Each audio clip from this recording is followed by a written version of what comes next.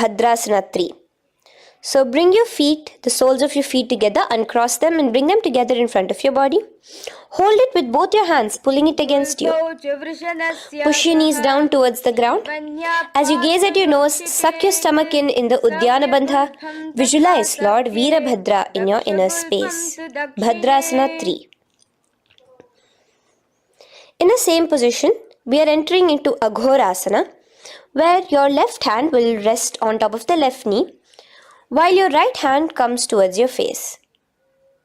Now, do the Khechari Mudra, where you are bringing your tongue towards the upper palate, gazing towards your third eye.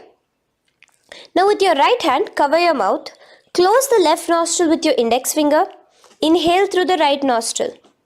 Close both the nostrils, hold your breath and exhale through the left nostril in the Abhyantara Kumbhaka. Repeat this on the other side. Visualize yourself as an Aghori, completely dedicated to Paramashiva in Aghorasana. The next asana is Kaneri Pavasana. So you can distance your feet a little away from your body. As you lean forward, place your elbows onto the soles of your feet and rest your chin on your palms. Gaze at your nose, suck your stomach in Udyana Bandha. Here, continuing with the Rechaka Kumbhaka, where your exhalations are prolonged than your inhalations, visualizing yourself as a female elephant drinking water in Kaneri Pavasana. The next asana is Parasana. So now, come to a seated position, raise yourself up and keep your knees raised. Bring your hands underneath your knees, between your calves and thighs, and clasp them together. Interlace your fingers in the Parashamudra in front of your navel. Lift your feet off the mat. Visualize Swamiji, the Supreme Pontiff of Hinduism, in your inner space as you gaze at your nose in Parasana. The next asana we'll be moving into is Gopi Chandasana. Now, take your hands out from in between the feet as you let your feet rest on the ground. Take your hands out from underneath your calves. Interlace your fingers around the feet with the soles of the feet together and raise it up towards your chest. Rest your knee on top of your feet. Gaze at your nose. Embody the state and space of a king in Gopi Chandasana. The next asana is Udarasana. So now just quickly release your legs, bring your hands underneath your calves and hold on to your feet again from inside out, both your feet together. Bring your feet up to your chin, resting your chin on top of the interlaced fingers. Bring your feet to your chest, gaze at your nose, visualizing your body, the Supreme Pontiff of Hinduism, free from any defects in Udarasana. Now, in the same position, just lift your legs up towards your head. Let the top of your hands come towards the top of your head, your forehead. And this is Vishishtasana. Visualize yourself excelling in everything in this posture. Now, slowly relax. Keep your hands underneath your shins as you take your hands up to the shoulder, pulling your hand and interlacing your fingers behind your neck. In Bhujasana, visualize yourself as a cobra. The next asana is Kalyanasana. So in the same seated posture, bring your hands around from behind your neck, remove them and put them around your back, interlacing the fingers behind you. Gaze at your nose. Visualize yourself as a beautiful, auspicious goddess in Kalyanasana.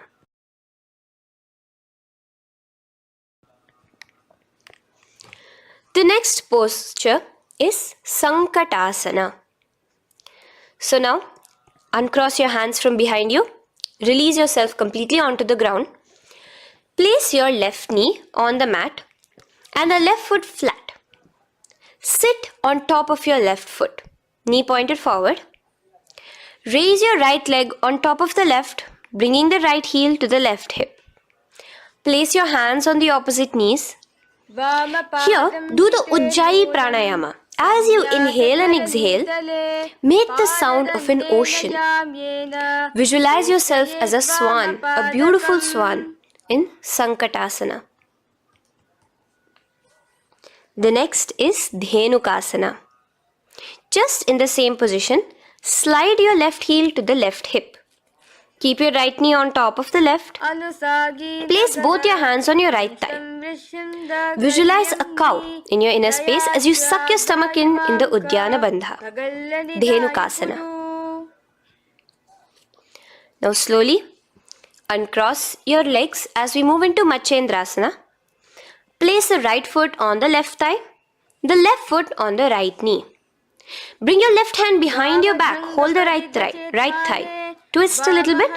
Place your right hand on your left thigh. Twist your body, gaze towards your third eye, visualizing Swamiji in your inner space. The next asana, Matsyendrasana 2, just untwist your body. As you clasp the respective toes of both your feet with your hands, lean forward and down, bringing your forehead to the ground in front of your feet. Visualize Swamiji, the Supreme Pontiff of Hinduism, in your inner space.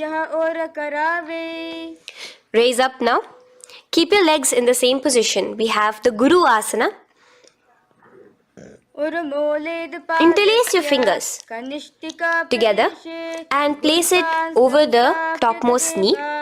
Suck in your stomach in the Uddiyana Bandha, clench your perineum in the Moola Bandha, tuck your chin to your chest in the Jalandhara Bandha.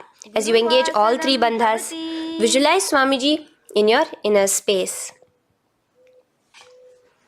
Let us now repeat Sankatasana on the other side.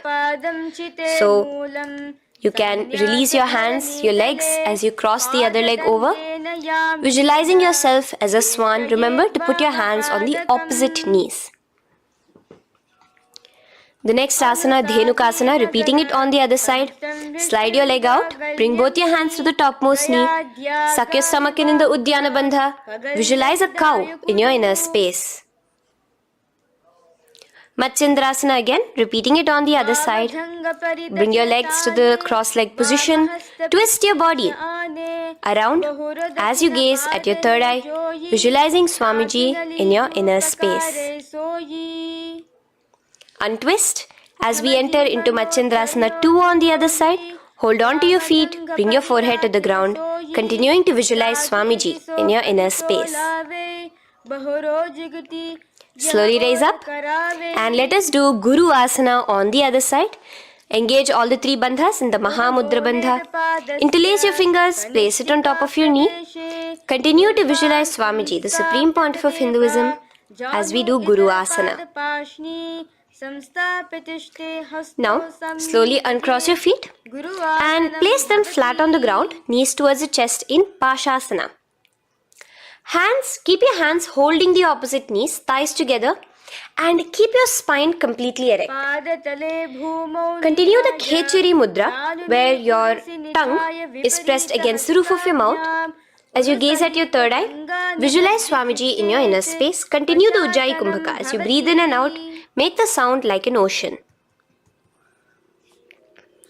Now in the same position, just bring your chin towards your knees in Bodha Shokasana. Lean forward, gazing at your nose, and visualize Swamiji, the abode of bliss in your inner space. Now raise up and bring your hands, uncross your hands, bring your hands underneath your knees, clasping the opposite elbows in Kurakatasana. Gaze at your nose, visualizing Swamiji in your inner space. Now, in the same position as Kurakatasana, just cross your ankles into Sumati Asana. Toes pointed upwards. Gaze at the nose. Visualize the great sage and Maharishi Sumati in your inner space. The next asana is Dandasana. Extend your feet out straight in front of you. Keep your arms straight above your head. Interlace the fingers from inside out. Let your wrists point outwards. Engage the Mahamudra Bandha, all the three bandhas. As you gaze at your nose in Dandasana, visualize Swamiji in your inner space. The next is Arambhasana. Now keeping your legs straight, release the Jalandhara Bandha and the Udyana Bandha, keeping your perineum clenched in Mula Bandha. Lean forward and down. Hold your big toes in the Prana Mudra with your index and middle fingers. Head to your knees. Do here the Nadi Shodhana Pranayama. Inhale through the left nostril, hold and exhale through the right. Visualize Swamiji in your inner space. The next is Bhidokasana. So slightly raise your body up and bring your hands underneath your knees, extending your knees slightly up. Keep your heels a bit apart from each other and clasp your feet. Bring your shoulders down, wrapping your hands around your legs. Gaze towards your third eye, visualizing Swamiji in your inner space. So from here, let's enter into Jalandhari Pavasana. So you can actually remain in the same position with your hands underneath your calves and just bring the soles of your feet together. You might want to bring your body closer. Place your head on top of your feet with the palms facing upwards on the ground. Gaze at your nose. Visualize Swamiji in your inner space. Now slowly bring your hands out from underneath and come to a seated position. Stretch your legs out as we enter into Urdhva Paschimottanasana. Here we have a new Kumbhaka, the Pratyahara Kumbhaka, where you will feel your breath coming from your Mooladhara Chakra up to the Brahmarandra above the Sahasrara. This is the Pratyahara Kumbhaka. In Urdhva Paschimottanasana, extend your legs out, lift one foot behind your neck and lean forward and down towards your foot, visualizing Swamiji in your inner space. Now, slowly, keeping your leg behind your neck, lay onto your back as we enter into Anantasana. Hold the foot from the top with the opposite hand. Visualize yourself as infinite, endless, eternal. Gaze at your nose in Anantasana. Just now, in the same position, roll onto your elbow of the hand holding the foot. Gaze at your nose, feeling in complete control like Swamiji in Ankushasana. Slowly remove the leg from behind your neck. Take a moment to stretch, relax. Lay on your back. Bring your knees towards your chest. Bring your hands around, encircling the thighs and the calves with your arms. Roll to the left and right in Drishasana, visualizing Swamiji in your inner space. The next asana is Urdhva Paschimottanasana. On the other side, let us repeat it. Raise up to a sitting position and bring the other foot behind your neck. Lean forward and down, clasping your foot. Repeating Anantasana on the other side, lay on your back, bring the opposite hand to the foot, gaze at your nose, and continuing to gaze at your nose, roll onto the elbow as we repeat Ankushasana on the other side. Now, you can release your foot and try to remain in the same position without removing the leg from behind your neck as you bring the other leg too to cross behind your neck with both your legs behind your head. Laying on your back, bring both your hands to clasp behind your back. Gaze to your nose, visualizing Swamiji in your inner space in Yoga Nidrasana. As we enter into Atmaramasana, in the same position you can uncross your hands from behind your back. Bring it up, continuing to keep it underneath the legs. Just clasp it behind your neck. So you can bring your legs out from behind your neck. Just let your hands interlace behind your neck, gazing to your nose, visualizing the Atma Rama, Bhagavan Mahavishnu within you as your soul blessing you, as you gaze at your nose in Atma Ramasana. Now, you can release your hands and legs. Continue to lay on your back as we enter into Kochikasana. Bring your knees to your chest with the soles facing upwards.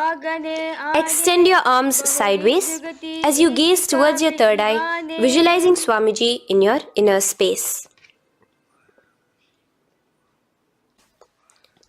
Now, from Kochikasana, Keep your arms reached out to the sides at shoulder level. As we enter into Jఠra Parivriti 1, keep one knee bent, twist it and bring it to the ground on the opposite side with the other leg extended straight. In Jఠra Parivriti 2, keep both the knees bent to one side.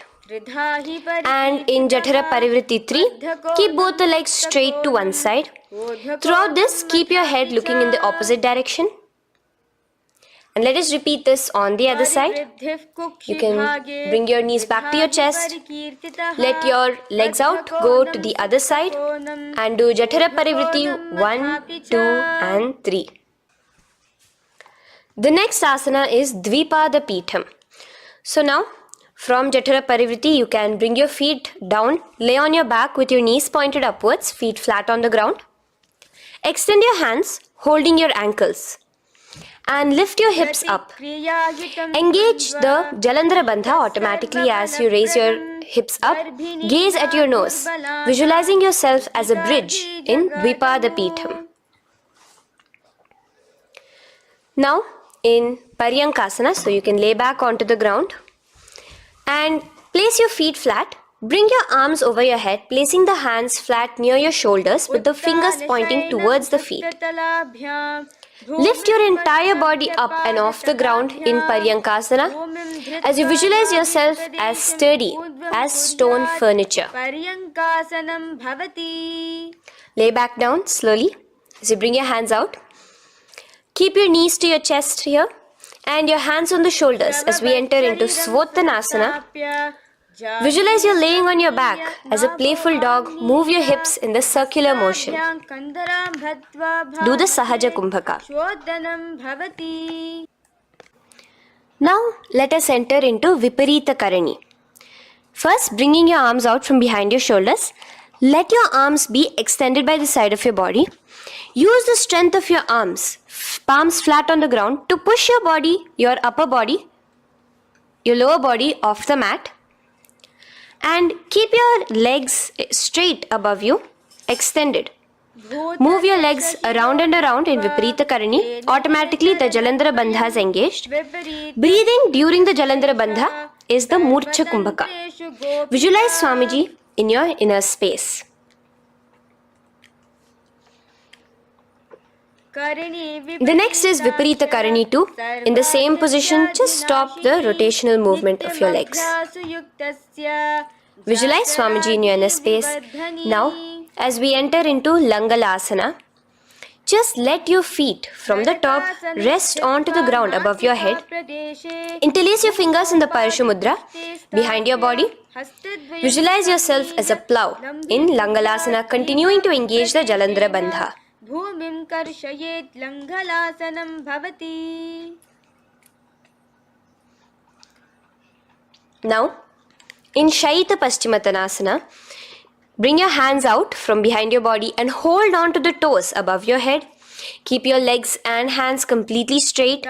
Visualize Paramashiva as Shaita Paschimottanasana is one of the 84 different asanas directly revealed by Paramashiva himself. Continue to do the Murcha Kumbhaka, inhaling and exhaling with the Jalandhara Bandha. Clasping your toes now, spread your feet wide apart from each other in Supta Konasana.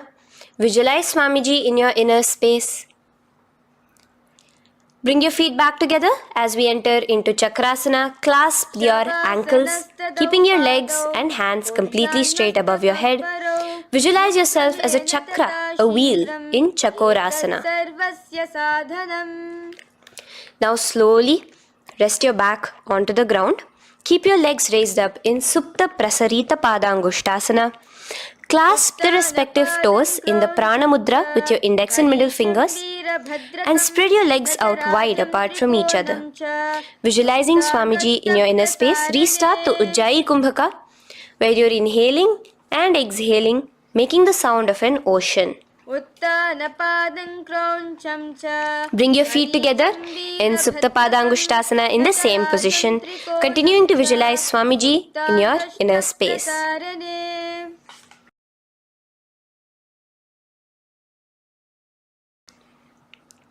Now, bring your feet release your feet and bring them into Padmasana. As you lay flat on your back in Matsyasana, hold the opposite elbows over your head, gazing at your nose. Visualize Matsya Avatara, the fish form of Bhagavan Mahavishnu. Now in the same position, put one hand over the other, extend it straight above your head. As you visualize Lord Rama in your inner space, continue to gaze at your nose. Now, slowly bring your hands to your hips as we enter into Sarvangasana. Lift your hips and legs up into the sky, crossing your legs in Padmasana. Let your hands support you, your elbows on the floor. Do the Jalandhara Bandha as you gaze at your nose in Sarvangasana. Now, bring your hips back onto the ground in Vrishchikasana. So, in the Padmasana, just remove one foot alone. Keep one foot on the opposite knee as you pull the knee towards your face. Let your hands stretch out above your head, hooking forward as you raise your upper back off the ground, visualizing yourself as a scorpion in Vrishchikasana, gazing at your third eye. Do the Jalandhara Bandha, tucking in your chin to the chest. Now just switch your legs around as we repeat Vrishchikasana on the other side. Continuing to visualize yourself as a scorpion, gaze at your third eye.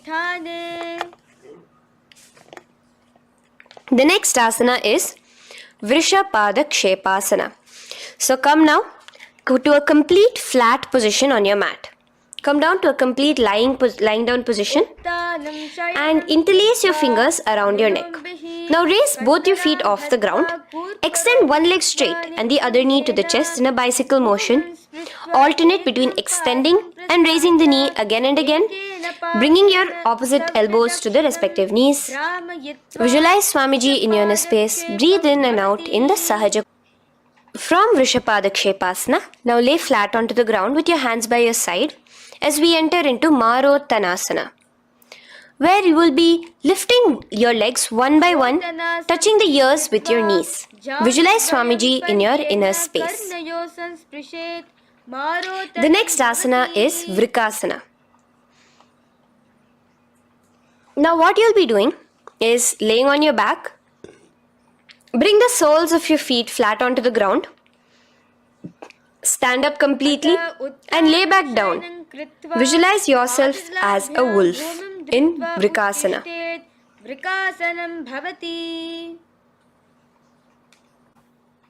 Now come back to a seated position as we enter into Luthasana, where you are going to be quickly throwing your legs above your head as you roll over completely, finishing in a prone position. Do this a couple of times. Come forward, roll over. Come forward and roll over again. Visualize Swamiji, the Supreme Pontiff of Hinduism, in your inner space. Now, take a moment to relax. Lay on your belly with your toes extended in Sarathasana. Keep your hands onto the ground by your shoulders. Now here, contract your lips and make a sound like a flute, whistling while inhaling. Visualize yourself as a ratha, as a chariot carrying warriors into battle for dharma on your back. Now from Sarathasana, let us enter into Dehal Ullanghanasana. So place your palms on the ground and bring yourself to a plank position. Jump your leg forward and back between your arms, visualizing Swamiji in your inner space. Jump forward now. When your legs are between your hands, stand tall. Holding your toes with your hands, walk back and forth. Visualize yourself as a wise 60-year-old elephant in Jatyasana. Now come to a standing position. The next is a beautiful Karana, the Lolitika Karana. So keep your knees bent, feet pointing outwards again in the Aramandi position. Bend your elbows, keeping your hands at the chest level. Now swiftly move your arms across the body, bringing it back to the center and tilt your head back. Opening your chest up towards the sky, move your head in all the directions. Now stand back straight as we enter into Sarpasana. So stand erect like a rod with your arms by your side, hands touching the thighs. Visualize Devi, Kundalini, raising up and curling upwards around your body in Sarpasana. The next asana is Ushtrasadanasana. Lean forward and down, standing on top of your palms. Begin to move and walk like a camel, visualizing yourself as a camel. In the same position, continuing to walk around, switch your visualization to visualizing yourself as a horse as you start to walk around like a horse in Ashvasana. Now raise up tall as we enter into Kapotanitakasana. Interlace your fingers behind the back, pulling them down towards your calves. Open up your chest. Keep your hands in the Parashamudra. Visualize yourself as a soaring bird diving down in Kapotanitakasana. Now, stand tall as we enter into another Karana here, the Tala Pushpaputam Karana. Bring yourself to the Aramandi with your hands in the Namaskara Mudra. Simultaneously now, open up your palms while raising one heel off the ground, slightly lowering the waist and shoulder of the heel you have raised. Visualize you're offering a bouquet of flowers to Paramashiva as you come back to a standing position and repeat this on the other side. Let's do this a few times, offering flowers to Paramashiva. Now, come to a standing position. Stand straight and bring your hands together in the Namaskara Mudra. Slightly lean forward. Visualize yourself as a rhinoceros. Your hand is the horn as you gaze at your nose in Khadgasana.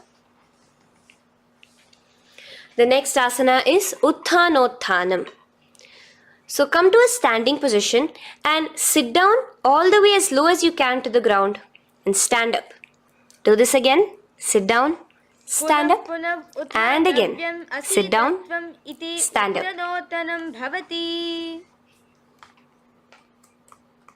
As you gaze at your nose throughout this. The next asana is Musalasana. Now come back to a standing position. Raise your hands above your head. Tall as you jump up and down repeatedly. Visualize yourself as a mace. Jump here in Musalasana. The next asana is Uchirshaka. So come back to a standing position. Pull the sole of one foot towards your belly. Now with the other leg, sit down and stand up. Release the leg. Pick the other leg up, pull it towards your belly, sit down and stand up in Uchirshaka as you visualize Swamiji in your inner space gazing at your nose. The next is a Karana which we will be entering into, the Pashvajanu Karana. So again, bringing yourself to the Aramandi position, bend and lift one knee towards your chest, pointing the toes downwards.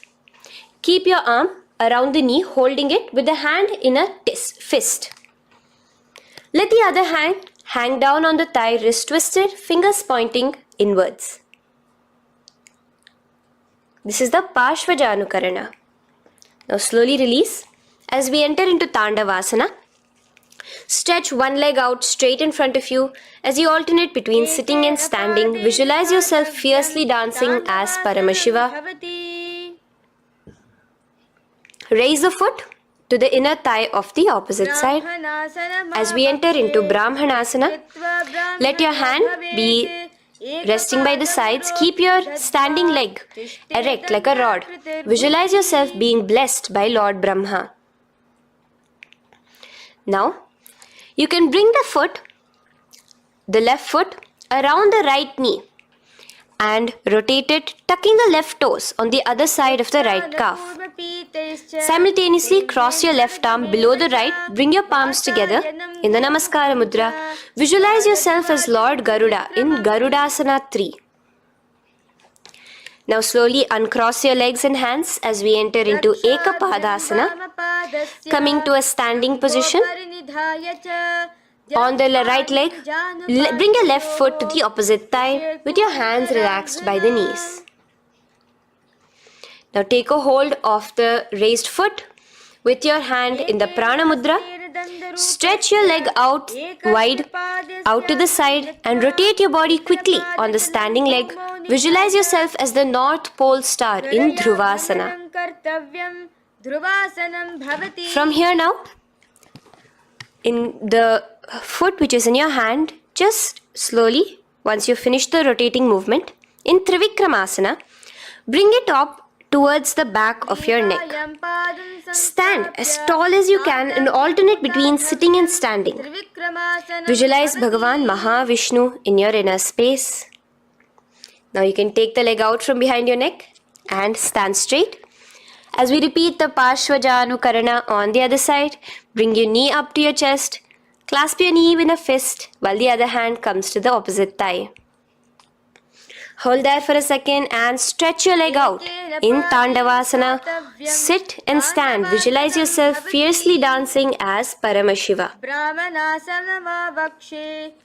Bring the foot to the inner thigh, standing straight like a rod. Get your hands by your sides. Visualize yourself being blessed by Lord Brahma. In Brahmanasana on the other side. Move into Garudasana 3 on the other side as you rotate your leg over, your hand under. Visualize yourself as Lord Garuda. And uncross yourself as we move into Ekapadasana on the other side. Bring your foot to the inner thigh, to the root of the thigh, and stand straight. Clasp your toes, stretch it out as we go into Dhruvasana on the other side. Visualize yourself as a pole star rotating quickly. Come back to a standing position and bring your foot behind your neck. In Trivikramasana, sit and stand. Visualize Vishnu, Bhagavan Mahavishnu in your inner space. Now, stand tall as we do the Samanakha Karana. Stand with your feet close together, toes slightly pointed outwards. Keep both the hands to the side of the body. Take a moment to breathe in and breathe out and relax. Now, slowly relax and from the standing position, slowly bend forward, bringing both your hands underneath your knees. Now once you have squatted down fully, interlace the fingers together in the Parashamudra. Bring that interlaced fingers in front of your navel. In Ghorakanjali Asana, visualize the great sage Goraknatha, the founder of the Natha Yoga Hindu Sampradaya. As you do the Jivachala Kumbhaka, engage the Moola Bandha. The next asana is Kanchyasana. So now just slowly unwind your hands from each other, from your navel, and now bring your hands from the opposite side inwards underneath your calves and wrap your hands around your back. Hold them together in the Parashamudra. Keep your body, your upper body, upright, visualizing the Supreme Pontiff of Hinduism in your inner space. The next is Bhairu Asana. So slowly unclench your hands and bring them out from underneath your legs. Keep your feet and knees together and in a squatting position, bring your hands behind your back, clasping them together, remaining in the Parashamudra. As you gaze at your navel center, visualize Bhagavan Kala Bhairava, the Lord of Time, in your inner space. The next asana is Varahasana. Now to gain your balance, you can lightly spread your legs apart and bring your hands to the back of your behind you in the Anjali Mudra, palms together. Visualize a boar, one of the 10 incarnations, the Varaha Avatara of Mahavishnu, gazing at your nose. Now slowly relax, bring your hands out from behind you as we move into Pripithasana. With your hands in the Prana Mudra, with your index and middle fingers, clasp the respective big toes and come to a half squatting position where your hips are at your knee level. Visualize Swamiji in your inner space as you do this asana, Pripithasana. Slowly let go of your feet and place your palms flat on the ground in front of you with the fingers wide for balance. We're going to be balancing here in Bakasana. Place your knees on the back of your arms. Focus your eyes on one spot as you raise your feet off the ground, balancing here. Visualize yourself as a crow. The next asana is Shushtanga Kapali Asana. So now come to a kneeling position. So from there itself you can directly put your head onto the ground, or else come to a kneeling position and place your head onto the ground. Palms spread for support. Raise your body onto your head, bringing your legs into the Padmasana. Gaze at your nose. Visualize Swamiji himself in your inner space. Come down now, uncrossing your legs as you come down. Sit onto your knees, keeping the toes flat. Now, let your heels come outside of the hips. Keep your hands on your knees. In Guptasana, sit straight. Keep your gaze on your nose. Visualize you're sitting in the sacred secret seat with Paramashiva and your Guru, Swamiji himself. Now we are going to be kicking up into a handstand. So get ready. Place your palms on the ground, fingers wide for support. Do take support of a wall if you need it. And lift your body up straight above your hands. Visualize you are a tree in Vrikshasana 2 with deep roots into the ground. Breathe in and breathe out slowly. In the same position as we move into Shibhu Asana, switch your gaze to the third eye. Hold it there for a few seconds. And relax. Bring your feet back to the ground. Now lay flat onto the ground in a plank position. And slowly lower your body towards the ground and push yourself up again. In Matsyasana 2, go down and come up, visualizing yourself as a fish. The next asana is Sarpasana 2. So here you're going to lay prone, completely flat now. You can lower yourself to the ground. Bring your hands to the hips. Extend your legs together and point your toes backwards. Lift your chest up and move left to right. You're moving like a snake while visualizing yourself as a snake in Sarpasana 2. Relax slowly, bringing your chest back to the ground. Now, keep your feet together, pointing backwards. As you bring your elbows onto the ground, rest your upper body on your elbows. Bring your hands together in the Padma Mudra with your little fingers and thumbs together and rest your chin on your hands. Niralambanasana, where feeling yourself completely supported, knowing that Swamiji is there in your life. Now, slowly relax, place your palms on the ground beside your chest and push yourself up, your hands straight up completely. As you bend your knees, bringing your feet to touch the top of your head. Lean your neck back, touching your head with your tip of your toes. See yourself, visualize yourself as an umbrella, protecting your Guru from the sun's rays in Chhatrasana. Slowly relax, you can bring your feet down. As we move into Vajrasana, just push your body back and sit on top of your knees, with the heels flat on the ground. Now stretch your arms in front of you with the palms facing downwards. Place your forehead on the mat. Visualize you are the weapon of Indra, the Vajra, symbolizing indestructibility as you gaze at your nose. As we enter into Meshasana, raise yourself into the same Gajasana position on your hands and legs with your hips pointed upwards. And alternate striking the ground with the opposite hands. Experience yourself, visualize yourself as a powerful ram as you alternate striking the ground in Meshasana. Now stop striking the ground, bring your palms down again. As we move into Ajasana, kick your legs off the ground and lower your forehead to the mat. Let's do it again. Kick your legs off the mat. Lower your forehead to the ground. You are unborn, existing for all of eternity in Ajasana. Now, come to a seated position as we move into Dhanantara Asana. Sit on your heel with your legs together. Pull your toes underneath you. As you bring your hands top of the knees, gaze at your nose, visualize Swamiji in your inner space. Here, do the Ujjayi Pranayama, inhaling and exhaling like an ocean, Dhanantara Asana. From Dhanantara Asana, now interlace your fingers in front of you and then behind you. Stretch your arms towards all the sides, backwards, forwards, giving a massage to the various different joints and muscles in your body. Lean forward, get up again, continuing to visualize Swamiji in your inner space.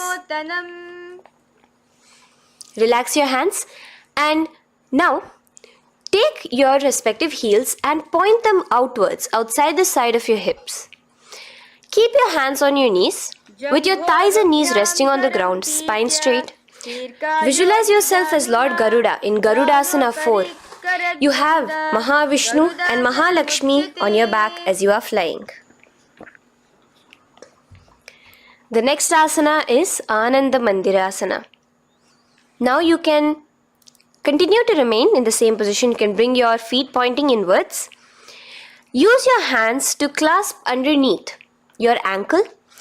Make sure your knees are spread out wide. Gaze at the third eye. Visualize residing in the blissful space of a temple. You are in a temple in Ananda Mandirasana.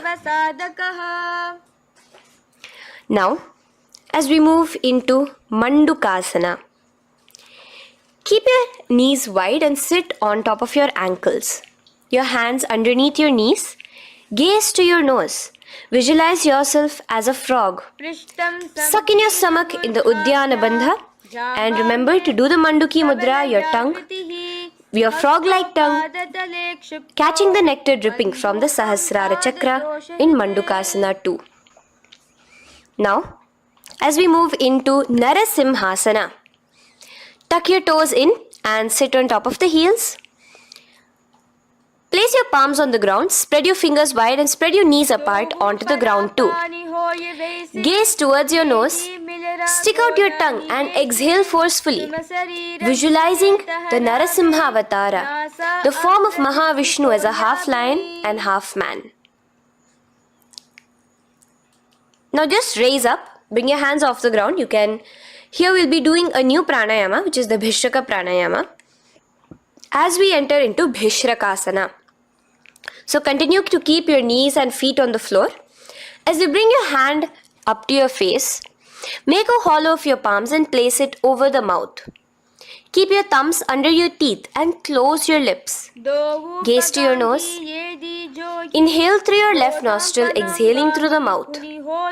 Gaze at your nose again. Visualize yourself as Devi, presiding over any and all minuscule fears you may have within you. Now moving back into the Ujjayi Pranayama, let us do Makadasana. So you can take your hands off your face and slowly remaining in the same position, bring it to your armpits. Bring your fingers to your armpits. Imitate as if a monkey is scratching. As you gaze to your third eye, visualize yourself as a playful monkey in Makadasana. From Makadasana, let's move into Vajra Sangharasana. So you can slowly lift your knees off the ground, just balancing on your toes, sitting on the heels. Bring your hands behind your back and clasp the opposite elbows. Gaze to your nose, embody a diamond. Visualize yourself as a diamond-like strength for yourself and your Sangha. The next asana is Khanjanasana. So now you can uncross your hands. Rest on top of the heels with your knees on the ground. Keep the toes down, ankles crossed behind. Place your palms on the mat to your side. Suck your stomach in the Udyana Bandha as you gaze at your nose in Khanjanasana. Now, you can uncross your ankles and just sit with your toes flat. Keep your knees wide on the floor. Rest your hands on the knees. Just relax the Udyana Bandha, just sucking in your perineum in the Mula Bandha. Gaze at your nose, visualize yourself as a turtle with a stable body and mind to live for hundreds of years. And without changing anything in your physical posture, just visualize yourself uniting with Swamiji himself in Yogasana. Now, raise up onto your knees, cross your ankles behind your back until the feet are coming towards the opposite knees. Now, bring your hands behind you and hold on to the calves with the fingers inside, the thumbs outside. Gaze at the third eye as you visualize yourself in a space of oneness with Paramashiva himself as Swamiji. Now you can uncross your ankles, come back to standing on your knees as we enter into Ushtrasana 2. So now, in a kneeling position, bend backward, hold your ankles with your hands. Keep your arms straight. As you push your hips forward and tilt your head backwards, visualize yourself as a camel in Ushtrasana 2. Slowly, in the same position, lower yourself onto your back in Jatyasana 2. As you are lowering yourself, experience yourself as a blooming lotus. Bring your head, the back of your head onto the mat. Gaze to your nose. Now, let's move into Viratasana. So, try your best to do this without the support of your hands, but you can use your hand support if needed as you raise up from Jatyasana and back down. Raise up and go back down as you gaze at your nose. Raise up and go back down. Visualize Swamiji in your inner space. Now from Viratasana, raise your hips up higher, bringing your forearms onto the mat behind you in a short back bend posture. Hold the back of your heels in Kapotasana. Visualize yourself as a beautiful dove, a Kapota, as we move on from Kapotasana into Varasana. So stand upright on your knees with the toes tucked. Hold your arms with the opposite hands. Gaze at your nose. This is the boon fulfilling posture. Visualize your boon becoming a reality directly from Paramashiva himself in Varasana. Now, keeping your knees together, toes tucked, just lean forward, bringing your head onto the mat, holding your head with your hands. Visualize yourself as a boar, as the Varaha avatar of Bhagavan Mahavishnu in Varaha Asana 2. Now, just kick your legs off the ground as we enter into Mundasana. Raise yourself up into a headstand posture, visualizing yourself as a lopped tree. Gaze at your nose. Breathe in and out in the Sahaja Kumbhaka. Slowly come down now. Relax. Come to a kneeling posture. Sit on your heels. Bring your head down beside your knees, your elbows adjacent to the knees, your hands holding your head. Exhale through your mouth as you gaze at your nose, visualizing Swamiji in your inner space in Andhasana. Now from here, push yourself off the mat as you come lying prone on your belly. Let your arms be extended straight out and together lift your thighs, arms and chest off the ground, stretching your body, balancing there. Visualize yourself as a locust in Viparita Shalabhasana. The next asana is Kapalasana. So slowly lower yourself back to the ground. Now laying on your belly, bring your arms to your side, palms downwards. Keep your forehead on the ground and your chest on the mat. Only lift your legs up into the air. Only your legs are lifting up. Visualize yourself as a skull. You are a mind with purified thoughts, a strong will to attain enlightenment in Kapalasana. The next asana is Akasha Kapotasana. So now, in the same position as you are, let your arms be straight out behind you. As you kick your legs up and over your head, bring your feet slowly to the mat in front of you. Push yourself, balance there. Visualize yourself as a free and open flying dove in Akasha Kapotasana. Bring your legs back out as you lay flat on the mat. Now push yourself onto your knees. Place your forearms on the ground and your chest down such that your navel is touching your knees. Be sturdy, visualizing yourself as a sparrow in Chatakasana. The next asana is Vrishchikasana 2. So your forearms are on the ground. Now slowly raise to your toes and kick your legs off the mat. Slowly lowering your legs to your head. Visualize yourself as a scorpion as you balance in Vrishchikasana 2. Slowly release yourself, coming back to the ground. As we enter into Vrishasana, sit down on top of your right heel and let your left foot remain outside of the hip, the ankle to the side. Place your hands on the mat, visualizing yourself as a bull in Vrishasana. Now, bring both your knees underneath you, sit on both your heels. Cross your left leg over top of the right lightly and in Lolasana, push yourself off the ground. Your knees are off the ground. You're just balancing on your hand above the mat. Visualize Swamiji in your inner space. Lower down now. Bring the left foot now outside. Bring the right foot out and sit on your left heel now. As we do Vrishasana on the other side, visualize yourself as a bull. From here, let us get into a very powerful asana, Balagunasana.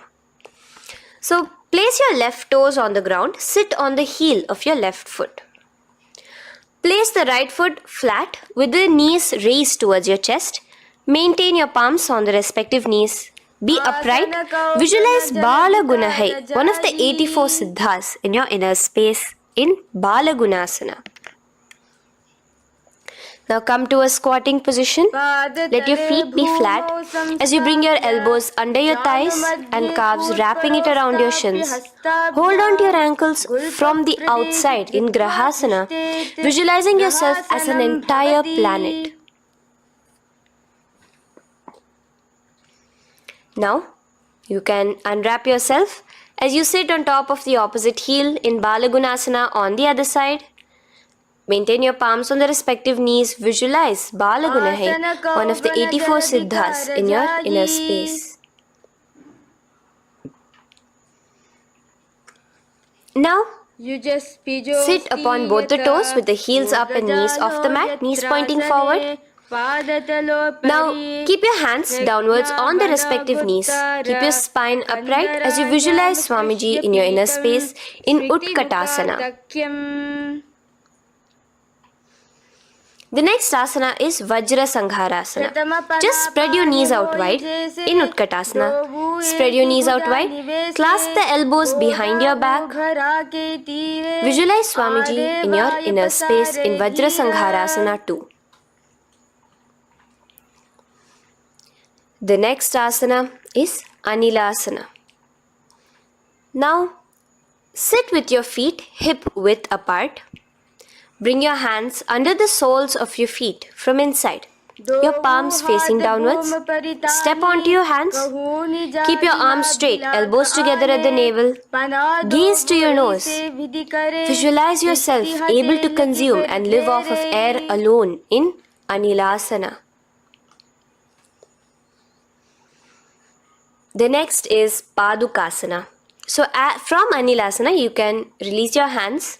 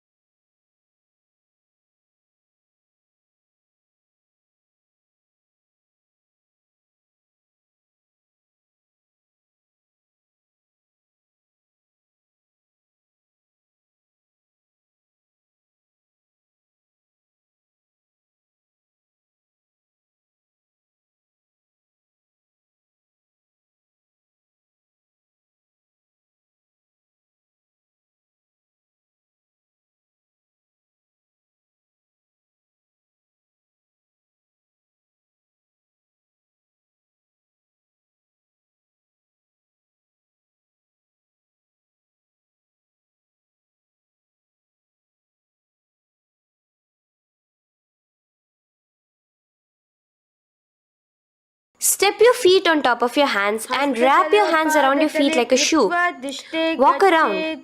Visualize you're wearing padukas, walking across the length and breadth of the world in Padukasana. Now bring your palms onto the ground. Stop moving around as we move into Kukutodana. Kick your feet up into the air and let them fall back down. Let's go up again and come down.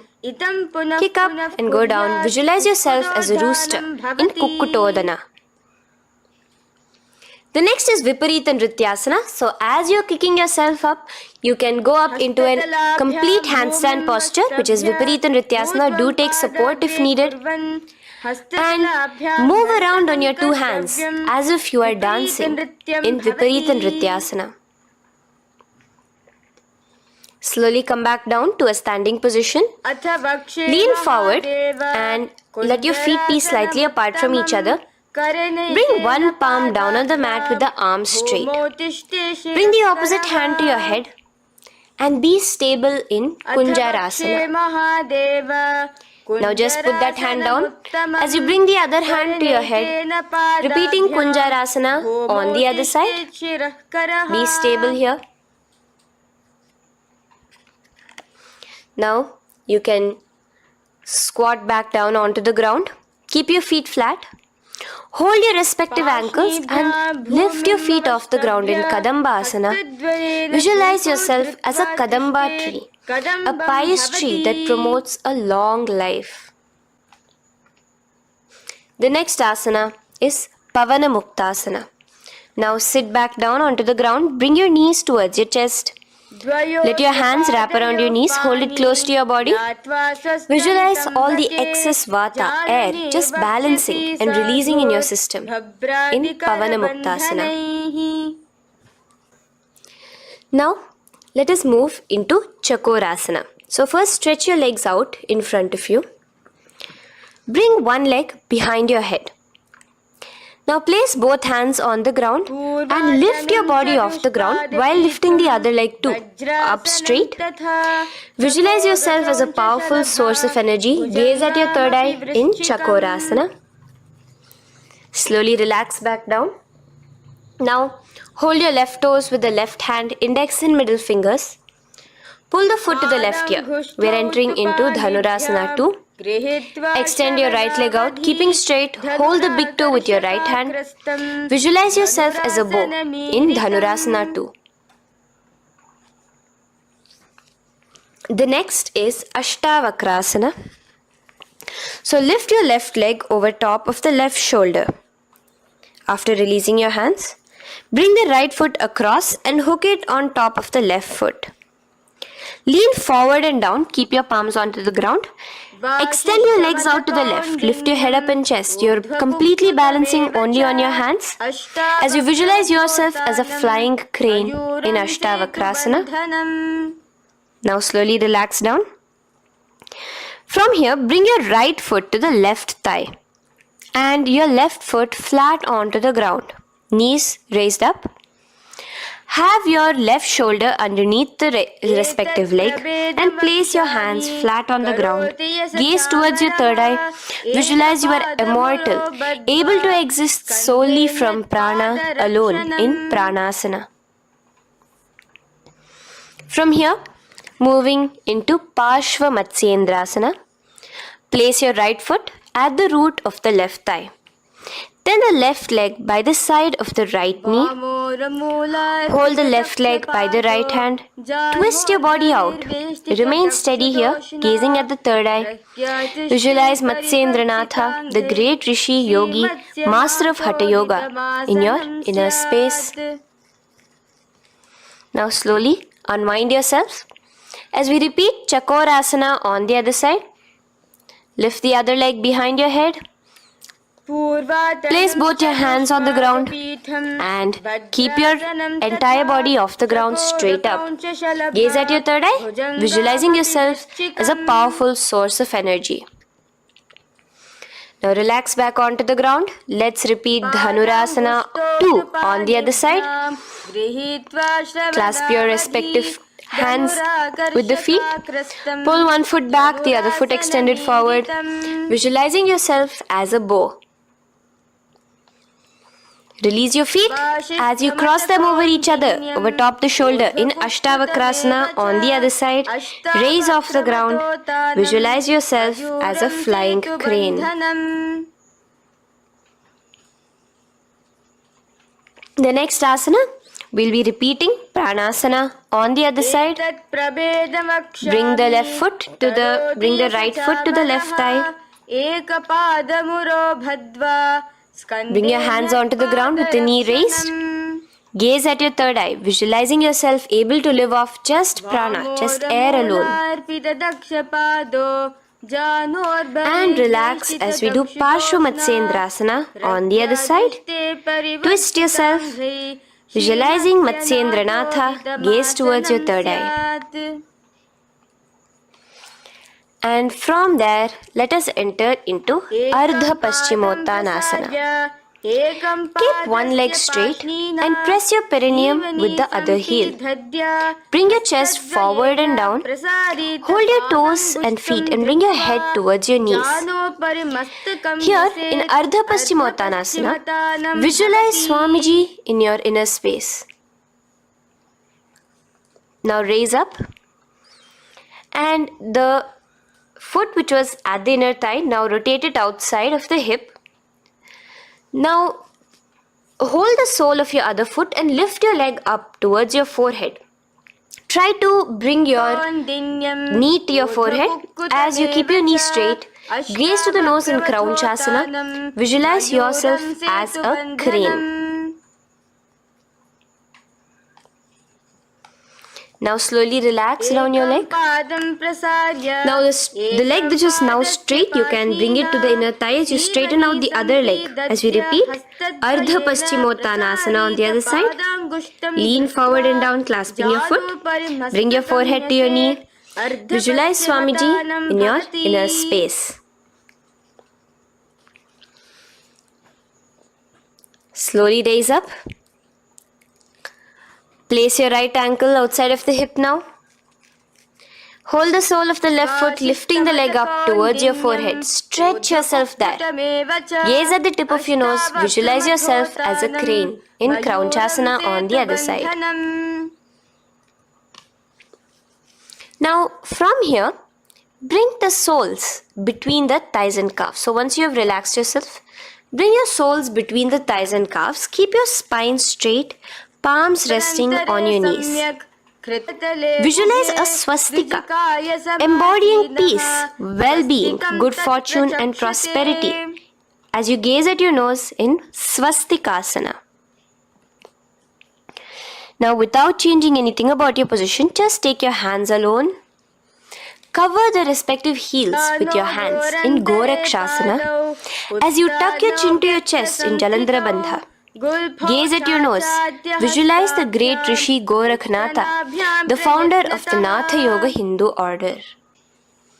Now release the Jalandhara Bandha. Continue to keep the Mula Bandha engaged throughout the whole sequence. As you raise one foot to the opposite thigh, bring your hands to your face in the Shanmukhi Mudra, closing your eyes with your index finger, nose with the middle finger, ears with the thumbs. Gaze at your third eye as you meditate on Swamiji himself, the Supreme Pontiff of Hinduism. Now release the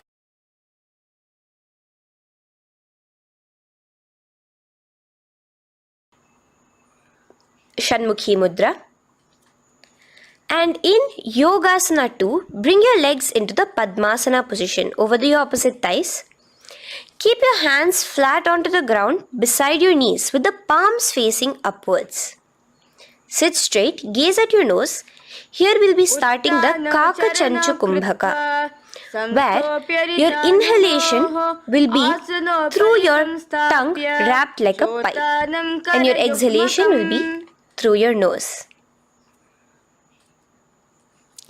From Yogasana 2, Now, keeping your palms beside your body, just switch them around to be flat on the ground and push your entire body off the ground, balancing. Visualize yourself as a rooster in Urdhva Kukkutasana. Now relax down. Come back to a seated position on the floor. Keeping your legs in Padmasana, insert your hands through your knees and place them on the mat. Remember, do not lift your body up, just stay seated down there. In Siddha Harituliyasana, gaze to your nose, visualize Swamiji himself in your inner space. From there, let's enter into Hamsasana, where you will actually be pushing yourself off the ground. Lift your thighs up high above your shoulder, above your elbows as much as possible. Gaze to your nose, visualizing yourself as an elegant swan in Hamsasana. Now release yourself. Now, do not take your hands out from between your thighs and calves. Just go onto your knees and reach your hands behind your body with your fingers interlaced in the Parashumudra. Bring your forehead to the floor as you gaze at your nose. Visualize yourself as Lord Paramashiva's bow in Karmukasana. Now, slowly come back to the seated position as we move into Kurmasana 2. Keeping your hands in between your thighs and calves, bend your elbows and hold your respective shoulders with your hands. Visualize yourself as a turtle, a stable body and mind to live for hundreds of years. Now in the same position, just engage the Jalandhara Bandha, tucking your chin to your chest as we move into Granthi Bhedasana, gazing at your nose. Rejoice, knowing you are in Paramashiva's secret knot posture.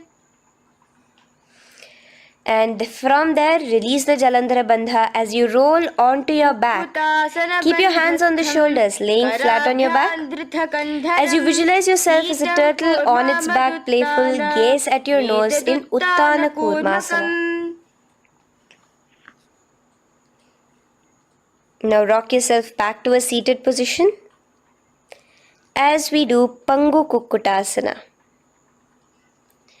Now it's the same as your hands between your thighs and the calves, except you will be placing one hand flat on the mat. Hold the wrist with the other hand. Lift your body up and holding only on one hand.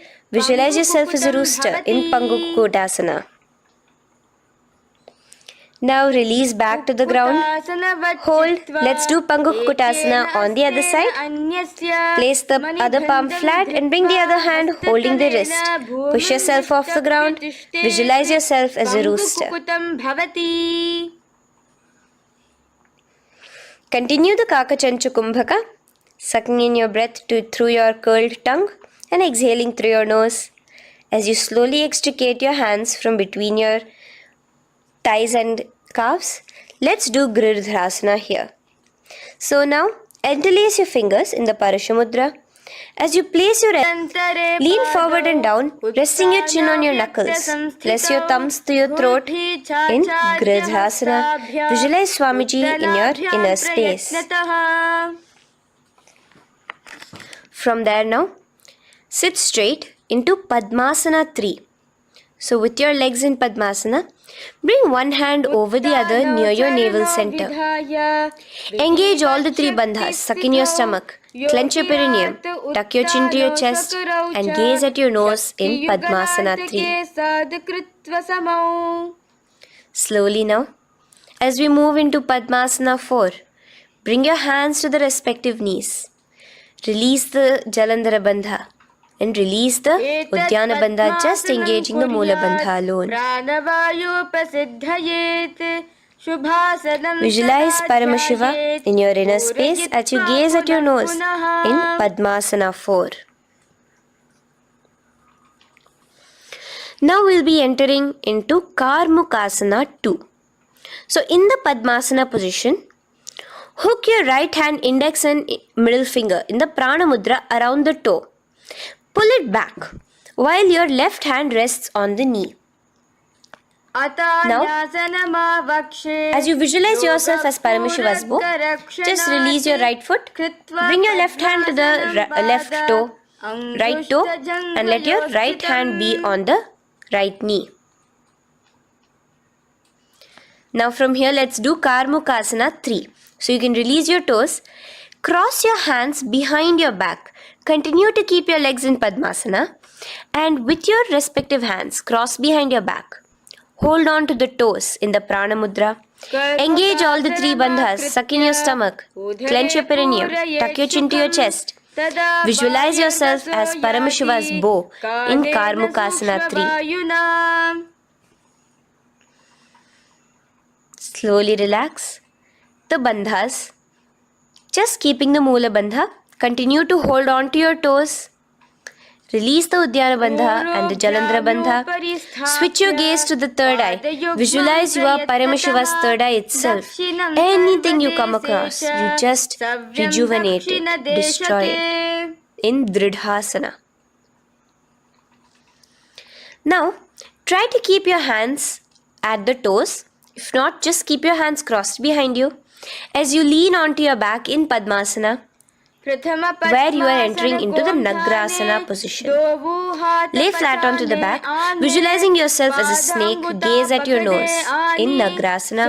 Do the Sahaja Kumbhaka, simple breathing, inhaling and exhaling.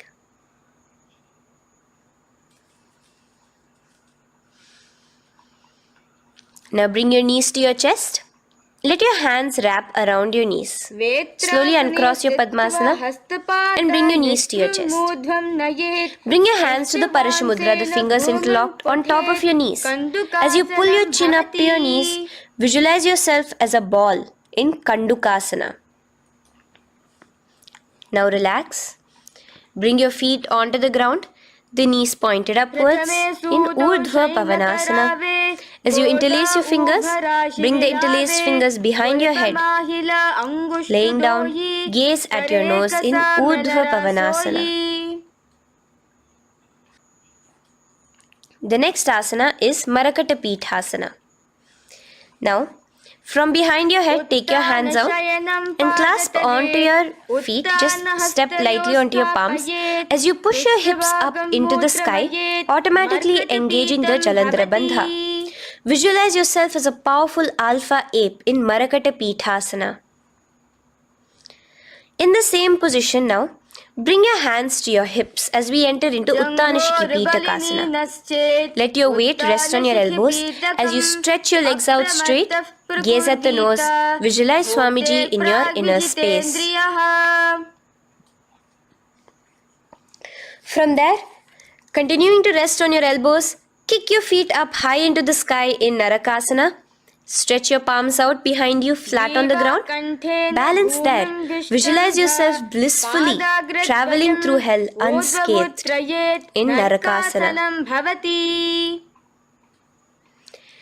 Bring your hands to your hips now as we move into Tiryanaukasana. Angling your legs down at an angle, visualize yourself as a boat crossing the ocean of samsara in Tiryanaukasana. Now from there, come back straight as we enter into Dhwajasana. Keep your legs up high above your body, your hands stretched out down behind you. As you push yourself up, visualize where Kailasa's flag respected across all nations in Dhwajasana. Hold there for a few seconds and relax now. Flat onto the ground. Palms slightly away from your body. Do not move at all in Mritasana. Your body is dead. Visualize that. Visualize the Supreme Pontiff of Hinduism liberating you. Let your awareness travel to all the parts of your body in the Shakti Chalan Mudra as we do Mritasana.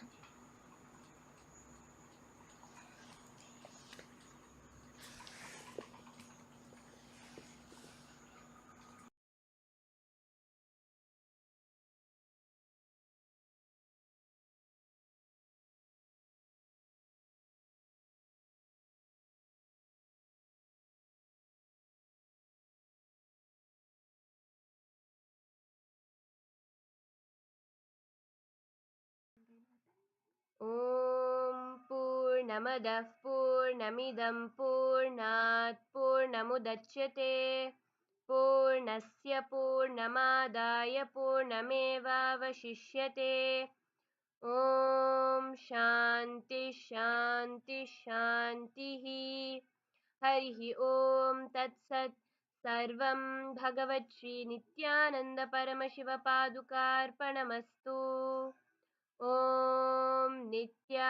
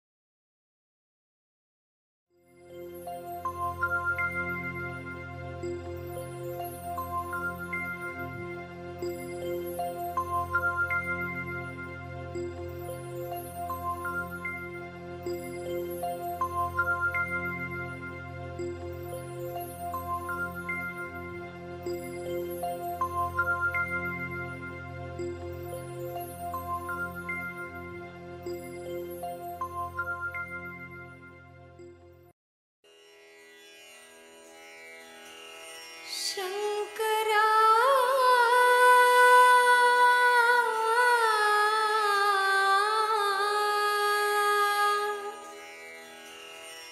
ಶಂಕರಾ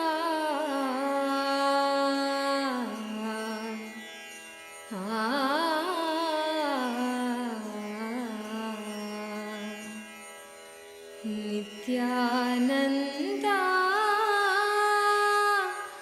ಶಂಕರಾ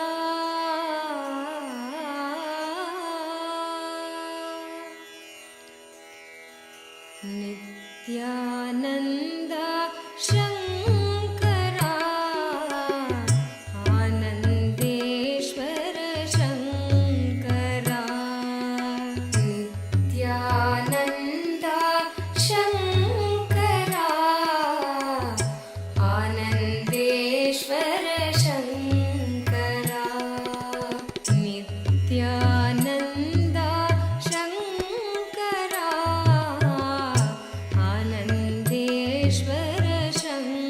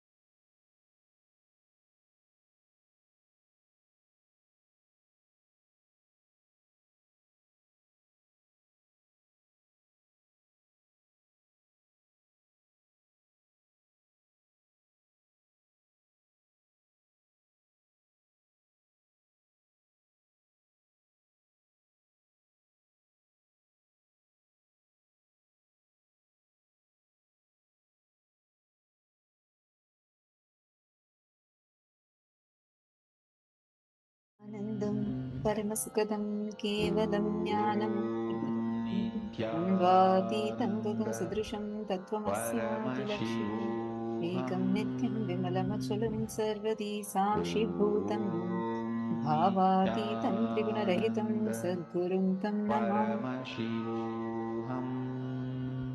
Nityanandam to all the participants that are here with us.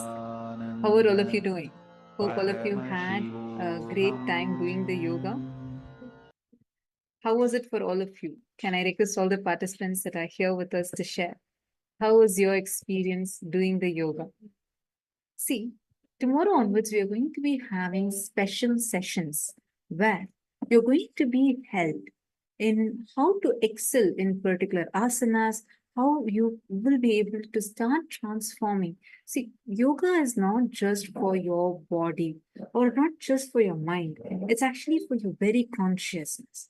It is so beautifully, Swamiji describes how yoga helps us align our spine to the cosmic geometry. Thereby, you will be able to manifest whatever you want. Literally, whatever you want can be manifested by you. You have that power to be able to manifest it. And that unlocking that one of the methods is yoga. And tomorrow the program is starting, the upcoming season. This season, the speciality is going to be, we are going to be having the Guru Purnima celebrations. So all the participants that are here, the viewers that are here, we warmly welcome each one of you to join us for the Paramashivoham program, level 1, level 2, and level 3 programs. It's going to be happening live, and I highly recommend that you join us via Zoom and you're able to experience it in a much better way. And this time, we're also going to be having special sessions where you're going to have the understandings, everything that you're learning in a much deeper level, in a much higher, powerful cognitions, with powerful breakthroughs happening for you in your life. So now let's get started. Now, the first session we are going to be having is the power manifestation. Can I request all the participants to kindly take your eye bands and come and settle down? Please settle down with your eye bands. We are going to be manifesting the power of seeing through your third eye, where you are able to directly, just closing your eyes, you will actually be able to use your third eye and be able to see things. And this is only one of the perks of having your third eye awakened, or like just side effects, you could say. It's not really side effect, has a negative connotation to it, but this is one of the benefits that you get. Like there's like numerous benefits that you get if your third eye is awakened. One such power that gets unlocked is where you're able to see through your third eye. So the first power we are going to be manifesting is where we are going to be tying your eyes. I request all the participants that are here with us to please kindly tie your eyes with an eye band. So all the participants that are here, take a moment, kindly tie your eyes with an eye band. See, this power can be found in various scriptures. The technique of this manifestation and how you need to manifest is described in the Vijnana Bhairava Tantra directly by Paramashiva himself. And where Paramashiva describes Kapalantarmano Yasya Tishthanmilitalochanaha Kramena Manaso Dadyat Lakshaye Lakshyamuttamam. Paramashiva describes how, by fixing the mind on the inner space within the crown center and sitting stably without any movement, having the eyes closed in succession by that stability of the mind and the inner space, through the power of third eye, one directly sees the ultimate goal, Lakshyam, by having the vision beyond the sight that reveals any object or place, attaining the space of oneness with the source, Paramashiva. How many of you have read Bhagavad Gita or really heard about how Bhagavan Krishna gave his cosmic form, the cosmic vision to Arjuna? Who all have heard this? This actually during that time, in the 11th chapter of Bhagavad Gita, Bhagavan Krishna actually reveals his cosmic form. It's like never-ending form, infinite form of his. He shows how he is present in all the beings in the most grandest manner to Arjuna. But just before revealing his cosmic form to Arjuna, he says, your two eyes will not be able to see my cosmic form. He says, न तु मां शक्यसे द्रष्टुम् अनेनैव स्वचक्षुषां दिव्यं ददामि ते चक्षु पश्यं मे योगमैश्वरम्. He says, but you cannot see my cosmic form with these physical eyes of yours. Therefore, I grant you the divine third eye. Behold my cosmic opulence. He says, just gives the initiation of the third eye and reveals his Vishwarupa Darshan to Arjuna. And that is how this is one of the pramanas, one of the references for this manifestation of this power of third eye. And Swamiji has demonstrated this so many times. The very first time Swamiji had this experience was when Swamiji was just 12 years old, and Swamiji was doing this intense seeking. And Swamiji, I'll just read out in Swamiji's own words, where Swamiji reveals how the first experience that I had was I was able to see everything around me, above me, the whole 360 degree, 10 directions below me, everything. I realized not only I was able to see, I was able to feel, experience, and I felt the skin of the stone on which I was sitting and the skin of this body both carry me equally. In both, I exist equally. The air, the breeze, the setting sun, the rising moon, whole Arunachala hill, all the plants, bush, shrubs, trees, everything just became so alive. The idea that something is inside and something is outside is completely lost. First, I was able to see all the 10 directions, the 360 degrees. The next moment itself, I realized not only am I able to see, I'm able to experience all of that as me. So this is the powerful experience Swamiji had, where Swamiji is able to see all the 360 degree, like in 10 directions, up, down, side, everywhere Swamiji was able to see at the same time, just with his eyes closed. And this is the advanced level manifestation of this power of third eye. So now let's start. I request all of you to please kindly tie your eyes with an eye band. Take a few minutes. I request all the participants that are here, please tie your eyes with an eye band. All right. I'm now going to be showing an image. And I request all the participants that are here with us, you're going to be seeing through your third eye and identifying, describing whatever you're seeing. Okay? Let us start.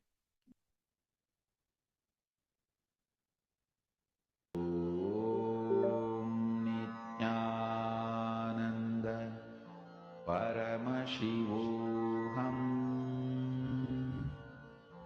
ॐ नित्यानन्द परमशिवोऽहम् ॐ नित्यानन्द परमशिवोऽहम् ॐ नित्यानन्द परमशिवोऽहम् ॐ नित्यानन्द परमशिवोऽहम् ॐ नित्यानन्द परमशिवोऽहम् ॐ नित्यानन्द परमशिवोऽहम् ॐ नित्यानन्द परमशिवोऽहम् ॐ Nityanand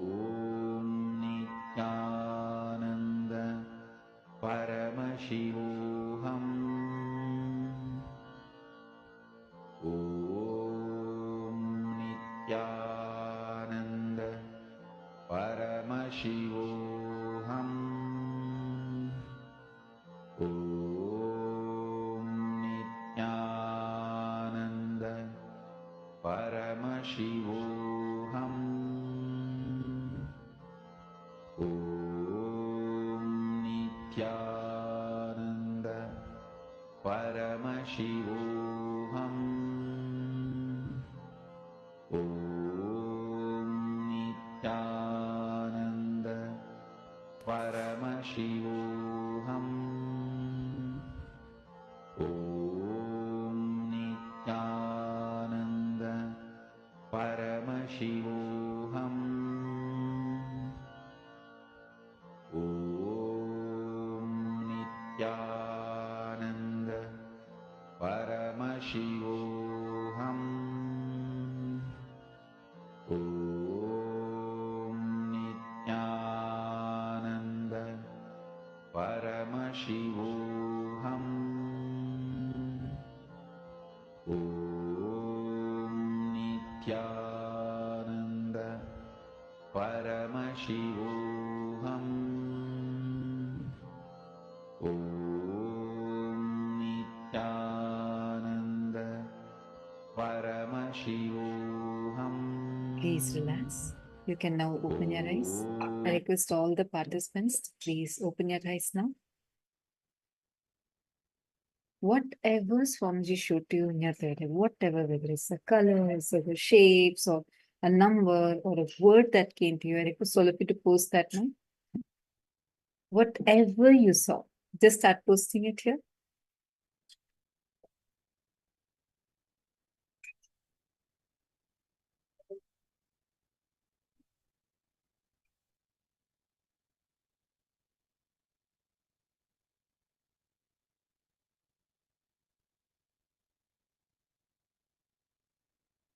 I request all of you to take a few minutes and please post it now.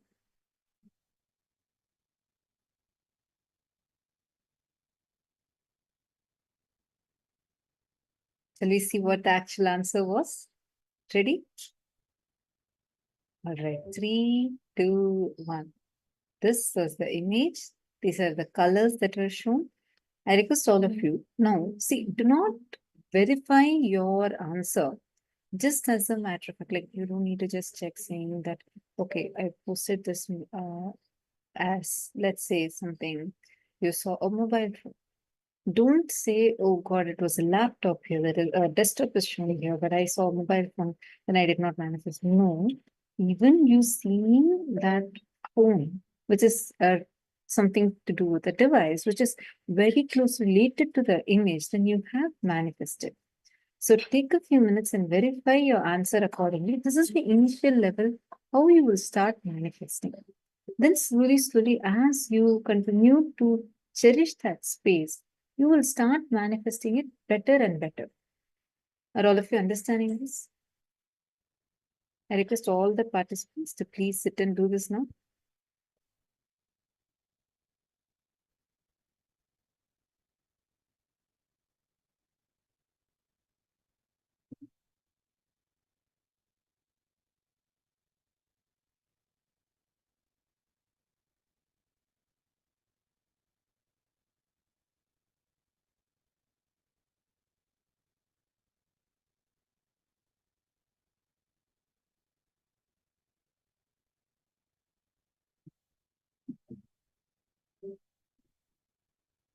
We are now going to be entering into today's sessions.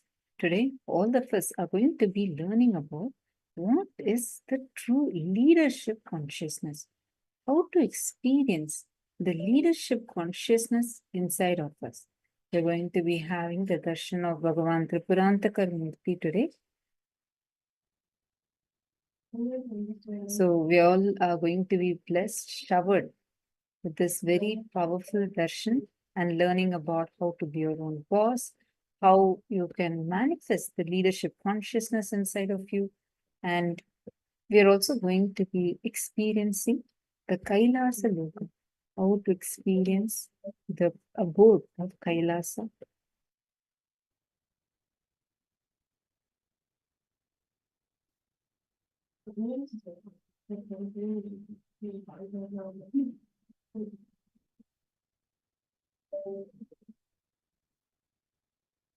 How many of you were able to manifest? Can all of you please share here in the chat? You all can post it here in the live chat, or if you are logged into the Zoom rooms, I request all of you also to share in the chat in the Zoom. We are going to be entering into the next session, the first session of our day, where you're going to learn about the existence of the 14 planes of existence and how beyond these 14 there exists Kailasa, and that's Vaikuntha, Sripuram, Kailasa, and Maha Kailasa itself. And today we are going to be getting the initiation to travel to Kailasa Loka. Are all of you ready? So let's begin now. Please sit straight. We are going to be entering into the first session. Any questions you have, feel free to post it in the comment section. And yes, this is a live program. This is live happening now. And it's free. Anyone who's willing to transform your life, learn the right knowledge, not just learn it, but have it as your experience. So your reality can be transformed. This program is for you. Tomorrow, the program is actually starting where we are going to be having the live versions of Swamiji. We're going to be learning a lot more in-depth revelations. Let's begin now.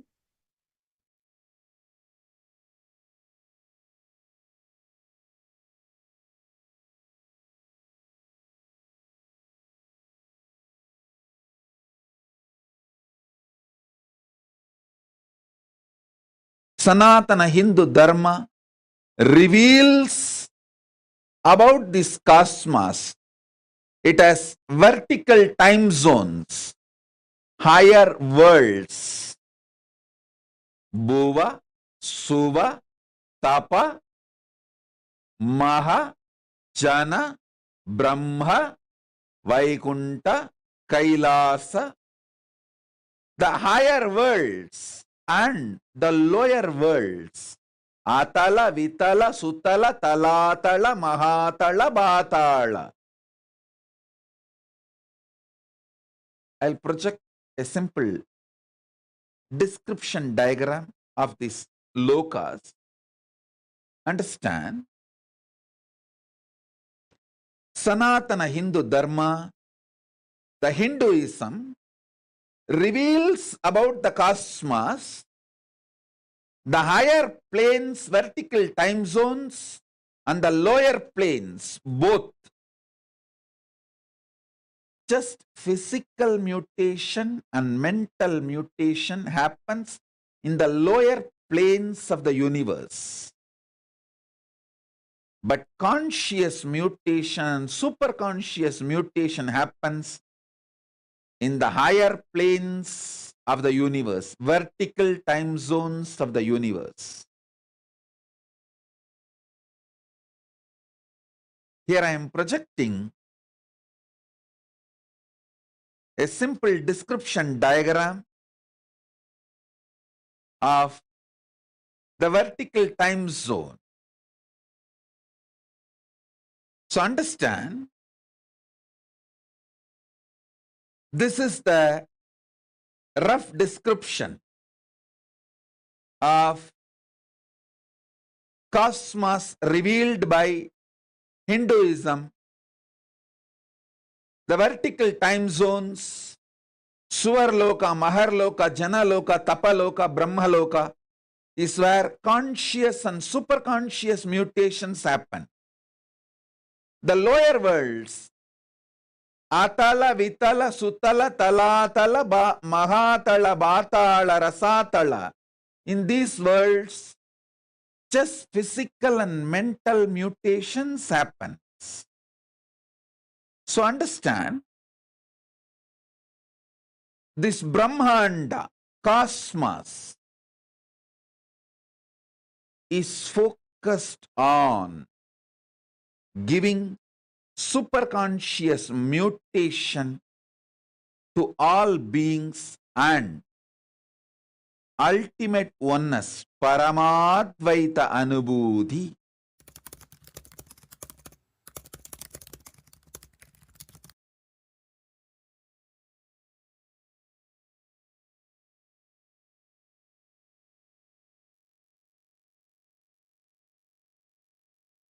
Vaikuntha, Kailasa exists in oneness, same time zone, and all the Trinity, Brahma, Vishnu, Rudra, are all in oneness with me, Paramashiva.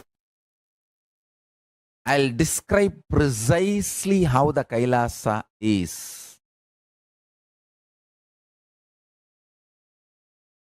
Listen to this description and contemplate on it, connect with it, you will experience it.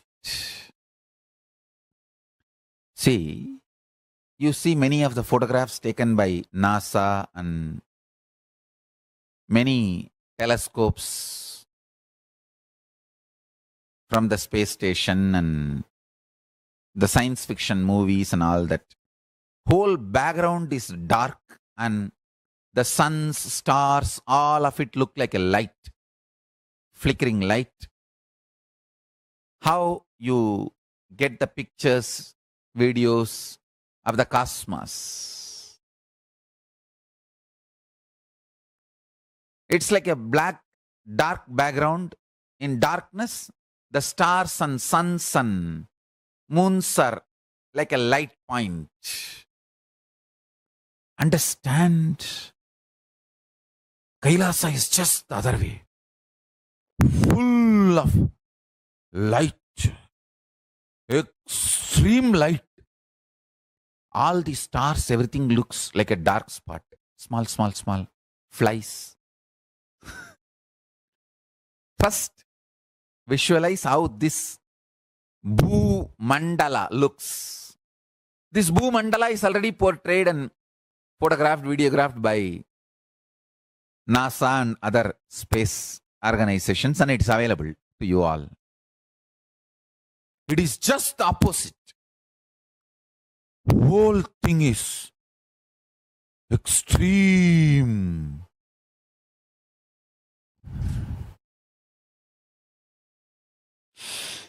Extreme light. Understand? Even if you try to visualize this, your third eye will open. It will start just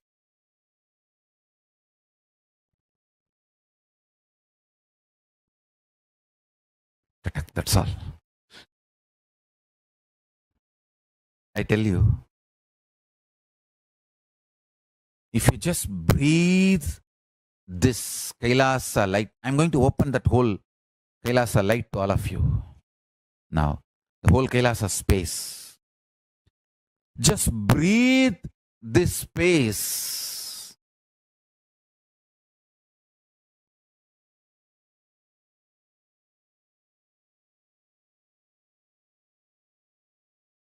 First, the Parama is the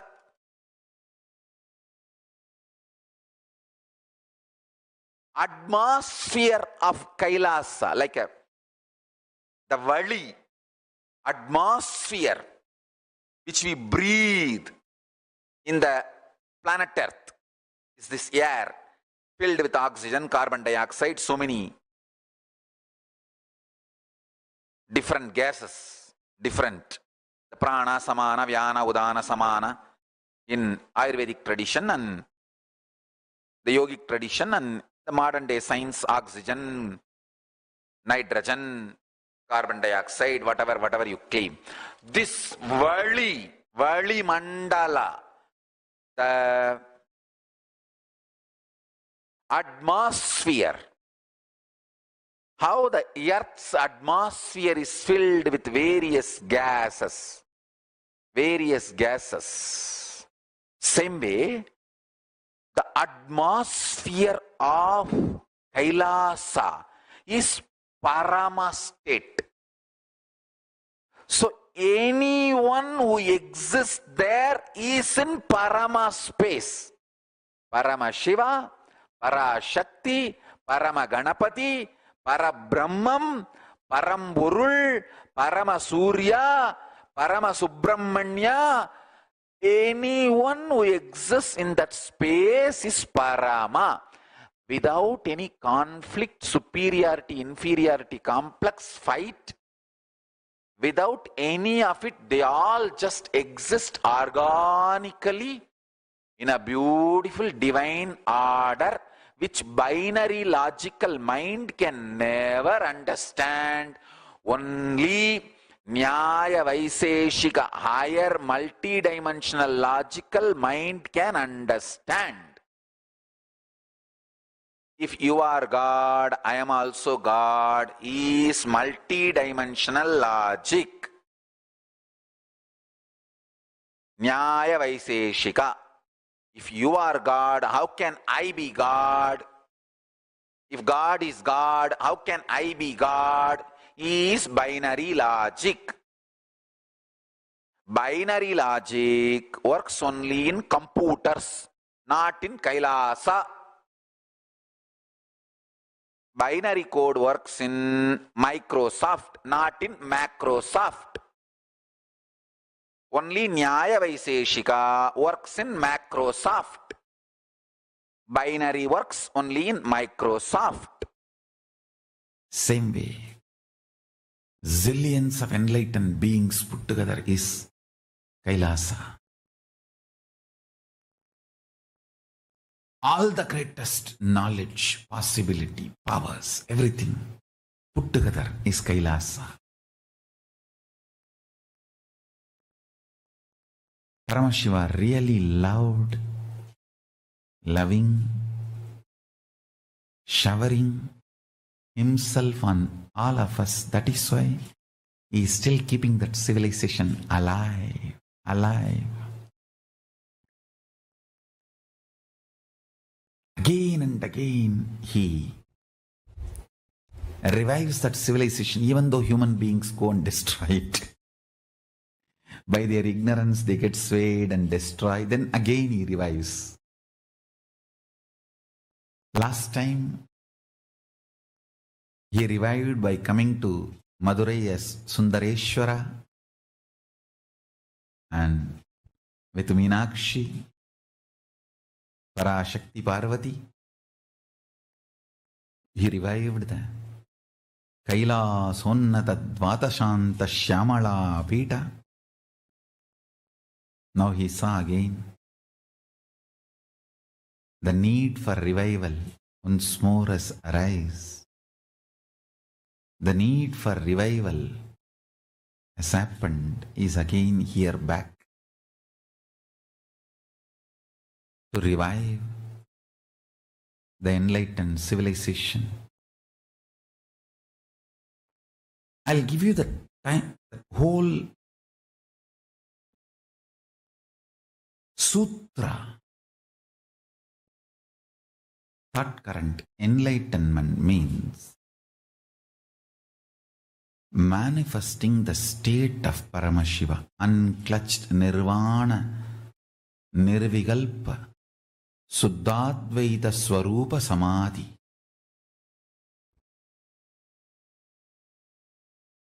It is not thoughtless state, it is patternless state. Thoughts are different, patterns are different. Thoughts may come from patterns, but thoughts themselves are not patterns. The patternless state of nirvikalpa samadhi. Fools are those who fight with thoughts and they fail and they declare that thoughtlessness is not possible. Thoughts are different, patterns are different. The Paramananda Swarupa, Paramaswarupa, Nityananda Swarupa, unclutched state, Nirvikalpa Samadhi. That is the state of Paramashiva. I have spoken elaborately almost from 2000. I think my first recorded voice is available from 2000, I think. I don't want to say voice was not recorded. I remember still at the age of 3, my voice getting recorded, but unfortunately we don't have a copy of it. But whatever our archives could collect from 2000, we have my voice recording.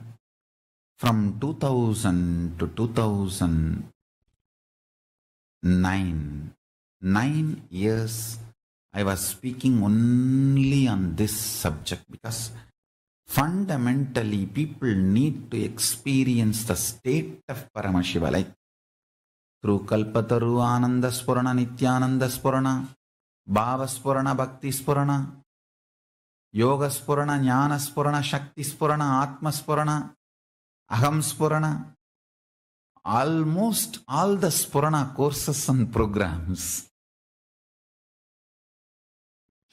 Around 21 Spurana courses I have done, Shakti Spurana, all of them, including Ila's initiation, all of them.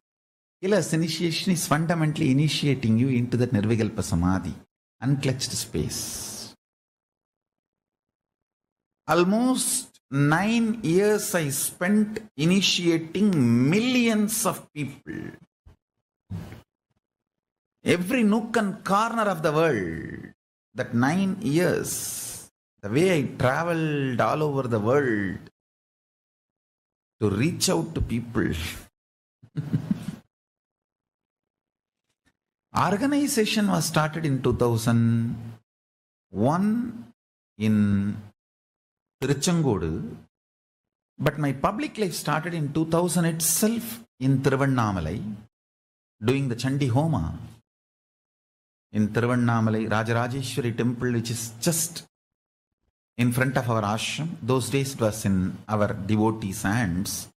From 2000 till 2009, I can say, I was working, creating millions of people to experience the state of Nirvikalpa Samadhi, state of Paramashiva.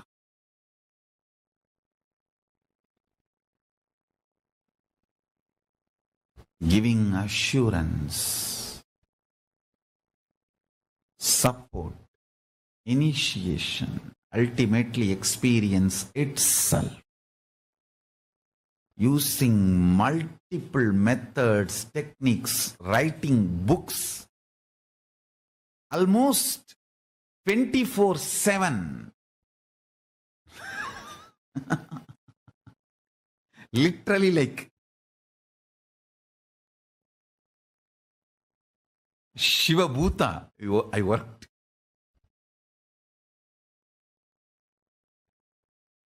The valor with which I used to work in those days.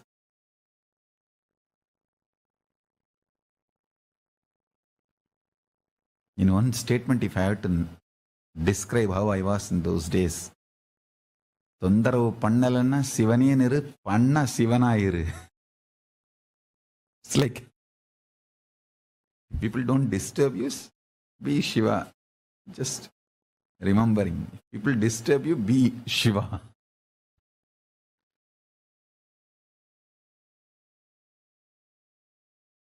Just experience Kailasa because it is too beautiful. And one of the important point is Kailasa does not have a gate. It neither has a gate nor has a door. It is a open, free entry for all. There is no qualification, predetermined condition for Kailasa. Only in Indraloka, Brahmaloka, Vaikunta and all the qualifications, only Devatas can enter. Like that, many qualifications. But in Kailasa, Bhuta, Preta, Pichacha, all kinds of people are allowed, free. Some Bhutas make even Paramashiva run around. He is such a Bolenatha, he opens himself for all, and this bloody Bhasmasura goes and takes the boon that on whosoever head I put my hand, and they should be burnt to ashes. How can Shiva be burnt to ashes? But this fellow tries to play game with Shiva. Using the same boon he got from Shiva, Paramashiva plays the game just to prove that his boons are real. Just for that, he also runs around and tries to show the drama. Not that he has to save himself from Bhasmasura. How can fire be burnt? But he has to prove that the boon he gave is really, really real. Bhasmasura should feel job satisfaction that he did tapas and he got the boon. So just for that, to keep that principle alive, he also tries to run around, and then Vishnu comes and burns the Bhasmasura. All of you know that remaining story. Even that kind of fools get free entry. That's all I am trying to convey.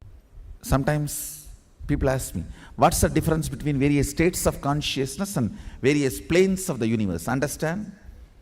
If you go to dream state and come back, what you see in the dream state, what others see in their dream state will not be same. Both of you may be sleeping in the same room, but when you go to dream, the world will be different. When he goes to dream, the world will be different. But conscious planes, the multi-dimension planes of the universe means like a tapoloka, satyaloka, kailasa. If he gets into kailasa and you get into kailasa and come back, description will be same.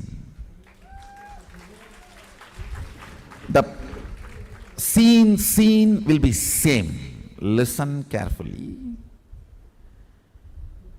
The various states of consciousness is more like the subjective truths.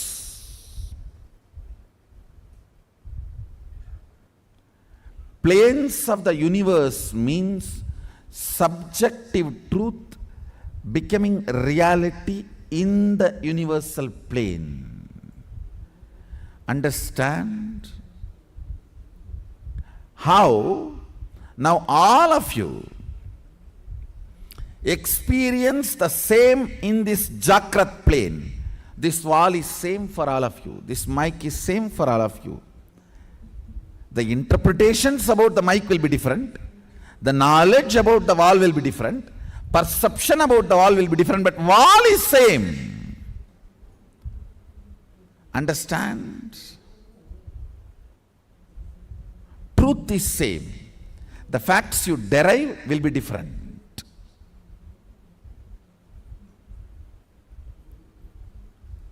So this is the plane of Bhu.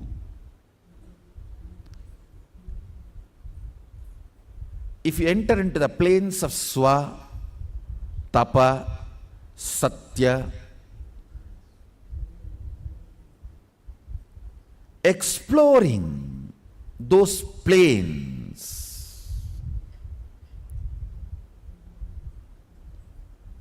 through the various states of consciousness, I should say, if we need to send a rocket to Mars, the fuel we need to fill is states of consciousness. If we need to reach Kailasa, we need to fill our being with Turyatita. The fuel is the states of consciousness. The place to reach the plane is those lokas. If you think in your life, grabbing, stealing from others is the best strategy for success, your identity in Patala gets strengthened. If you think the win-win is the best strategy in any deal, whether relationship or business, in every deal of your life, you also should win, other person also should win. The win-win is the most successful, long-term, peaceful, right strategy. Then, your identity in Swargaloka gets strengthened. If you feel no, giving up, Sarva Parityaga, Tyaga is the best strategy for all the auspiciousness in the life. Tyaga is the best strategy. The greatest powerfulness in the life, then your identity in Tapoloka gets strengthened. If you feel integrity is the best strategy, your identity in Satyaloka gets strengthened. If you feel integrity to Guru and the God is the best strategy. As I say,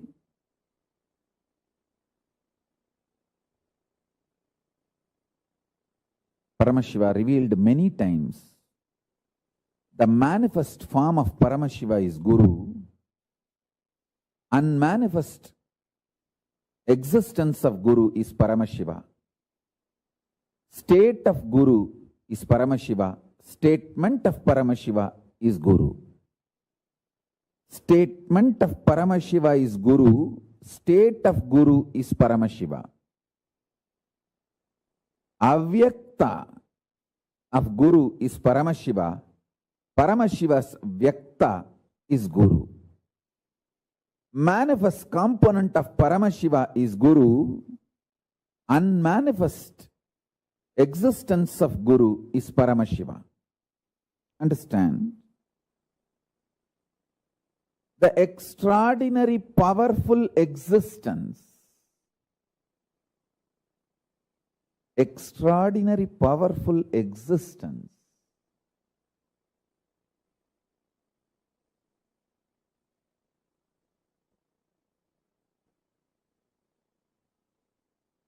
of Paramashiva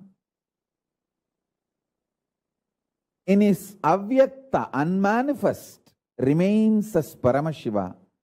In his manifest, he becomes Guru.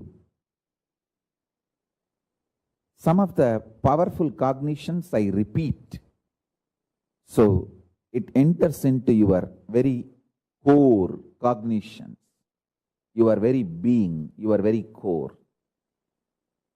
That's the reason I repeat some of the right conclusions, the conscious conclusions you need to arrive. So let me give you the deeper truths now.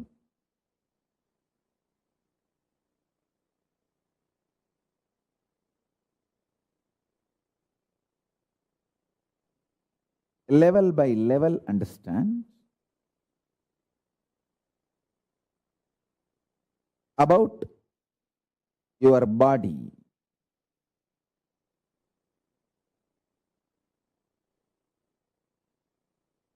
Be very clear. You have 14 bodies you carry. In all these 14 lokas, each loka you have one body through which you enjoy that loka, you experience that loka.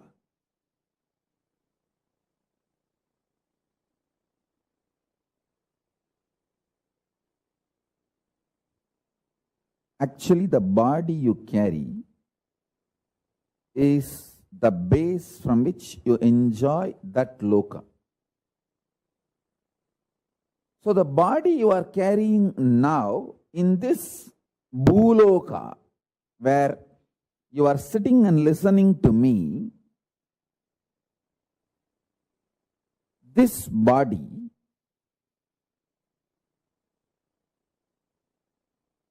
has only one relevance to the body you are carrying in Kailasa or the body you are carrying in Batala, the lowest and highest.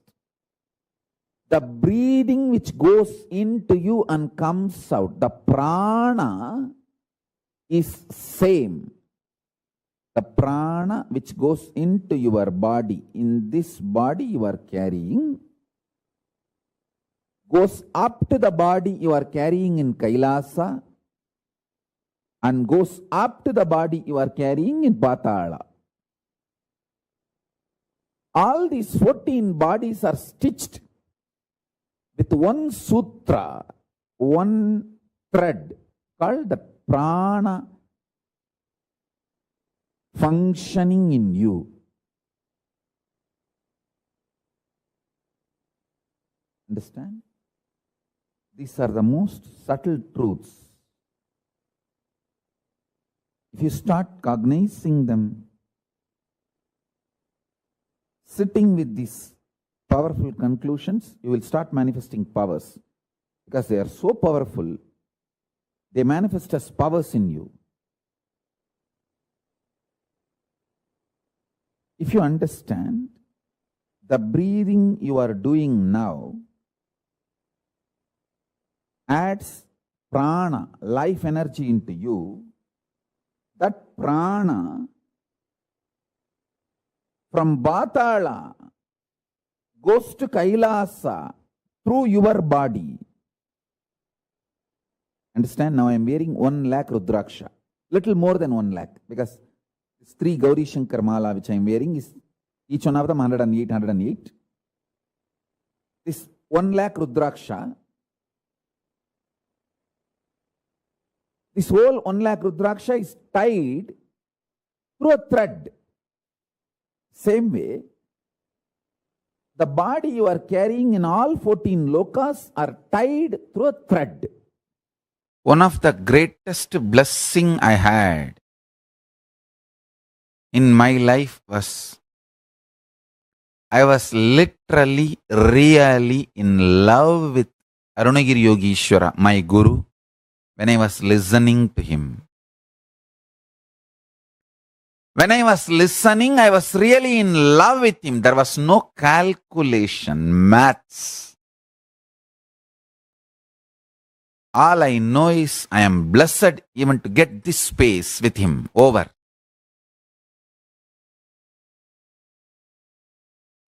And if my guru has said,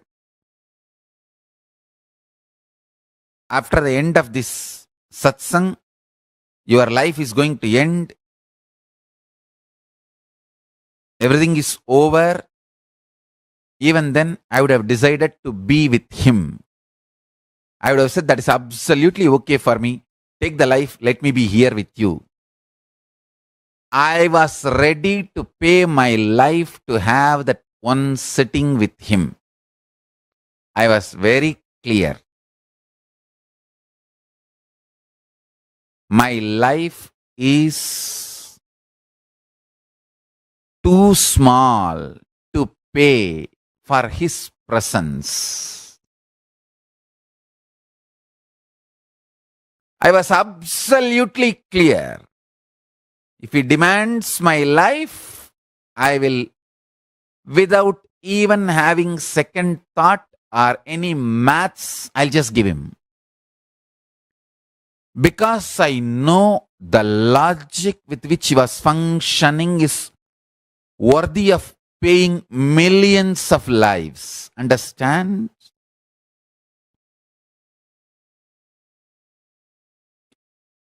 Every penny you acquire, you can enjoy till your this life. Every powerful cognition you acquire, you can enjoy as long as you exist. Accumulation of powerful cognitions is the most important life purpose. That is the most important life goal. That is the greatest life wealth. Understand? Whenever we are beaten, agitated, flare up, how our energy responds to our self, world, and cosmos and God. If that is based on powerful cognitions, you are living enlightenment. The logic with which my guru was functioning was absolutely delicious. It was absolutely ecstatic. I was ready to pay not one, multiple lives to him to receive that. understand my simple declaration of my integrity to my Guru, even though he neither demanded anything before the satsang or after the satsang. He just mapped Kailasa into my inner space, lifted me to Kailasa, brought Kailasa to me.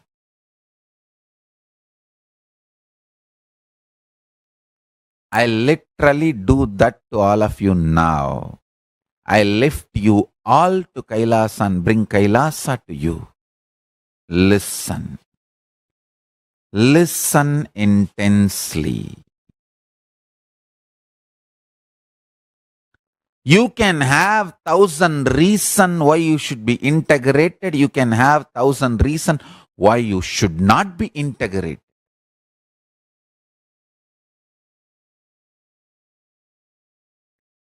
If you decide for integrity, you can lift yourself to Kailasa and bring Kailasa to you. It is all about your simple decision. That's all. Nothing else. Decision. Simple decision. When you make simple declaration of integrity, the spiritual umbilical cord connection between you and Paramashiva is immediately connected. Like an electric shock, the Kailash energy enters into you.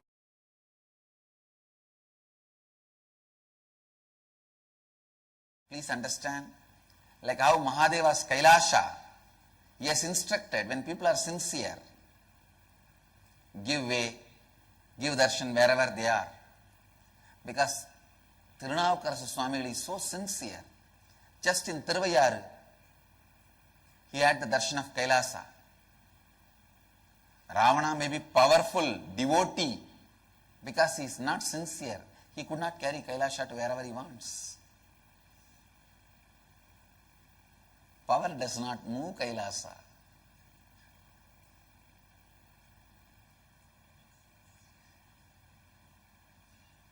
Many people tried to take me through power to wherever they want, but I neither moved nor went.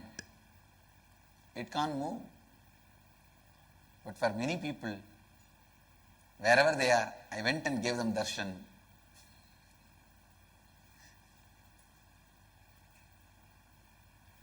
Always the Tirunavukarasas get the darshan, but never Ravanas can move Kailasa. Listen, just like Mahadeva has instructed his Kailasa, wherever sincerity is there, don't trouble them, give darshan. It is just to check the sincerity. That sitting in the Kailash is just a methodology to check the sincerity of the people. So if they are sincere, they don't need to take the struggle. Give way and give darshan. I tell you, you can look at me only when I decide to look at you. You can even come to know about me only when I decide to attend to you. You will be able to know about me. Your attention will fall on me only when my attention falls on you. Be very clear. It's law of life. Your attention will fall on me only when I decide to put my attention on you. So just create a sincere intention. You will see automatically all the obstacles are removed. Great saint from Tamil Nadu, he sings Avanarulale Avandal Vanangi. Only by his grace you can even bow down to him. Only with my participation you can even come and participate in your inner awakening. Today, with my integrity and authenticity, I am opening my participation with all of your lives.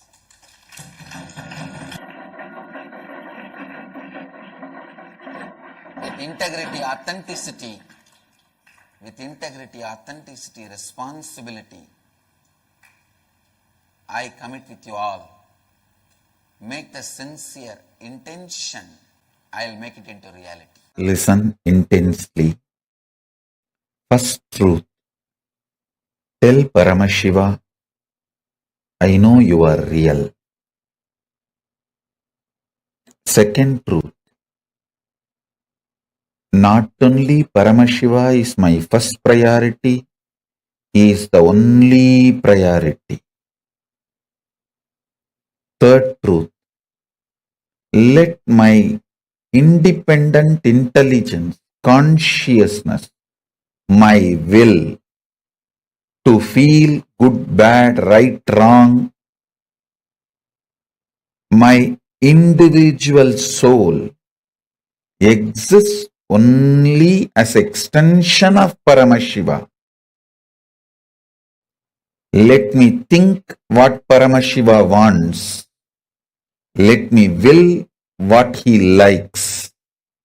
Let me live as his extension.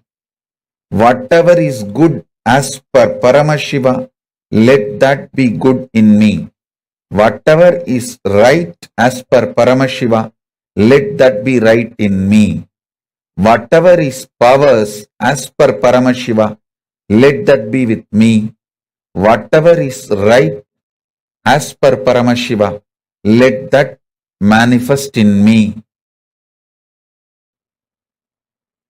Om, Om, Om. Paramashiva is not just my first priority, he is my only priority. The Lord of all these multiverses, the ultimate of this universe, cosmos.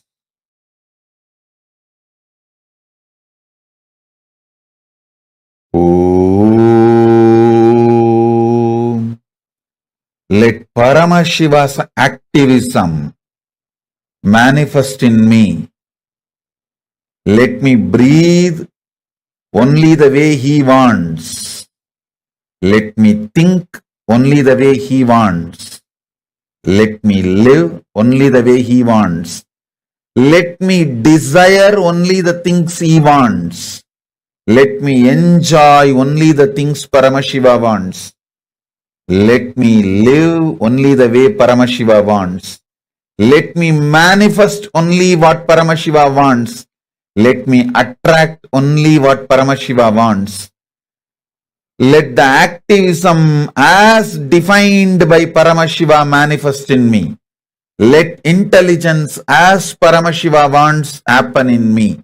Let wealth as Paramashiva defined happen in me.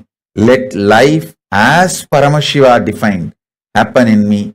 Let health as per Paramashiva happen in me. Let breathing happen as per Paramashiva in me. Paramashiva is the only priority. Let Paramashiva be the only priority. Oh, let the inhaling happen as Paramashiva inhales. Let exhaling happens as Paramashiva exhales. Let my heart beat as Paramashiva's heart beats. Let my stomach digest as Paramashiva digests. Let my brain flow, visualize as Paramashiva visualizes. Let my will cognize as Paramashiva cognizes. Let my existence manifest as Paramashiva manifests. Let Paramashiva's existence be my existence. Let Paramashiva's intelligence be my intelligence. Let Paramashiva's energy be my energy. Let Paramashiva's inner space be my inner space. Let Paramashiva's life be my life.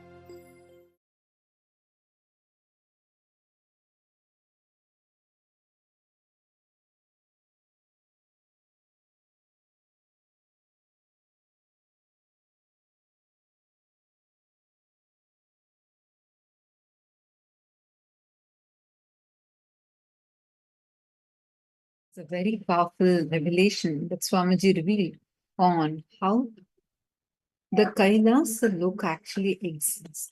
How?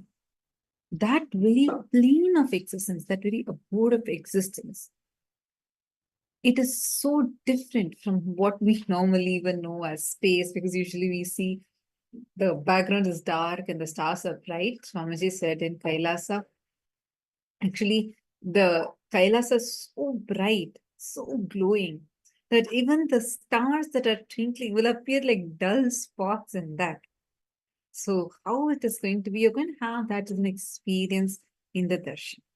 Actually, we are going to be having this initiation happening in the upcoming season.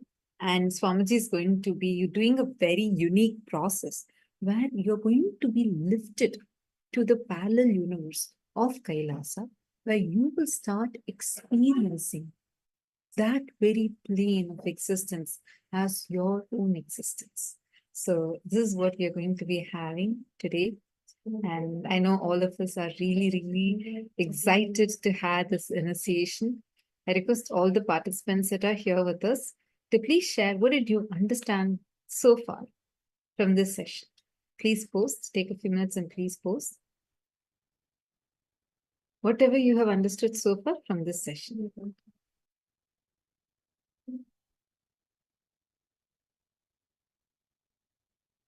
What is Kailasa Loka? What did you understand as Kailasa Loka?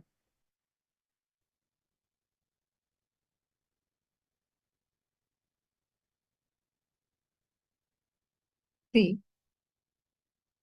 the thought currents we cherish matters a lot. And those thought currents decide which plane are you actually going to be entering into.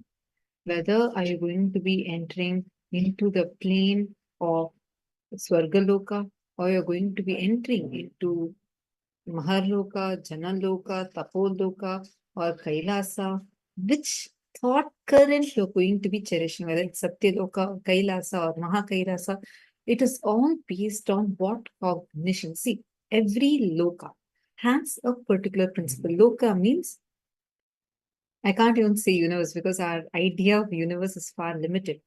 So it is a plane of existence which comprises of multiple universes put together. And that what see, we say entire universe, right? Now, whatever we are currently calling as entire universe, our known universe, and what the scientists are visualizing or what they are interpreting as predicting, as this is the boundary of the universe that we know of. These are all the possible things that are there over there. And they do the calculations and come up with various solutions as to what else exists in the universe. Everything comprising only comes in the plane of Bhuloka. After this, there is Bhuvarloka, Swarloka, Maharloka, Janaloka, Tapoloka, and on top of that, we have Satyaloka, we have Shripuram, Vaikunta, Kailasa, Mahakailasa. This is just the upper worlds, and then other than this, we have the lower worlds. Literally worlds. Each one of these are worlds, or whatever we call as universe, everything put together. Whatever known, and the scientists have captured so far, all that only comes in one plane, Bhuloka. So now, let us understand how these lokas exist and how your inner space actually decides which loka you will be raised to. If you feel integrity is the best strategy, your identity in Satya Loka gets strengthened.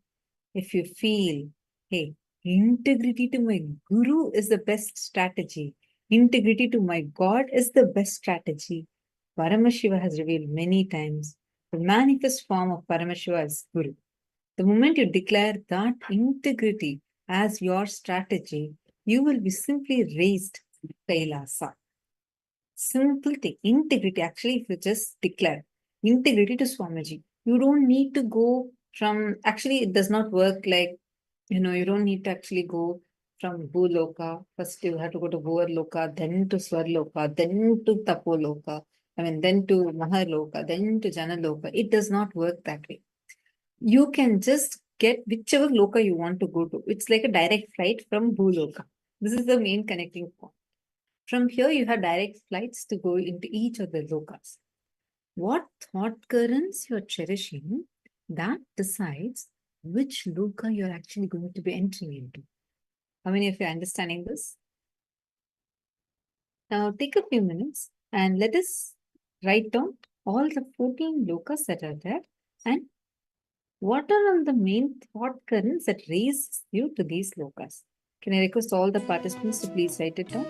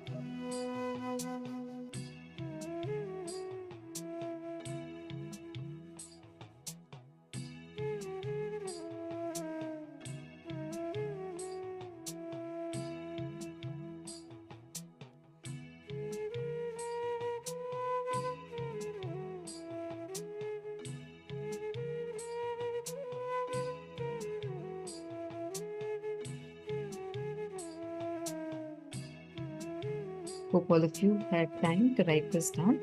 How many of you have finished writing this? Please post it here in the chat. See, understand just this one understanding of how each of these thought currents map to a certain loka. That itself will help you not to bring that awareness inside of you. What type of thought currents am I actually cherishing? What is the actual core strategy in my life?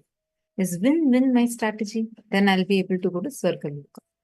Am I seeing just integrity is my life strategy? Then I'll be able to go all the way up to Satya Loka. Or am I having integrity to Swamiji? That's all. Then directly be lifted to Kailasa and Maha Kailasa itself. If you have Prema Bhakti as your core cognition, it will raise you all the way to Vaikuntha. Like this, every thought current we are cherishing inside of us decides which loka is going to be opening up for us.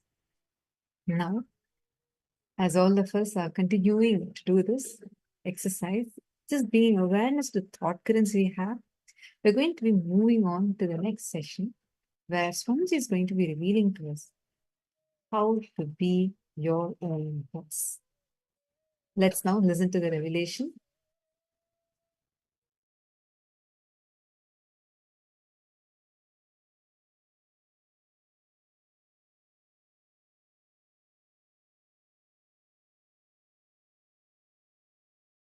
See, when I use the word be your own boss, most of us feel only economical freedom and economical independence.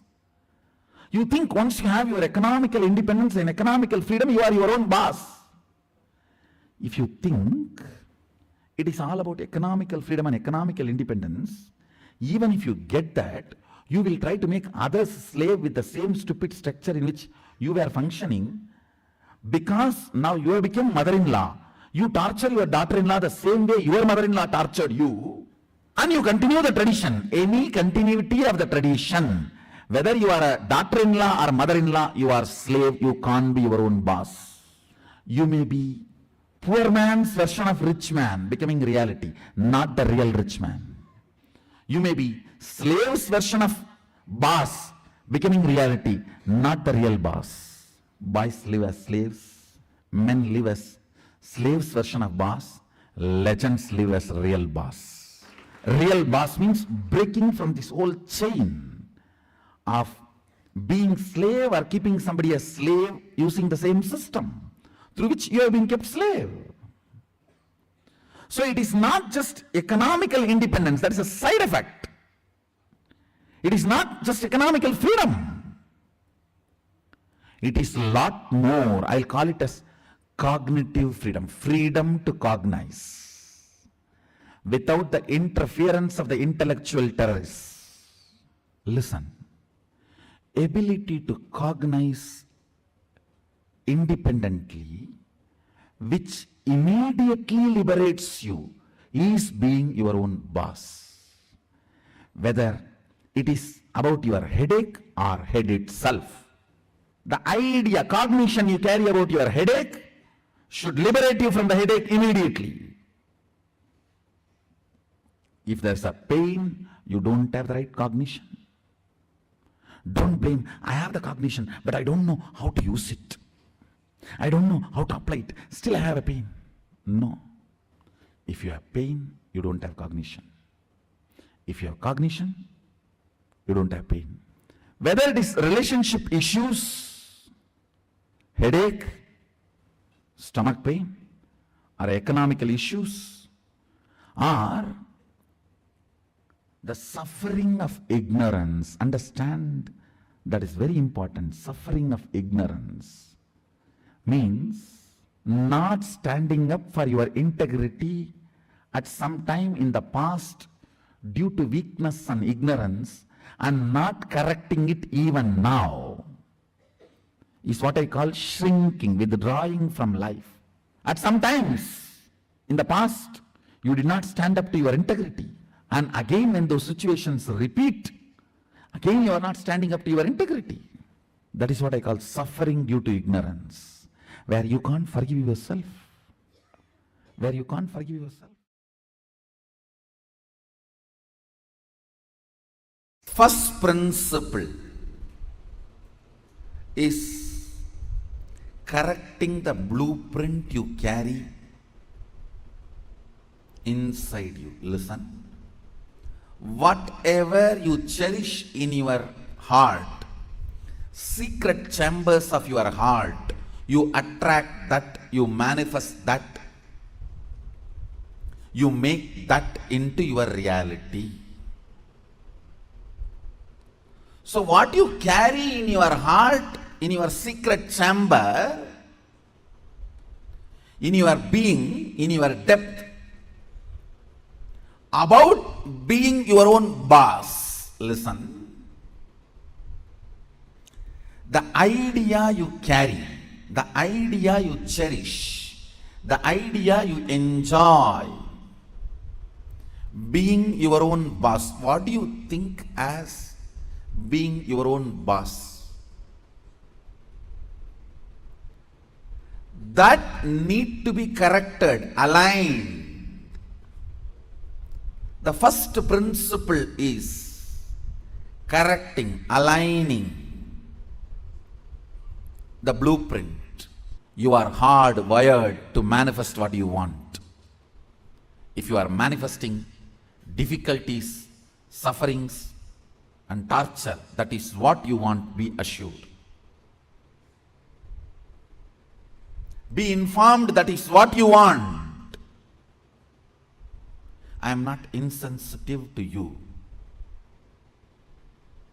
I am sensible to you. I am not insensitive to you and your suffering. Understand? Your ideas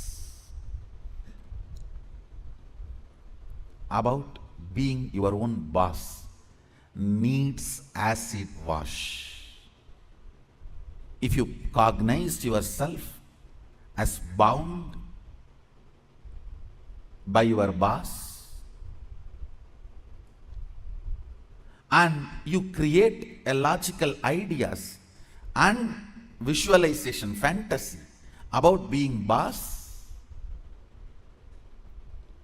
suddenly, some way, you get the power. You will only be bossing around, you will never be boss. Understand? Bossing around is different, boss is different. Still in your cognition you are a slave, but you got the power, then you will be bossing around. The first principle, acid wash your blueprint with completion. Understand? Whether you want to manifest wealth, whether you want to manifest power, whether you want to be your own boss, starts with the first principle. What is being your own boss? You decide your health. You decide your whole day. You decide what you should do, you should not do. Above all, you decide your mood whole day, how you should be and how you should not be. Deciding not just your moves, deciding your moods. Understand? Not just deciding your moves, deciding your moods too. Be your own boss means not just deciding your moves, deciding your moods. Most of you, I should say almost all of you, cognize poverty and create an idea, an ideology about richness. Cognize slaveness, but create theory and theology about freedom. Cognize bondage and create filth and philosophy about being your own boss. Understand? Creating your own theories and theologies, your own ideas and ideologies, your own filth and philosophies is not going to make you your own boss. The first principle is bringing completion to your depth, not just your thought currents. To your depth, bring completion. What is my idea of my own boss, being my own boss? How much of it is based on my past incompletions? How much of it is based on my integrity to my life? Understand, freedom should be integrity to your existence. When you are integrated to your existence, you will enjoy the pleasures. When body is filled with hormones, you will enjoy peace. When the body is devoid of hormones, you will grow matured when the body stops producing hormones. It will be such beautiful flow of life. Else, powerlessness in the young age, physically, but powerfulness mentally is bondage. In the young age, you feel very powerful in the mind, but very powerless in the body because the society around you, you feel the whole society is suppressing you.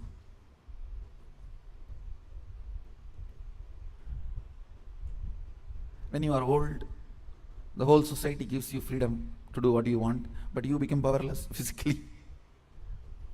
This whole conflict will not happen. Understand? The whole conflict will not happen if you acid wash your ideas about richness, your ideas about freedom, your ideas about being your own boss. Being your own boss is not deciding when you will go to your office or when you will go to golf club. It is all about deciding whether do you really need golf. The stupid game. Because your boss was doing that and you were waiting for him to come back, your anger and vengeance against him towards this whole boss idea. When you become boss, you do the same. Making your staff to wait and you will be tuck, tuck, tuck. Fools. It is not about golfing. It is understanding, do you really need golfing? The first principle is acid wash your ideas of being your own boss. I have seen many of you become rich just to take revenge on your relative who was rich and did not help you when you were poor. No. Many of you acquire titles, awards, rewards, just to take on revenge on somebody. By the time you reach that goal, the person is not even alive. He is not even alive. And you are stupid trying to prove yourself to somebody who is dead. Look around and look in. Look around and look in. What is your depth?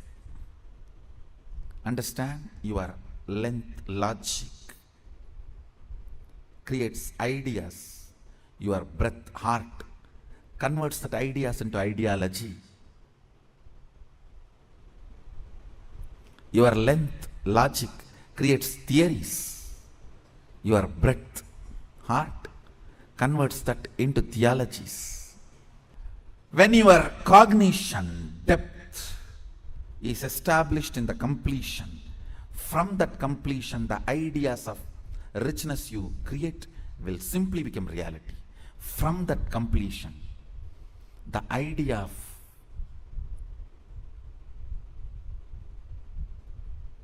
power you create, you will simply manifest. From that completion, the idea of being your own boss you create, you will simply manifest it. Look into your ideas of richness. Look into your ideas of powerfulness. Look into your ideas of what is being your own boss. The moment I utter the word be your own boss, you think I can design my whole day, all my moves. But you don't understand. You will be real boss only if you can decide mood of the whole day also, not just moves of the whole day.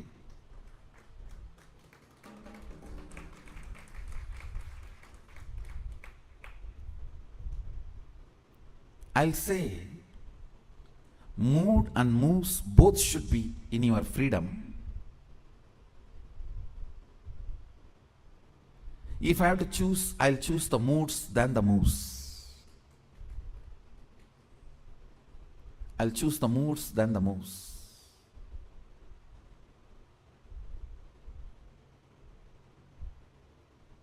When you are not able to handle your moods, better to be slave of somebody who has the best mood. That is 1,000 times better than having only freedom to change your moves but not moods.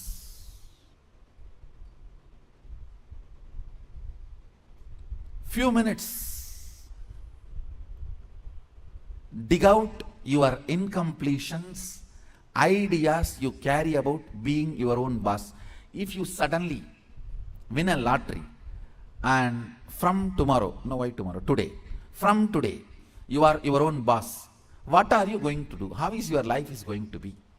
And your ideas, theories, theologies, why you want to be like this? What is the reason you want your life in this way? Think and pen down what you want to be, how you will be your own boss. Second, why you will be like that. You may think, I'll be in the golf court all the time, fully drunk. I think better to be slave than fully drunk and being in the golf cart.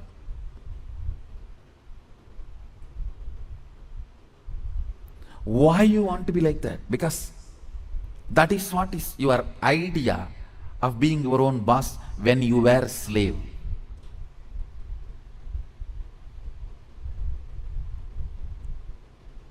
If you are slave and create an idea about power, even if you get power, it becomes politics, not power.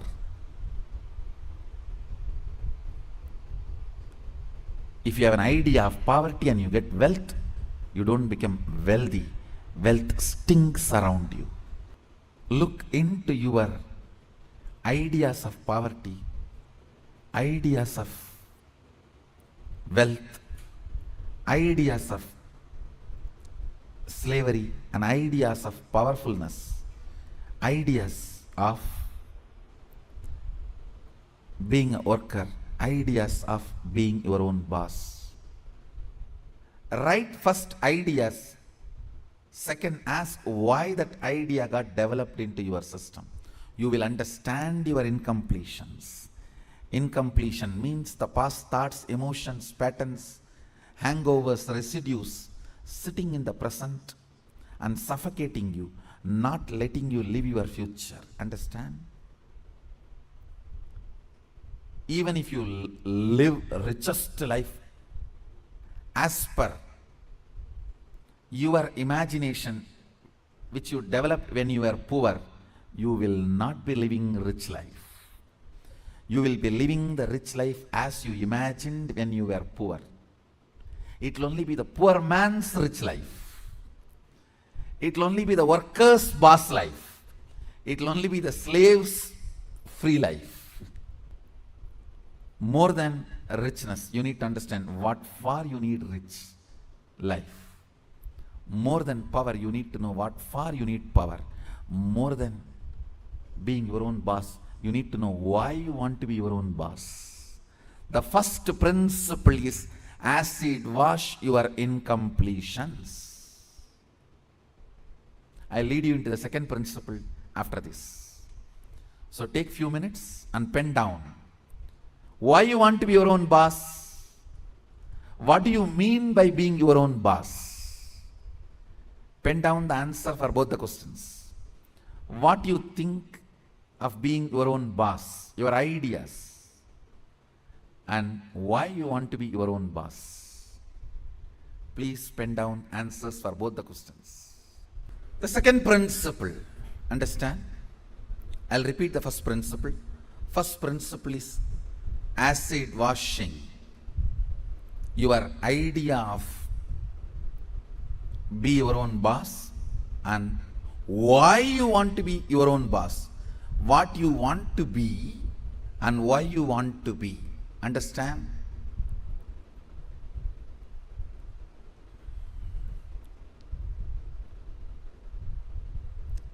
Knowledge, clarity, Saraswati, understanding is the foundation on which anything can be built. People always tend to say, oh, I don't understand all that, Swamiji. You just do. You just say what I have to do, I'll do. You will not do if I just say. Even if I make you understand, you won't do. It's different. Whenever people come and tell me, oh, this is all too much, I cannot understand. You just tell me what I have to do, I'll do. I have always seen those people are worst failures.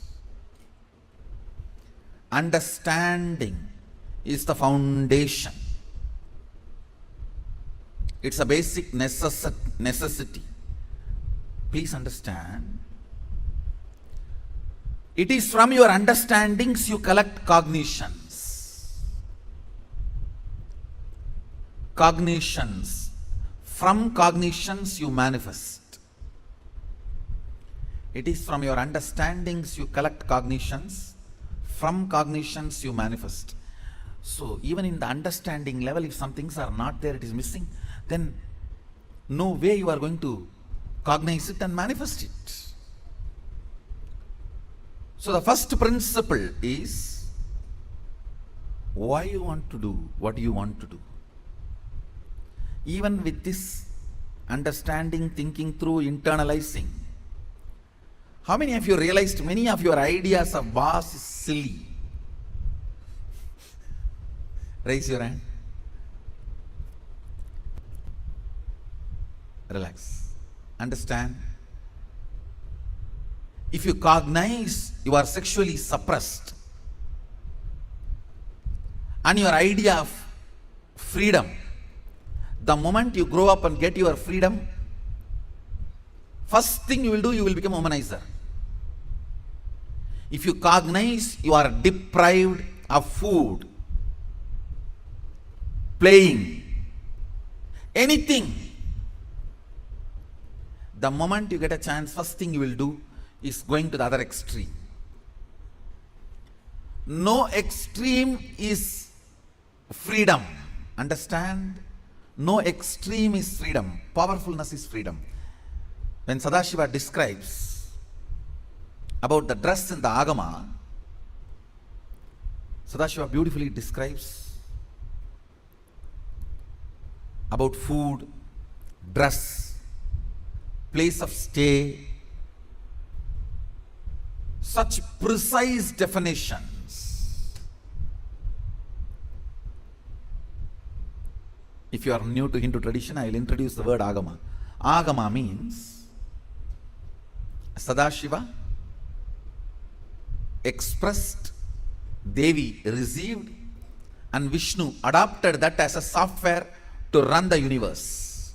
Agama is oldest and most updated software to run the universe. Oldest and most updated. Incarnations are the updations. Now listen to the second principle.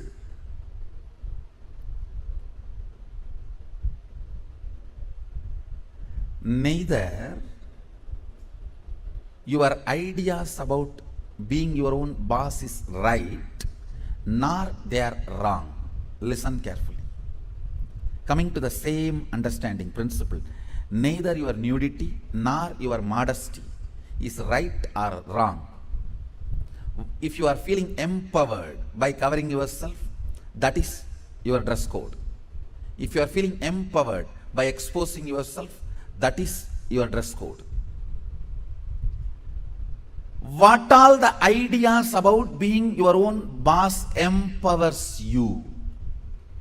Listen, when I say empowering, making you feel powerful, joyful, ecstatic, I tell you, sometimes you do some politicking and jump into the seat of the boss. Then you know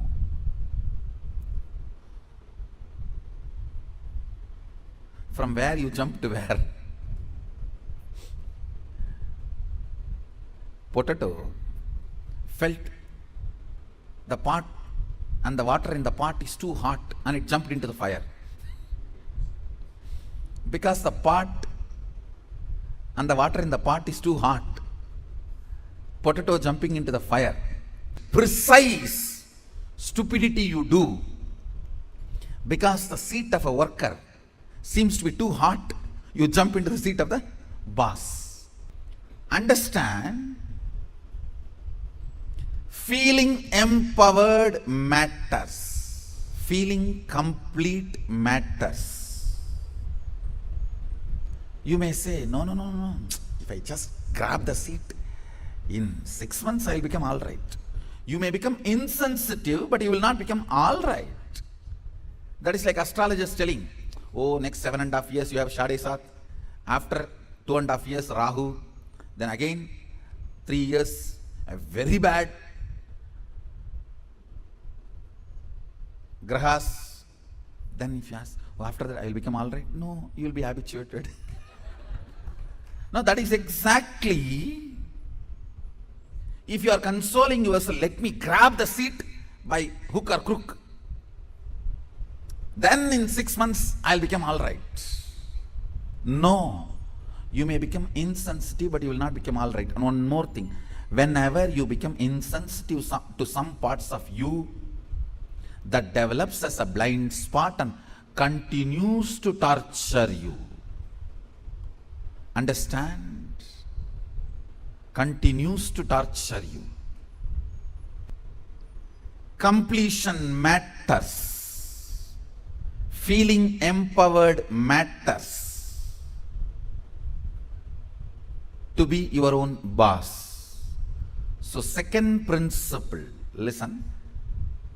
Second principle is completing your cognition of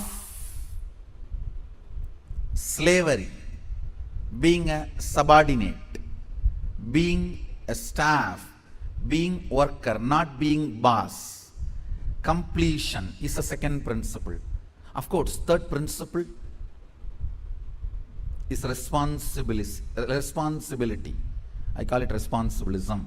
Basic problem is you do not have confidence on you to be your own boss. I tell you, only fools work for others. Either you spend your time, life, energy to fulfill your dreams, or somebody else will hire you to fulfill theirs. Understand the basic truth about life.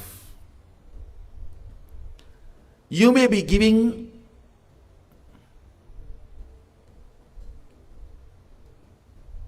little energy to your time.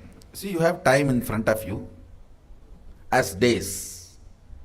You may be giving little energy to it, but you are not giving life to it. When you give little energy, you come up with some products. How to use your time. Then it's money for somebody. Understand? Time is money for somebody. Time for your boss, your time is money. For your spouse, your time is attention. For your boyfriend or girlfriend, your time is love.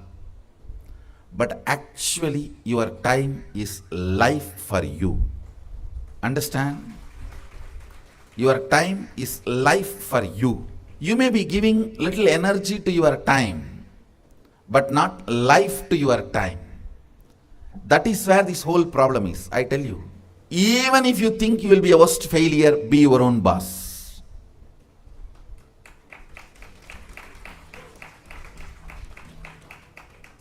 See, when you decide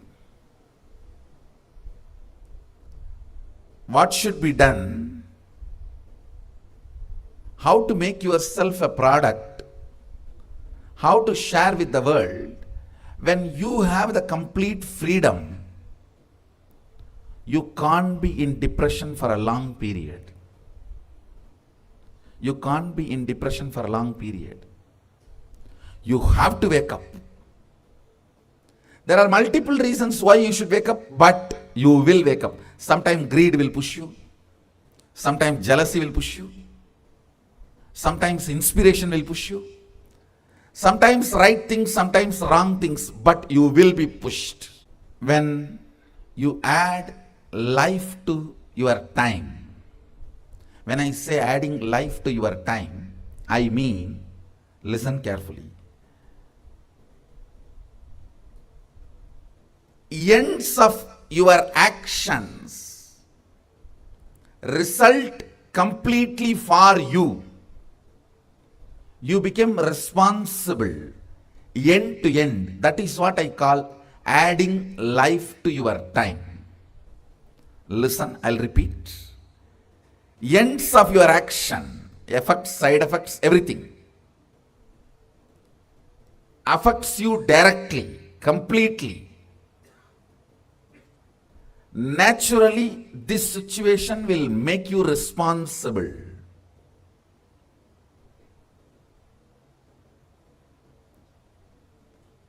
The responsibility, knowing that you are only going to be affected by the ends, naturally makes you add life to your time. Understand? Your time, if you only add little intelligence, it becomes product. If you add little energy, it becomes activism. But if you add this great, powerful component, responsibility which comes by the clarity, the end is going to affect only you. See, the biggest problem with working for somebody is you do not care about the end product. It means you do not care about your life. It is all about what you can grab from that person to make yourself comfortable. You do not care about your life. Your actions, your thought currents, are they aligned? Are they useful for you and the society? You do not care about that. You do a project for 10 years and the whole project collapses, you don't care. The salary you received and the life you made for yourself all matters if you are working for somebody. I tell you, that is where all the worst corruption, wrong mental setup starts. I should say, not only the person who asked this question, many of you are in this situation. I create product and different people have profit, but not me. How many of you feel you have this problem? All of you do not take responsibility for your actions end to end. You are afraid of the statement, the end will affect only you. Right or wrong, good or bad, only you are going to stand to face it. You are afraid of that. You want somebody to face for you. When somebody has to be faced for you, naturally the benefits will go to them. It will go to them. So understand, it boils down to taking responsibility. I tell you, failing few times is perfectly all right. Then being under somebody and be a failure for whole life. When I say be your own boss, I mean your whole day should be decided by you. To whom you should serve, to whom you are going to share yourself, with whom you share your energy, with whom you share your products, with whom you share your love, with whom ultimately you share your life. All this should be your freedom. Understand when I say be your own boss? Multiple levels I am talking. You try to understand only work level. Work level is only one level. With whom you share your time. Your boss. That should be your freedom. With whom you share your products, your clients, customers, should be your freedom, I tell you.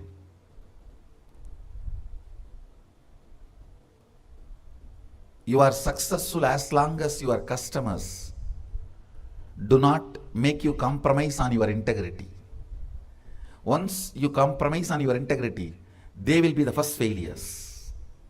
Understand? Not you, they will be the first failures. Like pharmaceutical industries. The customers have made the company to compromise on integrity. Who suffers? Customers. Whenever your integrity is compromised for customers, clients, who receives your service or products, they will be the first persons to be affected. Listen to these few things. Same way, with whom you share your love, your life partner. When you are in the mood of demanding love, it's only going to be a constant bondage and torture. When you are your own boss, you know how to share it, how to share the love. Like Sadashiva, he may swallow the whole poison, but he will share the nectar. Understand? All the stress of the things going around you, all the stress of the things happening around you is the poison. The churning of the Milky Ocean, if you know the story, you can understand. The churning of the Milky Ocean is nothing but happenings around you. Sometimes the stress, poison comes out of it. Incompletions comes out of it. Difficulties comes out of it. Problems comes out of it. Inevitably, there are some things you can never avoid in your life. The mother-in-law, daughter-in-law problem of India. Indian mother-in-law, daughter-in-law problem. Now, please understand, I am very serious. Even if the mother-in-law is dead, you can't avoid the problem. My grandmother is dead, my mother is still afraid of her. No, really. From my own experience, I am telling you. And I have to remind her once, she is dead years ago. Why don't you forget her? She will shiver, my mother will shiver, even if the mention of my grandmother's name. I said, don't you understand, she is dead? No, there are many problems you can't avoid. just by the very nature of the happenings around you. A man who is capable of swallowing all the poisons and continue to share the nectar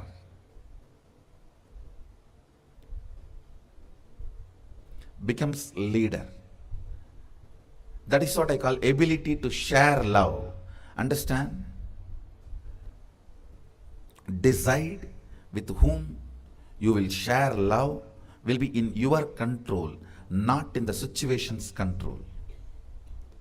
Ultimately, with whom you share your life means who matters for your life. That is the most important, I should say, factor makes your life what it is going to be. Who matters in your life? I tell you, when I look back, why I am what I am now, I should say, in the young age, whom I really felt matter for me and my life, I was very clear, it's Arunagiri Yogeshwara who matters for me. Whoever you feel matter for your life means material out of which your very life overflows. The functioning, activation, Jakrat, waking up of your life happens by that person who kindles life fire in you, who makes your eyes wide open, whose memory makes you jump out of your bed, whose thought current is the first thought current before you wake up and last thought current before you fall asleep, who matters, molds your life. Understand? They become the life material for you.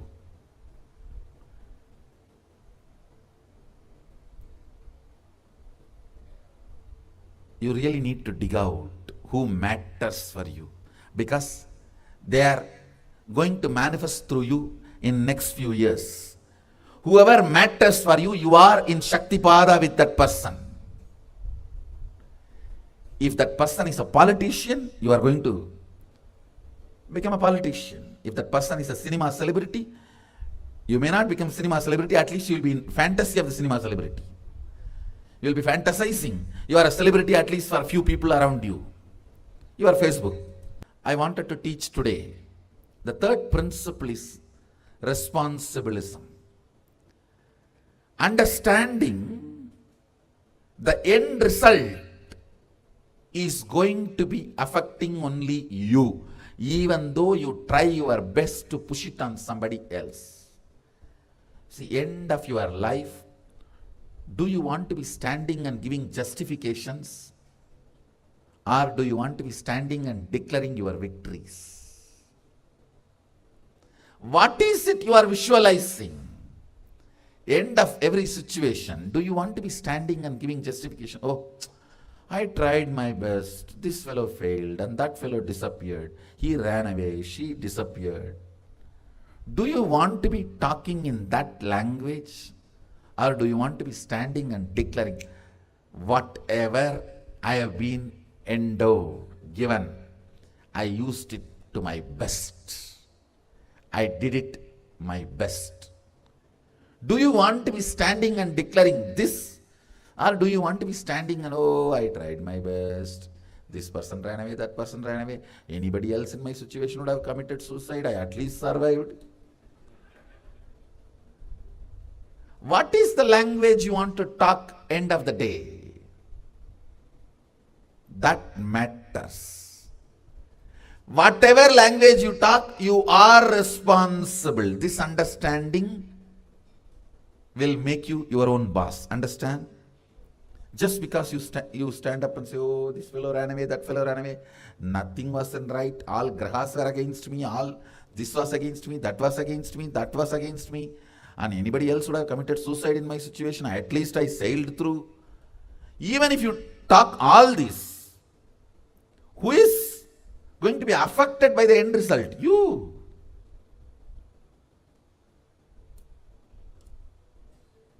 understanding.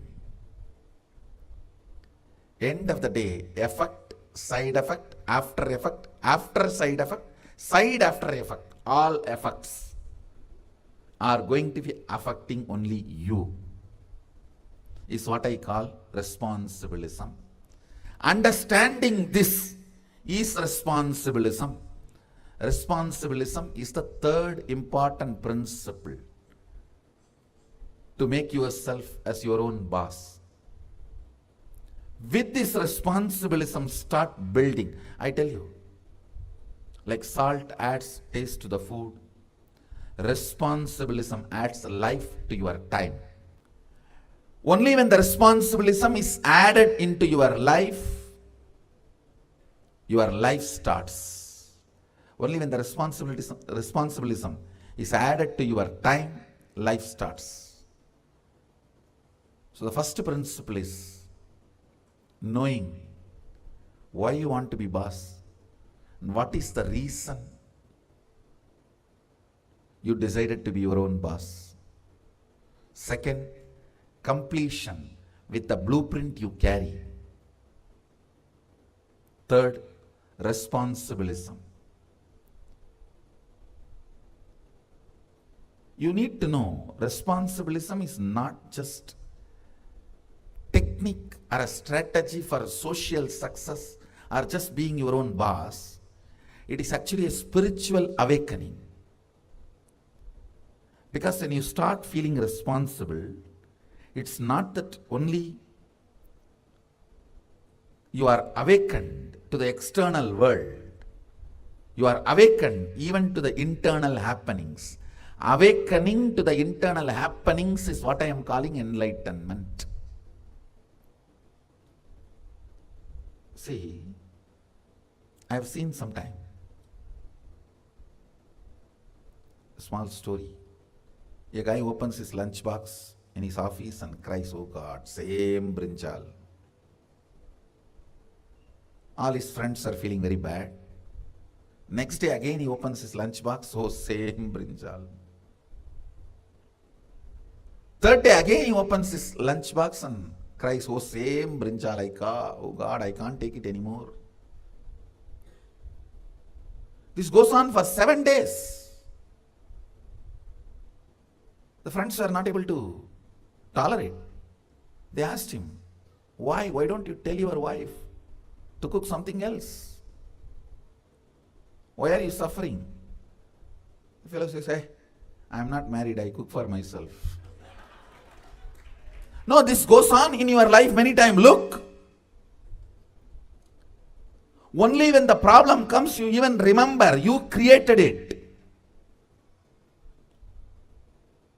See, when I tell this story, you laugh, but why don't you see?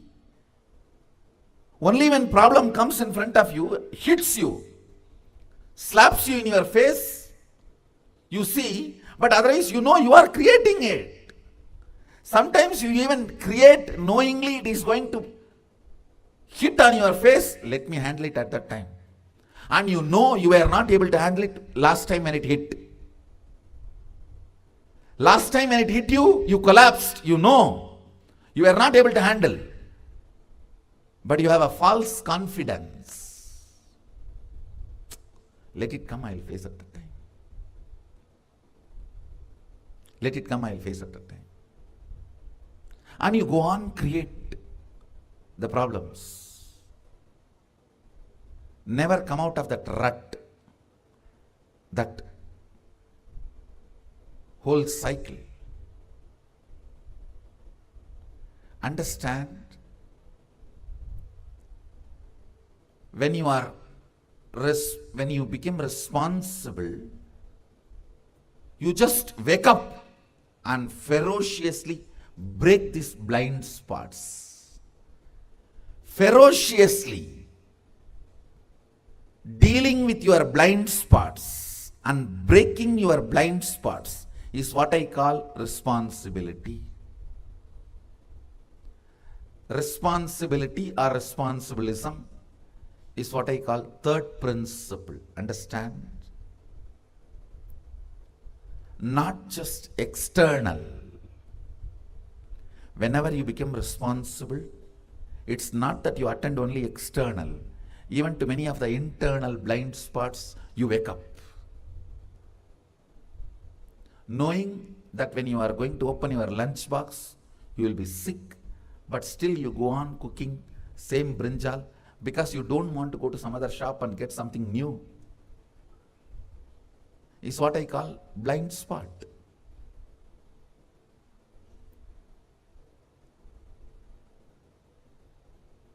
I should say, knowing the problem is going to come and continue to create the problem is what I call third eye blind spot. Not just two eyes blind spot, it's a third eye blind spot.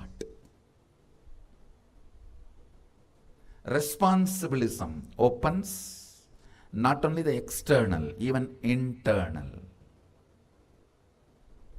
You know, you will create the situations only which you can handle. Is responsibilism. You will create situations, enter into contracts, enter into the interactions, everything where you can handle your life on your own is what I call being your own boss. Understand? These words may look, going above my head. With the next few process, internalize. I tell you, if I am uttering 50 statements, even only 5 becomes your cognition, I'll feel I've done my job. I'm talking for everyone. Even if 5 cognitions enter into your system, I'll feel I've done my job. So each one of these truths I am sharing is cognitions, not instructions, cognitions.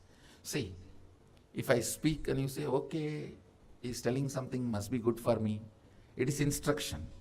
If I say something, he's right, yes, exactly, this is what I want to verbalize, I'm not able, yes, verbalized it, then it is cognition.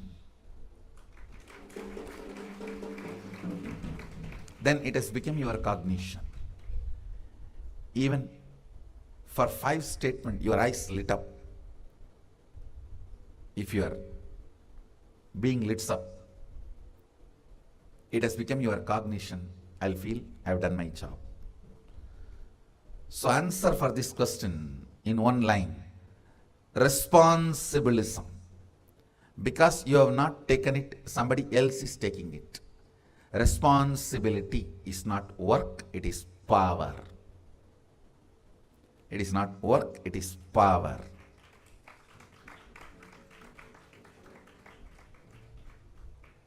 Whoever feels responsibility is work will be a Shudra, the 4th class. Whoever feels responsibility is a power, naturally will make their life successful and they will be their own boss.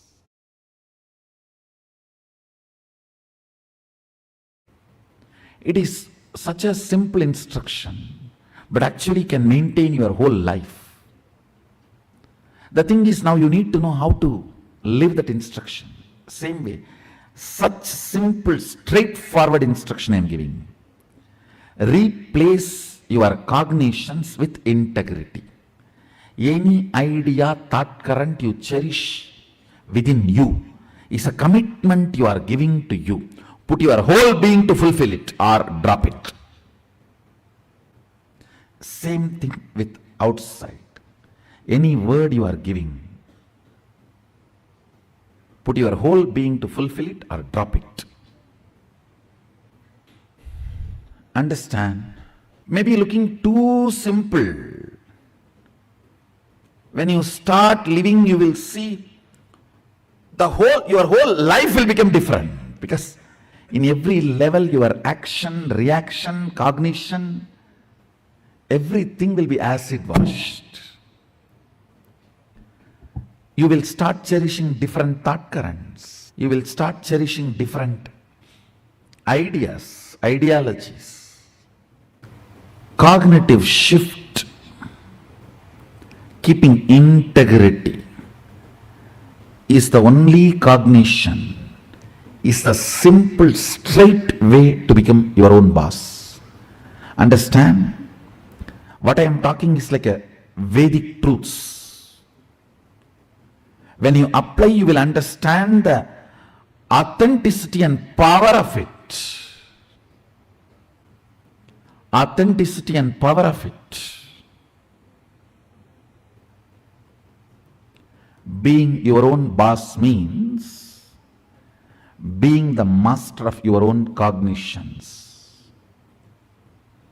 being the master of your own understandings, being your own source of joy. You can be your own source of joy when your cognitions are centered on you, on very you. Pen down everything you want to do and have to be your own boss, but it has not yet become reality.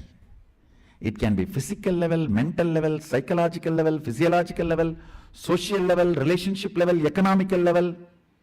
Just pen down. I'll help you to develop the liberating cognition and develop and make yourself as your own boss. Not just your own boss, your own big boss.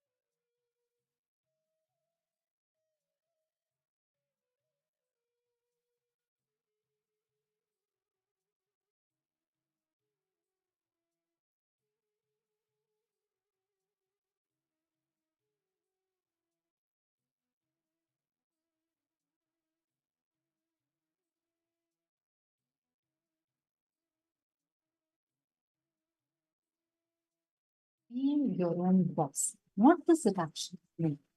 See, the cognitions, the ideas that we carry about what is the meaning of being your own boss matters.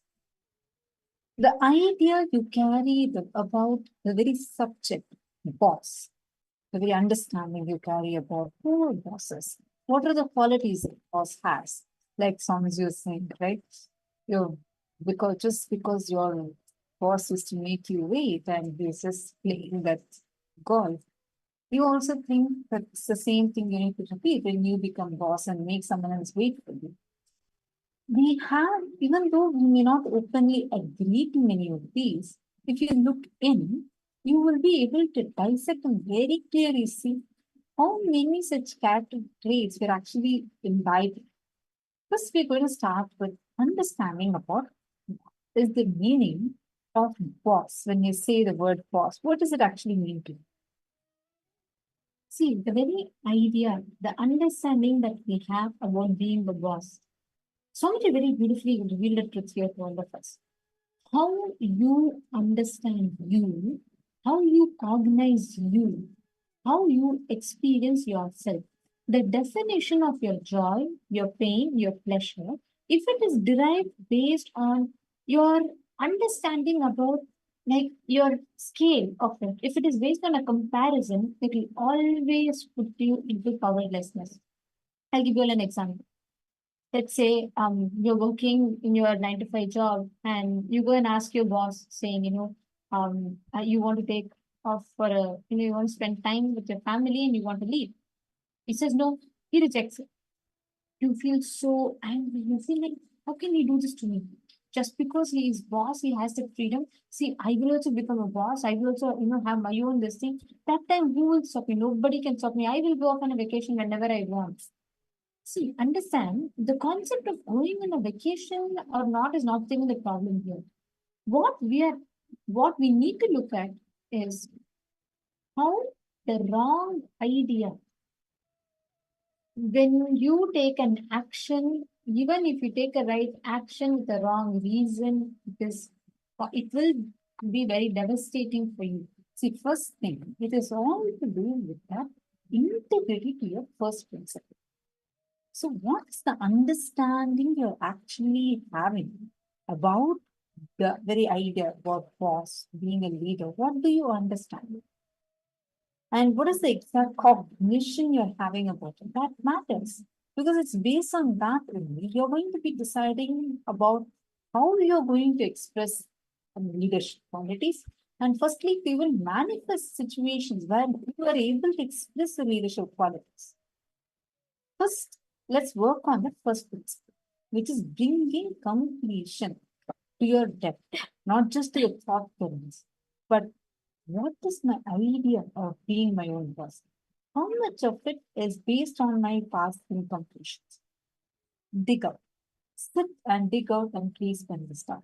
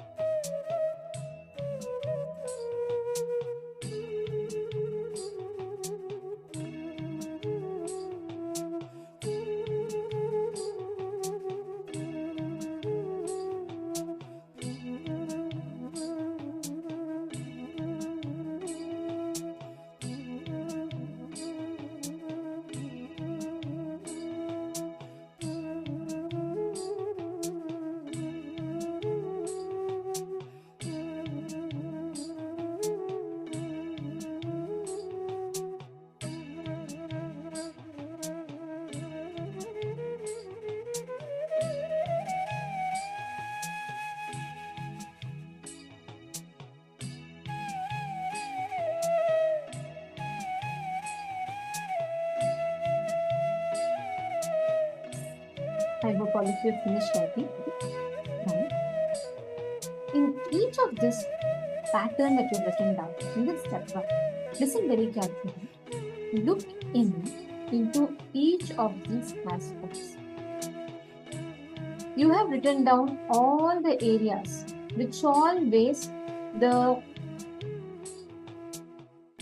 you lacked bringing completion into you. You stopped bringing completion into your inner space because of your incompletion or the incomplete idea of leadership. The concept of leadership, when you start, when you do not ensure that it is coming from the right context, and if it's coming from incompletion, that leadership always will only cause you suffering. It will not bring you that space of completion. In all the aspects that you've written down, look inside you detail. Analyze within you. Your idea of being a boss, your idea of being a leader, dig out your incompletions and see how that leadership, the concept, your incompletion, your idea as being a boss, how it is affecting your idea of leadership. Like, for example, I'm going to give you all a question. Suddenly, if you win a lot, how is your life going to be? Let's say you won $1 million suddenly in a lottery. In the next 24 hours, how your life is going to be? What are the major decisions you will immediately make? Like, immediately you want to take on a vacation, or you're going to maybe, buy the luxury items that you've always waited to buy. What will your life be? Can I request each of you to please post this, read this, understand, and pen this down?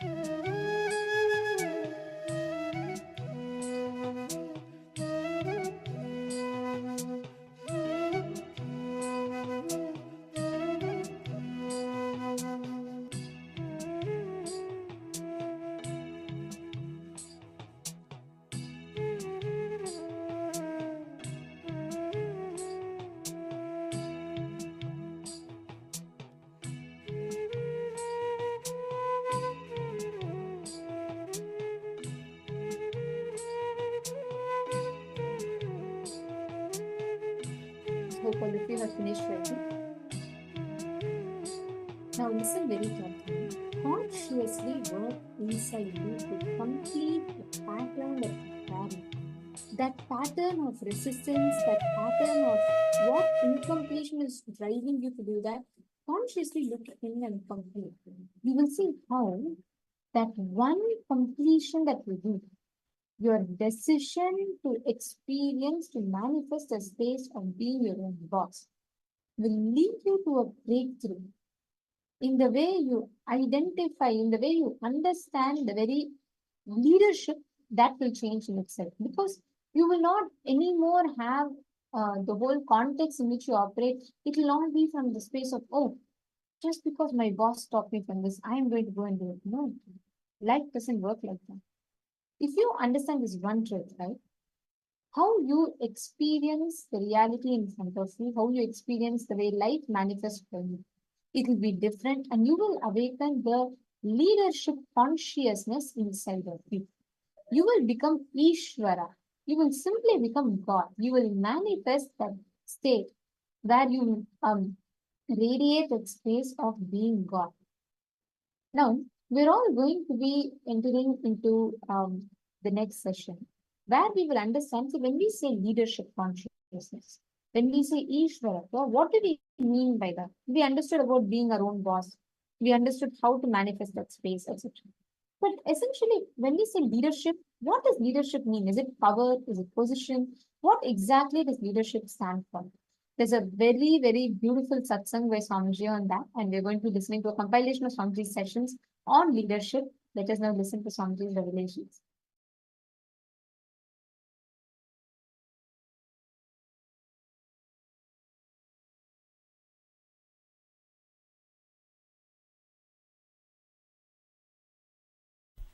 See, with the right understanding, you can be established in leadership consciousness. Please understand, not just with certain qualities, but with right understanding. See, instead of being stuck in your patterns, ability to flow, that is what I will call as leadership consciousness or being a leader. We will do a small research. First, all of you write down in your notebook. Write according to you what is absolutely mandatory to be a leader and express leadership effectively. Please understand. Absolutely mandatory to be a leader. The truth is, understand the leadership. When you are able to express yourself completely and able to lead yourself or the team productively, is all leadership. Look inside all these qualities. Many of you would have expressed leadership consciousness many times without any of these qualities. Without many of these qualities or any of these qualities. Come up and give me one example. Many of you would have achieved the leadership quality in many places without having empathy, without having focus, without having being trustworthy, without knowing time management. So many of you would have had. So many of you would have developed a strong vision after your success. After you became leader, not before that. This is all rewriting history. When you started, nothing would have been there. Because suddenly you are successful. You write your big autobiography. Come on. How many of you had some incident expressing leadership in your life without any of these qualities? Come up and say, come up. You see, actually, what you classify as weakness, as strength, as I told you yesterday itself, it is just looking from different angle. That's it. So all I am saying, whether you call it as a strength or weakness, whatever you define it, finally you can look at this as from the angle of strength. When you look at from the angle of strength, they don't have a meaning. So when you look at from the angle of weakness also, they don't have a meaning. It is just your will. If you have a will, let me be a servant, you are servant. If you have the will, let me be a leader, you are a leader. That's all. That is all I am saying. I am not saying there is a theme and after that you need one or two. I am saying that is all. Which is now the mind feels frightened because it has to give up all the very caring, comfortable words which it preserved. Understand? The simple truth is, except will, nothing is required. You just need one paper and pen, write it in a paper, I am a leader, paste it on your forehead and live like that one. That's it.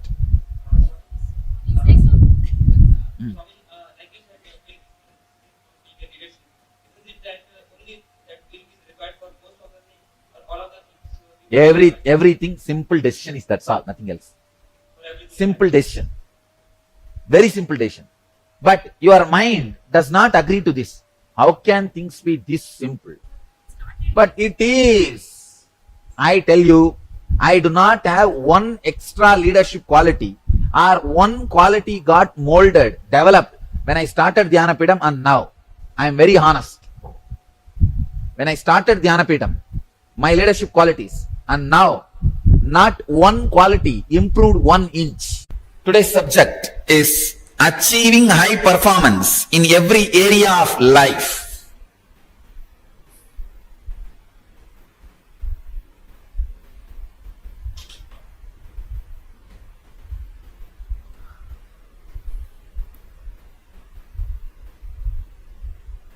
If I have to give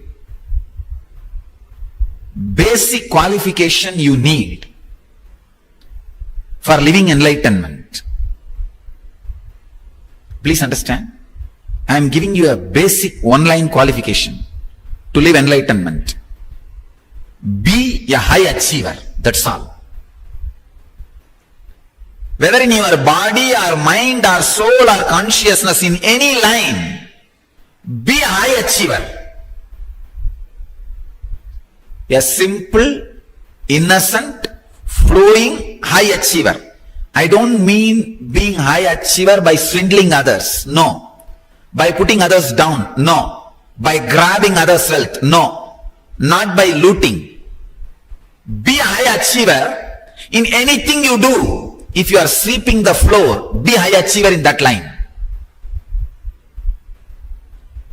If you are just making garlands with flower, be a high achiever in that line.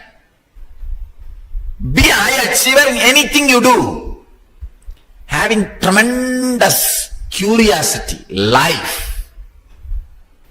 What stops you from living fully? I can say simple reason. What stops you from living fully? Nothing but simple laziness. You don't want, that's all, nothing else. Living fully, oh no, it's okay. Feels too much. What for? You sold your life to your boss. Don't be foolish. You always think, why should I work so much? Why should I think so much? What my boss pays to me, for that this much is more than enough. Don't be foolish. Your life is not just a bargain, or your life is not just given to your boss. Your boss may pay 10,000 rupee and you think, oh, 10,000 rupee worth, if I am productive, that's enough, my life is done. Don't you understand the foolishness in which you are caught? Just because your boss pays only 10,000 rupee, you stop your life worth of 10,000 rupee. Stop this nonsense. That is why I am saying, make your whole life as a non-profit. If you think your whole life as a non-profit, you know the profit which comes is not for the product you deliver, just to sustain your day-to-day expense. This is what I call having the attitude of karmanyevadhikaraste mabaleshu kadachanaha. Do your duty, don't expect result. This sutra was always misinterpreted like a work, don't ask for money, salary. No. Work intensely, but understand what comes is not equivalent to what you are delivering. It is just to run your basic things. See, money is kind of a one system of the social mechanism. For example, there is a car. The car can run by petrol or gas, now even solar energy. Money is like a one system, one fuel. But unfortunately, if you are stuck with that one fuel and bargain your whole life, trade your whole life for that one fuel, you are a fool.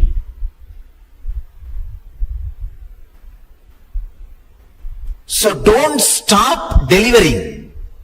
Don't stop thinking extraordinarily. Don't curtail. Don't snub.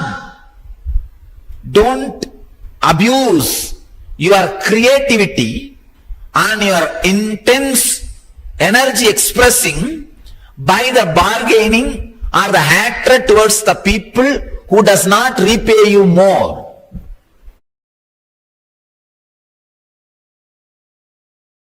Ishwaratva means functioning from the cognition that I am the Ishvara, source of everything, Lord of everything. I am not teaching you arrogance. I am not teaching you ego. Please understand. I am not teaching you ego. I am not teaching you arrogance. Actually, when I am the source manifests, your ego will not be killed. It will be just swallowed. It will be swallowed by Sadashiva. I am not teaching you arrogance.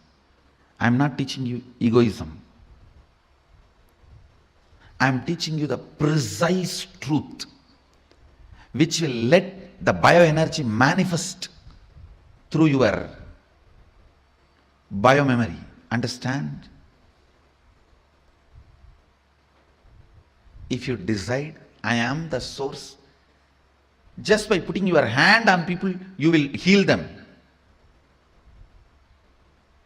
Even if you are a doctor and doing thousands of surgeries and healing people, you may get the punya of being a doctor.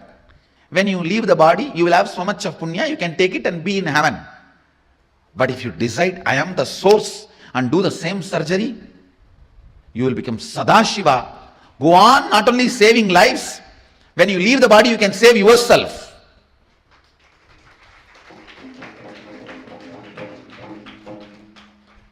Anything you do, if it is from the decision, I am the source, not only you will be useful for others, you will be useful for you. That decision evaporates all the hypocrisy. Understand? That decision will not come to you if you are sitting and waiting for logical analysis. It has to enter in you only rudely. Just 5 people have to hold both your hands, both your legs. Somebody has to open your mouth and put this understanding inside you. I am the source. Fundamentally, you try to establish the seen is independent of seer, so that you can put the responsibility for your life on others. When you realize the truth that seer is responsible for the seen, you need to work, alter, transform, evolve. That's too much of work. You can always say, oh, no. You can always find some false reason why external reasons are responsible, not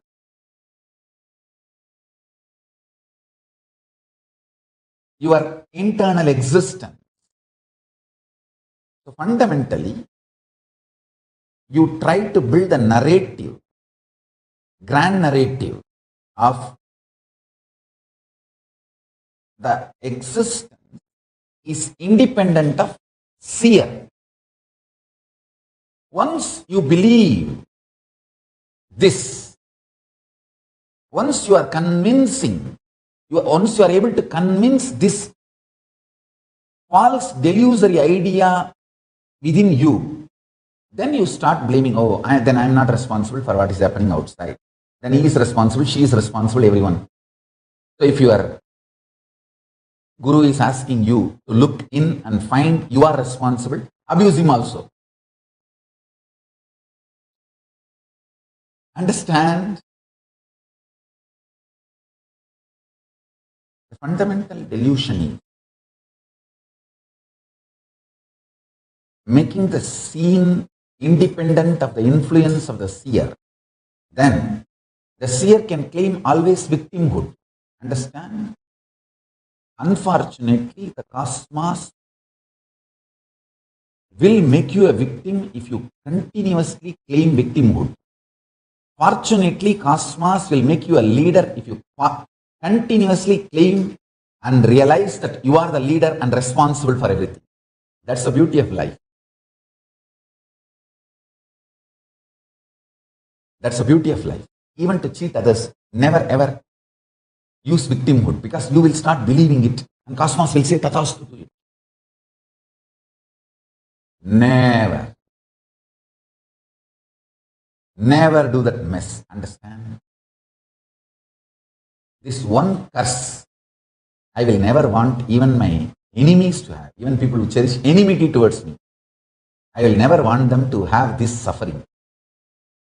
Feeling that they are victim of the universe or the cosmos or the humanity or the whole. More and more you understand, seer is source of the scene. You become leader. You are empowered. You are empowered. You are empowered. And you start building a beautiful space which is absolutely protected, and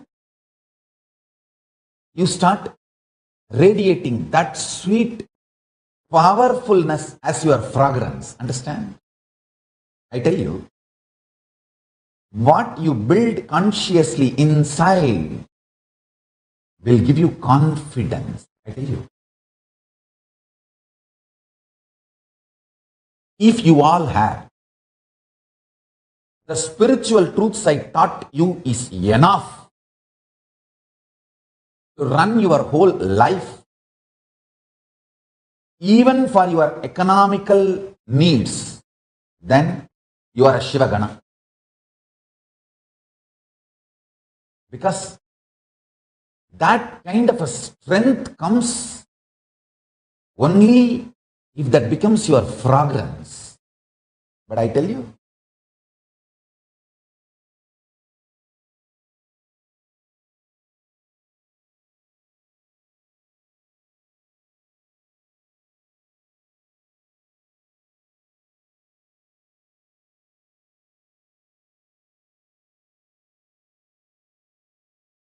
this is not the only one benefit you will get when you take the responsibility for everything seen. Actually, when the more you take the responsibility, your third eye is awake. Decide, you will cognize the impact of the seer on the scene. Impact of the first person on second person and third person. Then you will realize the impact of the source person on first person. So even the first person is in a way seen, not seer. That's a deeper realization. Then the first person, second person, third person all merge into the source person.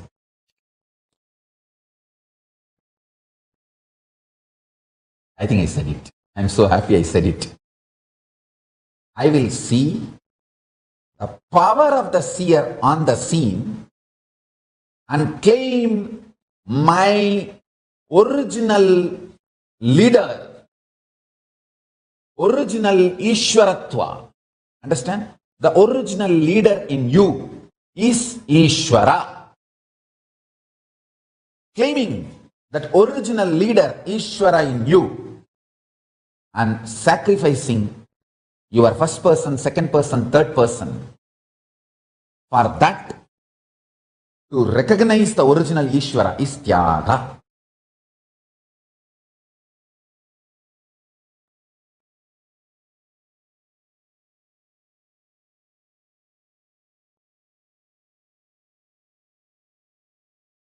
I tell you, I'll give you a simple example. What is Tyaga?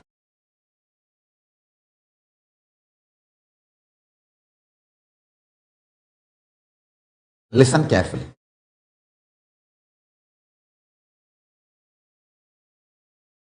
Listen very carefully.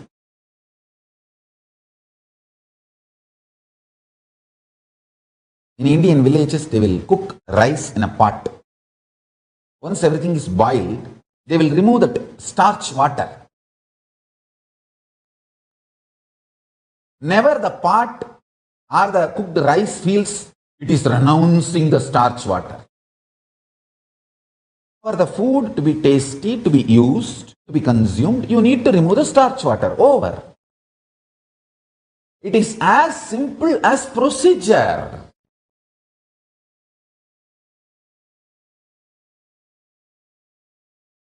When you grow up from 7 to 17, you need to start driving the real car and drop your toy car. Maybe give it to other kids who are still kids to play. It is just a procedure. It is just existence. It is as simple as that.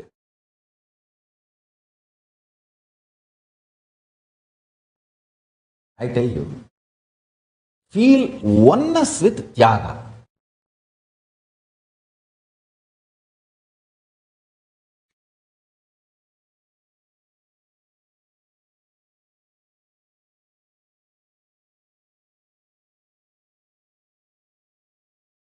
See, listen. When you feel oneness with somebody, you will not even have any shyness or that like a, can I ask this to him? Can I tell this to her? You just know.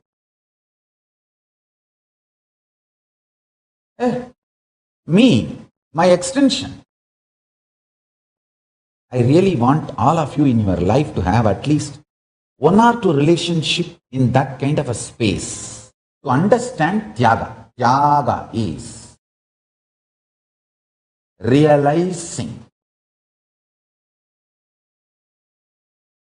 the scene is extension of the seer and ability to work on the seer makes you successful in everything in the scene.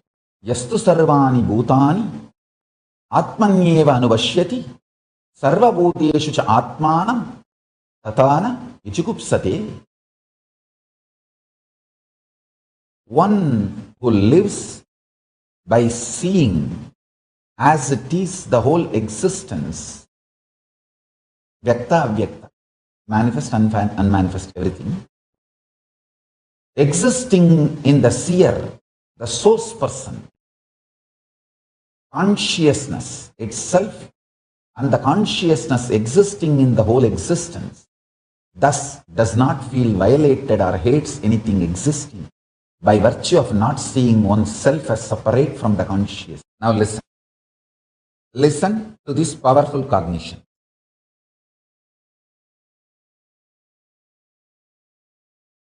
Understanding the impact, influence, power of first person over the second person and third person makes you leader. That's the first cognition. Second, realizing your source person and just dropping even the first person, second person, third person is Tyaga. 2 level. The first truth is, it will make you successful in the outer world. The second truth will make you successful in the inner world. That's it. Hold these two cognitions and sit.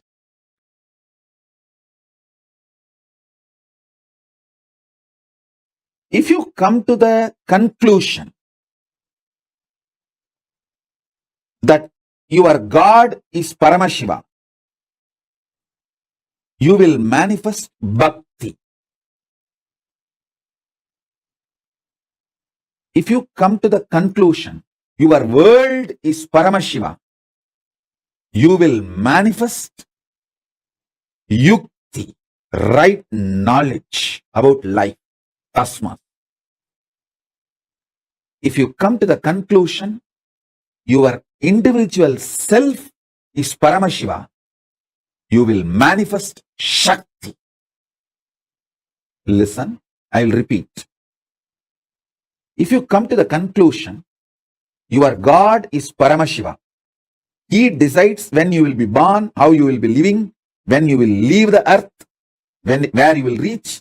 If you cognize that, if you understand that your God is Paramashiva, He is living intelligence, independent intelligence, living alive right now, you will manifest so much bhakti. Wow!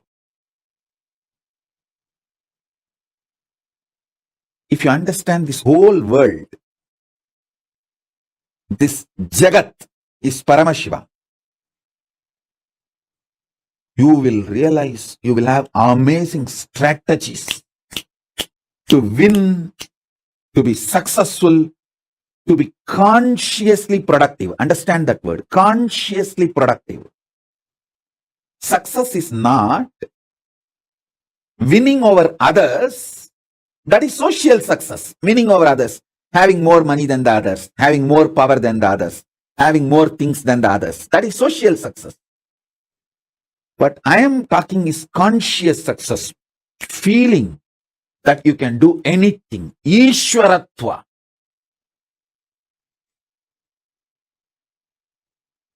That comes to you when you know this Jagat is Paramashiva. Yukti, amazing yukti. Anything you see, you will just know the strategy to deal with it, live with it. When you come to the conclusion, your soul, Jiva, is Paramashiva, you will just manifest Shaktis. Listen. Knowing Ishvara, your God is Paramashiva, makes you manifest Bhakti. Knowing this world, universe, Jagat is Ishvara, Jagat is Paramashiva, makes you manifest Yukti.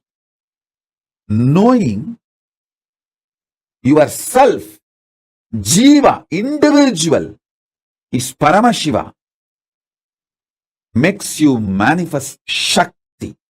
Knowing your Jiva, your Ishvara, your Jagat, knowing your Jiva, your Ishvara, your Jagat, all the three are Paramashiva, is Paramadvaita.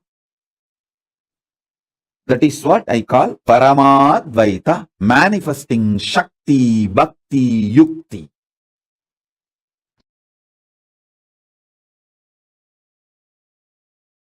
Responsibility and the unique relationship responsibility carries, the unique equation it carries to construct the reality of your choice. Let me define responsibility once more. Please listen. I am defining responsibility. Living and responding means thinking, feeling, acting, cognizing to life from the truth that you are the source of everything. Therefore, you are responsible for all happenings inside you and around you. responsible. Please be very clear. The person who talks as only one reason of making you responsible,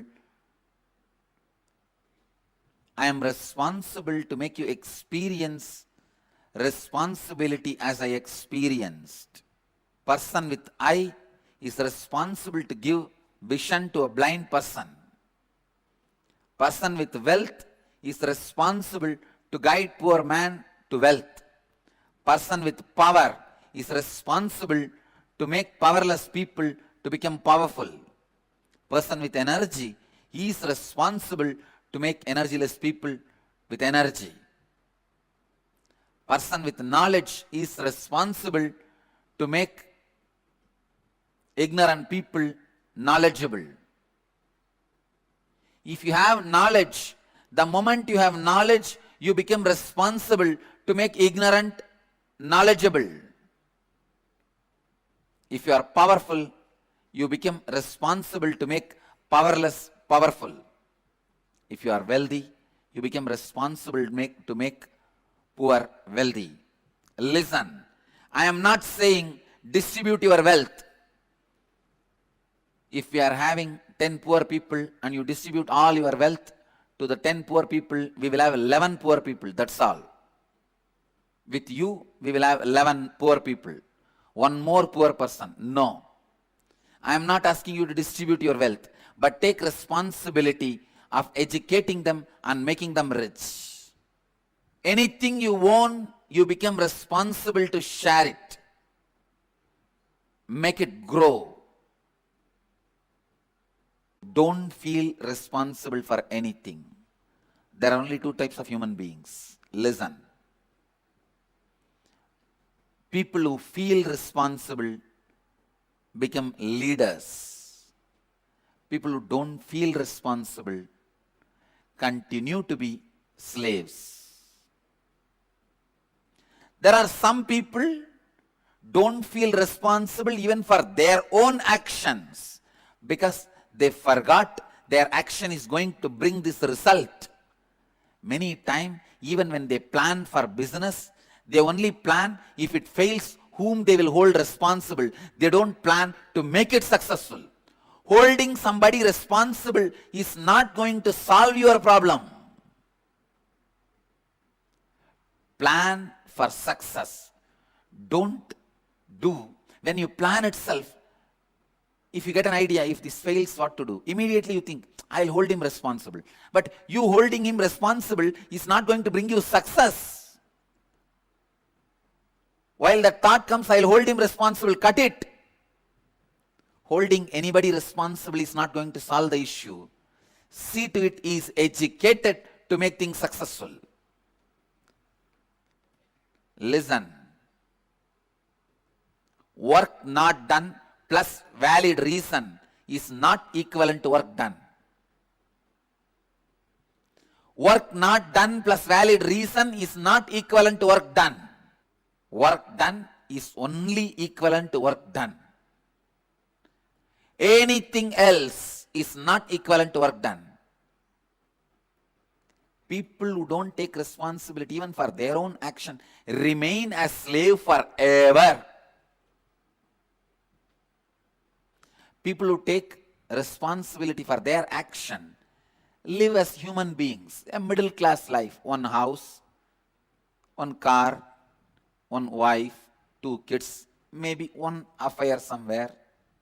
A middle class life, what I call neo-middle class, happening in India. Life lived as mediocre, middle level, is not going to be fulfilling. There is another one class. People who take responsibility even for others' actions. When you take responsibility even for others' actions, others' irresponsibility, you become leader. Even if you are not reason for certain happening, if it is affecting you, only if you take the responsibility you will solve it. whatever may be disturbing you and your life's mission, whatever may be disturbing you and your life's mission, even if you are not reason, you are responsible. Listen, being a reason is different, being responsible is different. Many times, even if you are not directly reason, only when you take the responsibility, it is solved. Leaders are created with a DNA of responsibility. Responsibility is the software for leaders' inner space. Not only take responsibility for your actions, take responsibility for everything which affects your life, even if it is others' actions. Only when you feel, when you decide you are responsible, you will even look into the direction of solving the problem. Only then you will solve the problem. Till then, you will be just blaming, he is responsible, he is responsible, he is responsible, he is responsible. All right. Blaming each one is responsible is not going to get you successful.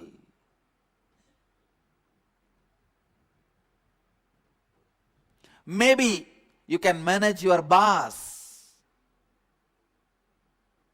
saying, he is responsible, he is responsible, he is responsible. Why we don't take responsibility?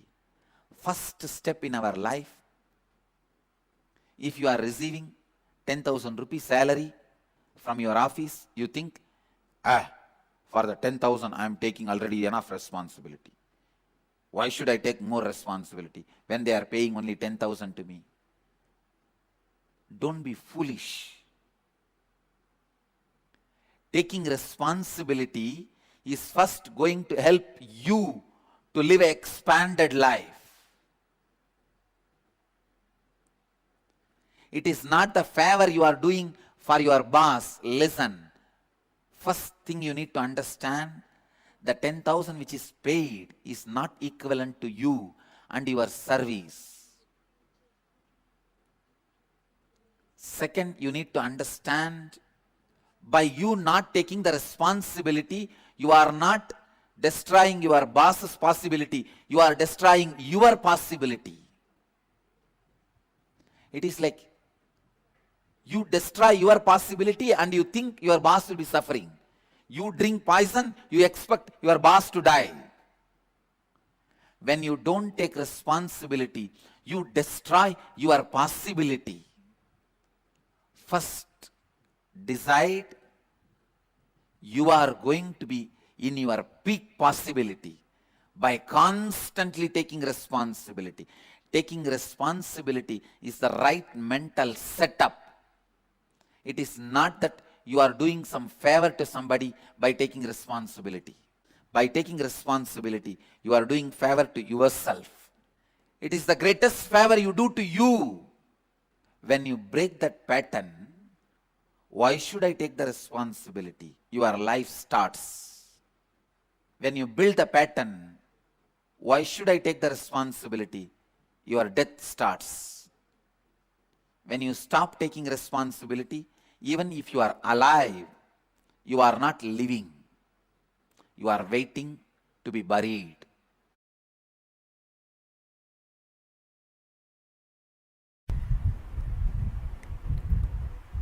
See, first and foremost truth. You have human body. You can believe you are given or you created. Anything is okay. You have human body to taste ultimate superconsciousness. Superconsciousness as a state of pure unclutching, completion.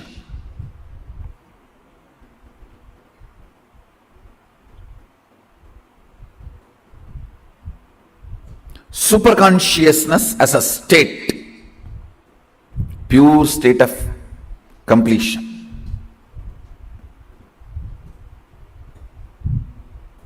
Unclutching, complete completion. same superconscious operating space. Understand? Superconscious state, operating space. That means completion with others. Not only completion with others can be considered as a being neutral state, neither negative nor positive. Enriching others, where your consciousness oozes out and involves itself with others' life. Understand? Only when your consciousness involves with others' life, you manifest Ishwaratva. The Ishwaratva starts manifesting. The space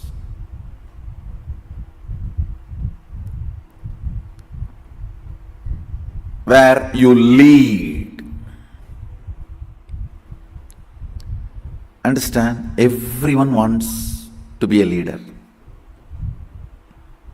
Really, everyone is interested. They want to be a leader. They want to help humanity. They want to show humanity how life should be. When I was about to leave the house once for all to do my mission, my family sat around me and said, first thing they said, you will miss Arunachala going around the hill. It was a very valid reason because I was just in love with Arunachala and it's like a lifeline for me. Whether something is happening in the temple or something is happening in the Arunachala town. But I realized that is not going to be purpose of my existence. Just sitting there is not going to be fulfilling my purpose. I need to create thousands of temples like that. I took my birth there to have training, not to stay there. I have to create thousands of temples. If I am sitting there, I will not be creating. Listen carefully. Sometimes the juicy choices pose as if they are freedom, but they are not.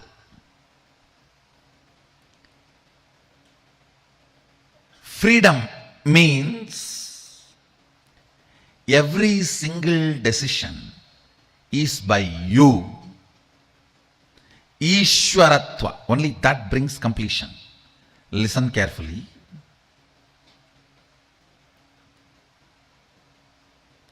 Many times,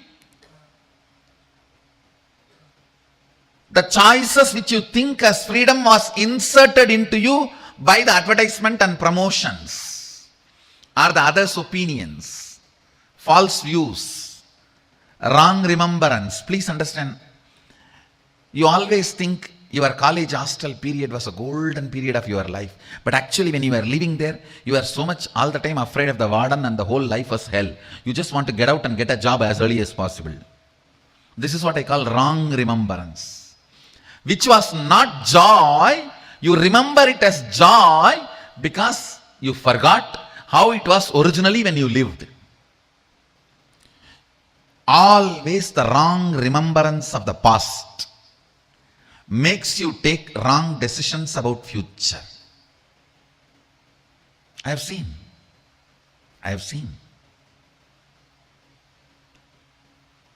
I'll give the essence, listen. 1. Choice is not freedom. 2nd, choice or freedom. Everything has to be from your decision. Only then you will be in the space of completion. 3rd, when you start making your decision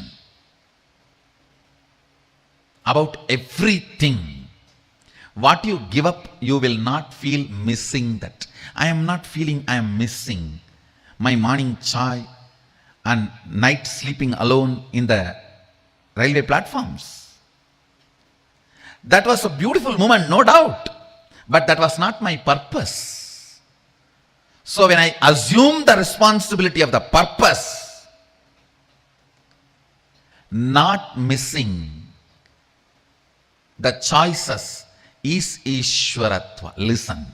Listen. Assuming, fitting yourself into your own shoes, life's purpose, and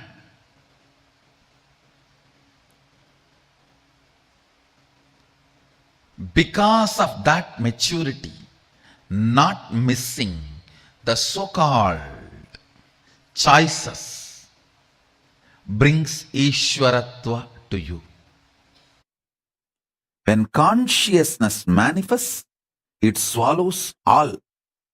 Length, breadth, depth, time, space, all.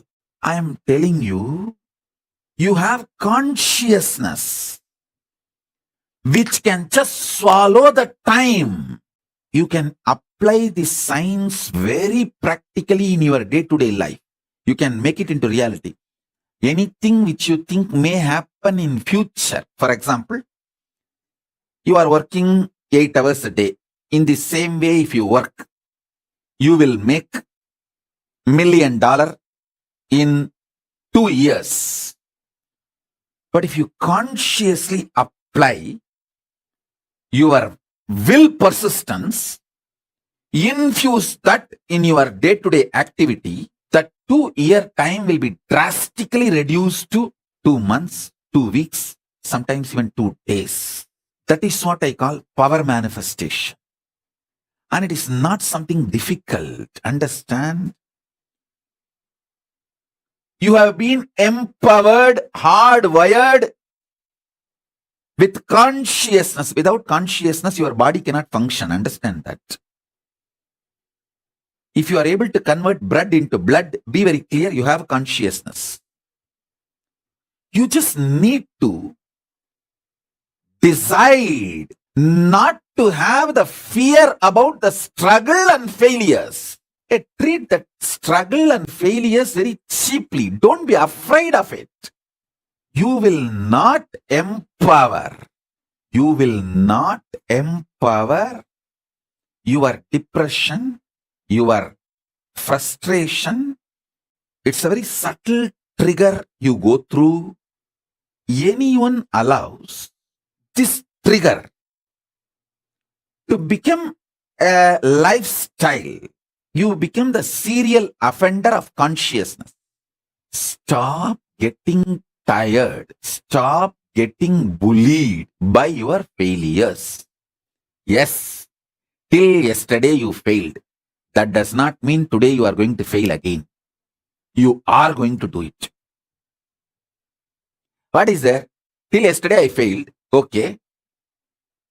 So today I have a chance. Either I will be successful or failure, same as yesterday. So there is nothing to lose. That's all. Deal your problems, whether it is simple headache or depression or the worst suicidal patterns or life negativity, only through consciousness. Don't go for any other solution. Don't go for any other solution. If you are already successful, then there is a danger of losing something which you gained through your success. But you already failed, then there is nothing to lose. Have guts, courage. Beggar has nothing to lose. That's the most important asset for life. A powerful conscious will persistence. Your consciousness has power at this moment to swallow, digest, clean up all the incompletions, struggles, frustrations, failures, depressions, all negativity and all toxins. Listen, sit with your life situations. Don't avoid. Decide to pour conscious solution. Decide to be intense in every activity. Everything you need, knowledge, cosmic support in the form of intelligence, resources, blessings, energy, all is available. I am brought up by very powerful gurus, most beautiful gurus who took my life as their life. See, actually, I am not a first generation success. I am almost like a third, fourth generation success. 3-4 generation before, the vision, ambition, my guru, Paramaguru, Paramartha Guru, they cherished. My Paramartha Guru poured all his ambition, vision intensely into my Paramaguru. And my Paramaguru poured all his tapas, energy, intention, intensity into my Guru. And my Gurus have poured all their intention, energy, power, tapas, ferociousness, everything into me. I am that intense manifestation. That is why within the 44 years, so much has manifested through me. Understand? Only yesterday we realized, when we organized, till now, I think in when I was 12 or 13, I started writing books. Means like whatever I hear from my gurus, I started noting down and in an organized way. And the earliest book written by me, my own handwriting, we are able to retrieve is maybe when I was 13 or 14, my teachings from my gurus. What I received from my gurus, I decided to pen down in my own way for myself. My teachings for myself, which I received from my gurus. Whatever I received from my gurus, how I need to apply it in my life, I started penning down. That is the earliest book available, written by my own hand. And the mantras I received from my gurus and the techniques I received from my gurus. From that time till now, all I have written, spoken, we have compiled and come up as books. You guys will be shocked. We have 3 full hard disks. Only one hard disk contains 1,100 books with ISBN number. Means already published, revealed to the world, and people are reading it, either hard copy or soft copy, digitally, Kindle, some form. And we have 2 more hard disks untouched. Means it has become a book, but not yet published with ISBN number. We are going to get the ISBN number and upload them as books. So much has been done in just 44 years because I had amazing gurus who were absolutely ferocious with me. They were very clear. They said, no question of do or die. If you die, who will do? No question of dying also. Just do. After that, what happens is different. Do is the only option.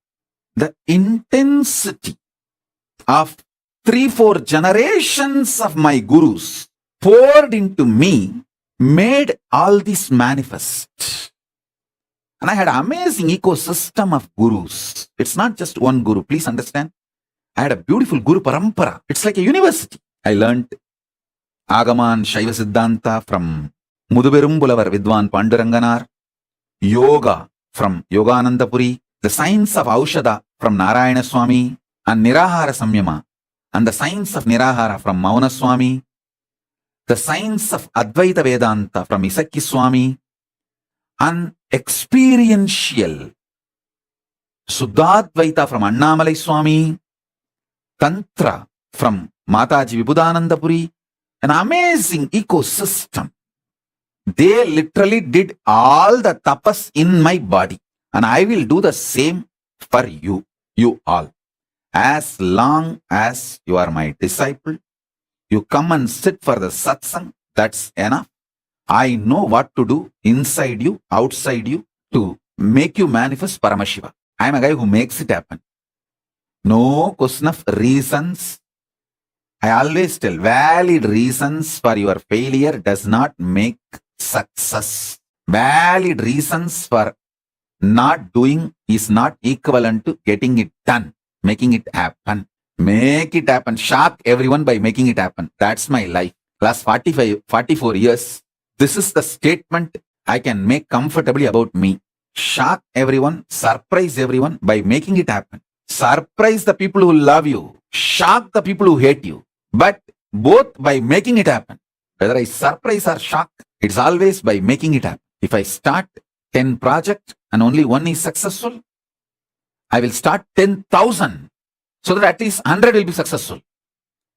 I won't even bother, oh, I started 10, one became successful. Let me start 10,000 and at least 1,000 will be successful. Even if it's 100 is successful, it's okay. Let me start 10,000. Unending excitement, enthusiasm, power, consciousness, life positivity swallows that length, breadth, depth, time, space, all the lower dimensions and makes you manifest Ishwaratva. Manifest Ishwaratva. Life is all about manifesting Paramashivatva. Don't waste time in going through the same rut and not deciding in every level I am talking.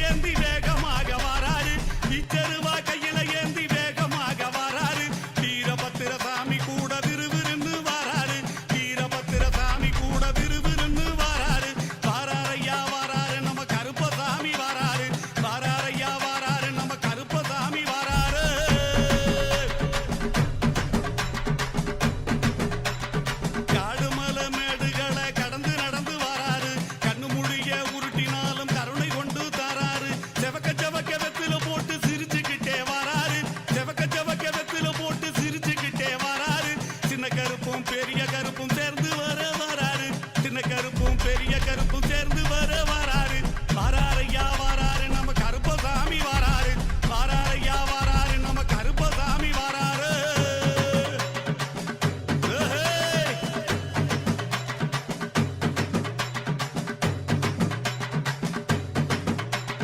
நாட்டுல இருக்கும் மக்களை எல்லாம் பார்த்து போக வராரு நல்லவன் கெட்டவன் செயலை பார்த்து பலன் கொடுக்க போறாரு நாட்டுல இருக்கும் மக்களை எல்லாம் பார்த்து போக வராரு நல்லவன் கெட்டவன் செயலை பார்த்து பலன் கொடுக்க போறாரு தப்பு செஞ்ச யாருக்குமே ஜாமீன் கொடுக்க மாட்டாரு எங்க ஐயா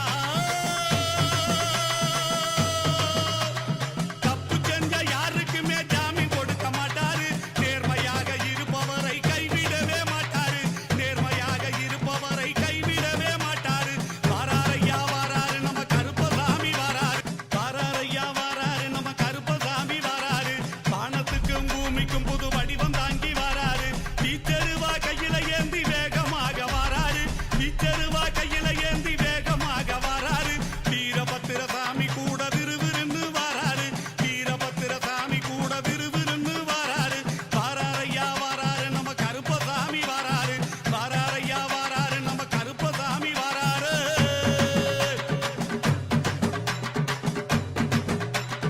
காடு மலை மேடுகளை கடந்து நடந்து வராரு கண்ணு முடிய உருட்டினாலும் கருணை கொண்டு தாராரு செவக்க செவக்க வெத்தில போட்டு சிரிச்சுக்கிட்டே வராரு செவக்க செவக்க வெத்தில போட்டு சிரிச்சுக்கிட்டே வராரு சின்ன கருப்பும் பெரிய கருப்பும் சேர்ந்து வராரு சின்ன கருப்பும் பெரிய கருப்பும் சேர்ந்து வராரு வாராரையா வாராரு நம்ம கருப்பசாமி வாராரு வாராரையா வாராரு நம்ம கருப்பசாமி வாராரு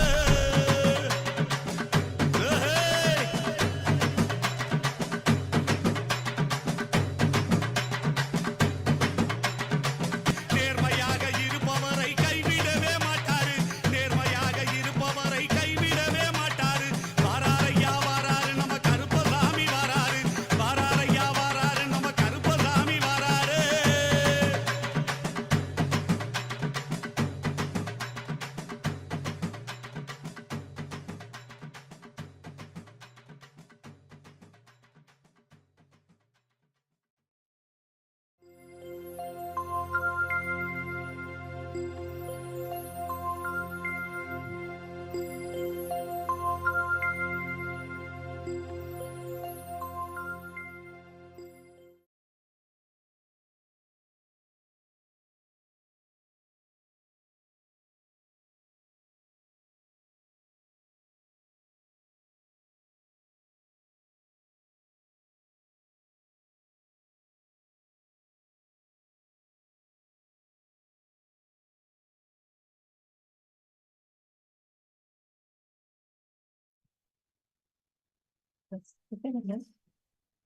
Ishwaratva, the leadership consciousness. What does it mean when we say becoming Ishvara?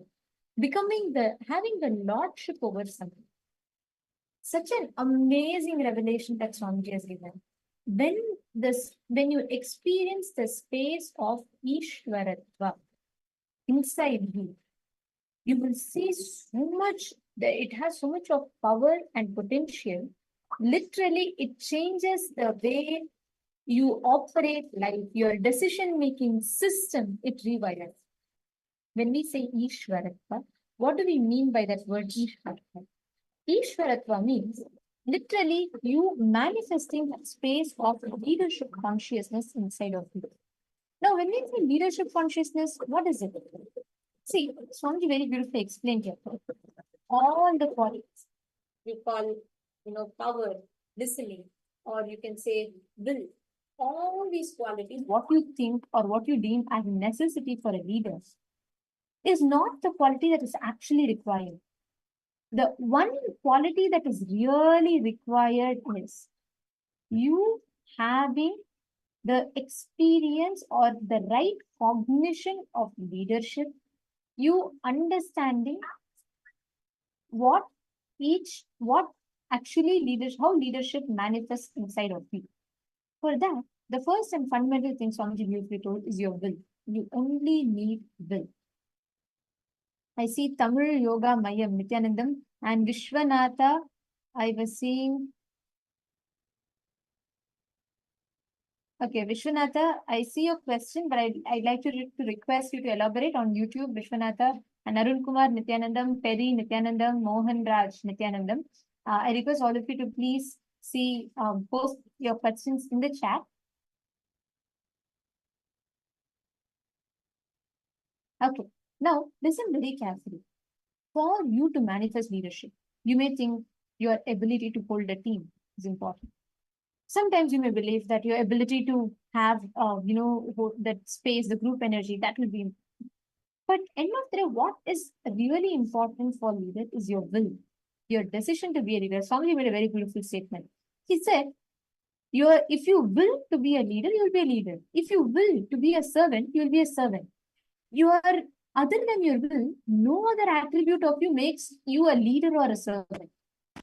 The only thing that makes you, even without any qualities, suddenly even though you may be, you may not have the ability to make people listen to you, you may not have the qualifications for leadership, you may not have the power, the authority, nothing.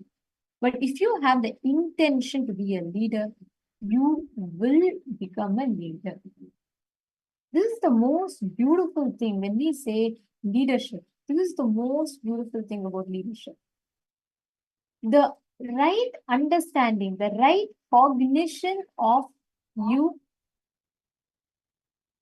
being a leader, the right understanding you need to have about being a leader. It is very, very important. So I'm going to request each of you to go ahead and post in the chat what you understand as leadership. When we say the word, when we say leadership, what does it click with you? How do you cognize this? How do you understand leadership inside of you? I request each of you to please take a minute and please post in the chat. Take a few minutes and actually look into the thought currents you are carrying inside of you. What are the thought currents, the ideas, cognitions you are carrying about leadership quality? The cognitions that you're carrying inside about you first. And what are the cognitions that you feel that makes you feel the things that are happening in the external moments, like whatever are the situations that are happening outside? How are you actually connecting it to the other incidents that are happening outside of you? Look in and pen down the thought structure, the thought current, cognitions with which you operate, connecting with the external moments. For example, if you're going for somewhere, you get up and walk and you get hit, you immediately feel, no, this is not going to work for me. Like this, what are all the kind of moments you're carrying?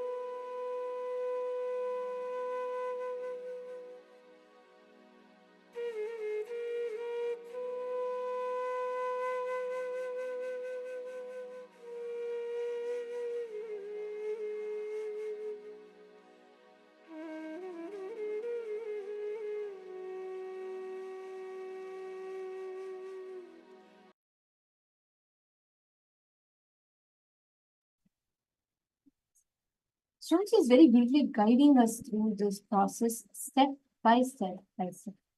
Now, when you first understand all the different cognitions, the thought structures that you have inside you, and now instead of connecting with the external situations, persons, and things, your lucky charm thought current needs to be developed with your internal cognitions. For example, whenever you feel like, normally we say, oh, this black cat crossed, so my work is spoiled.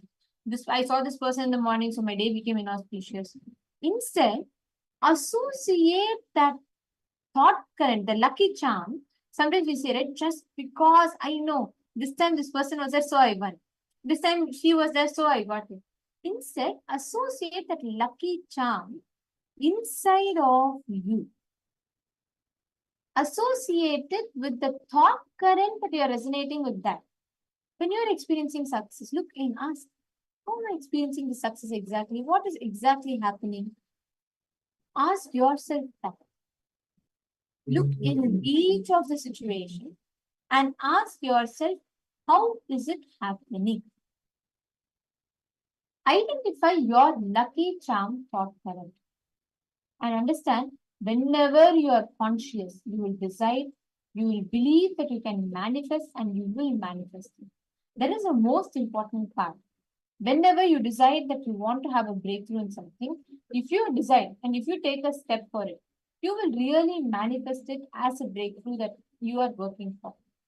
And this is very, very simple and a very straightforward process that is done. You just need to decide consciously and declare that, yes, I am going to manifest this. I'm going to create this as a reality. And you will start creating that as reality. That's the way how this whole thing functions. Now, it's the same for every one of you. Look in and make a decision consciously within you, inside of you, to manifest light as you want through your conscious decision, independent of your free will.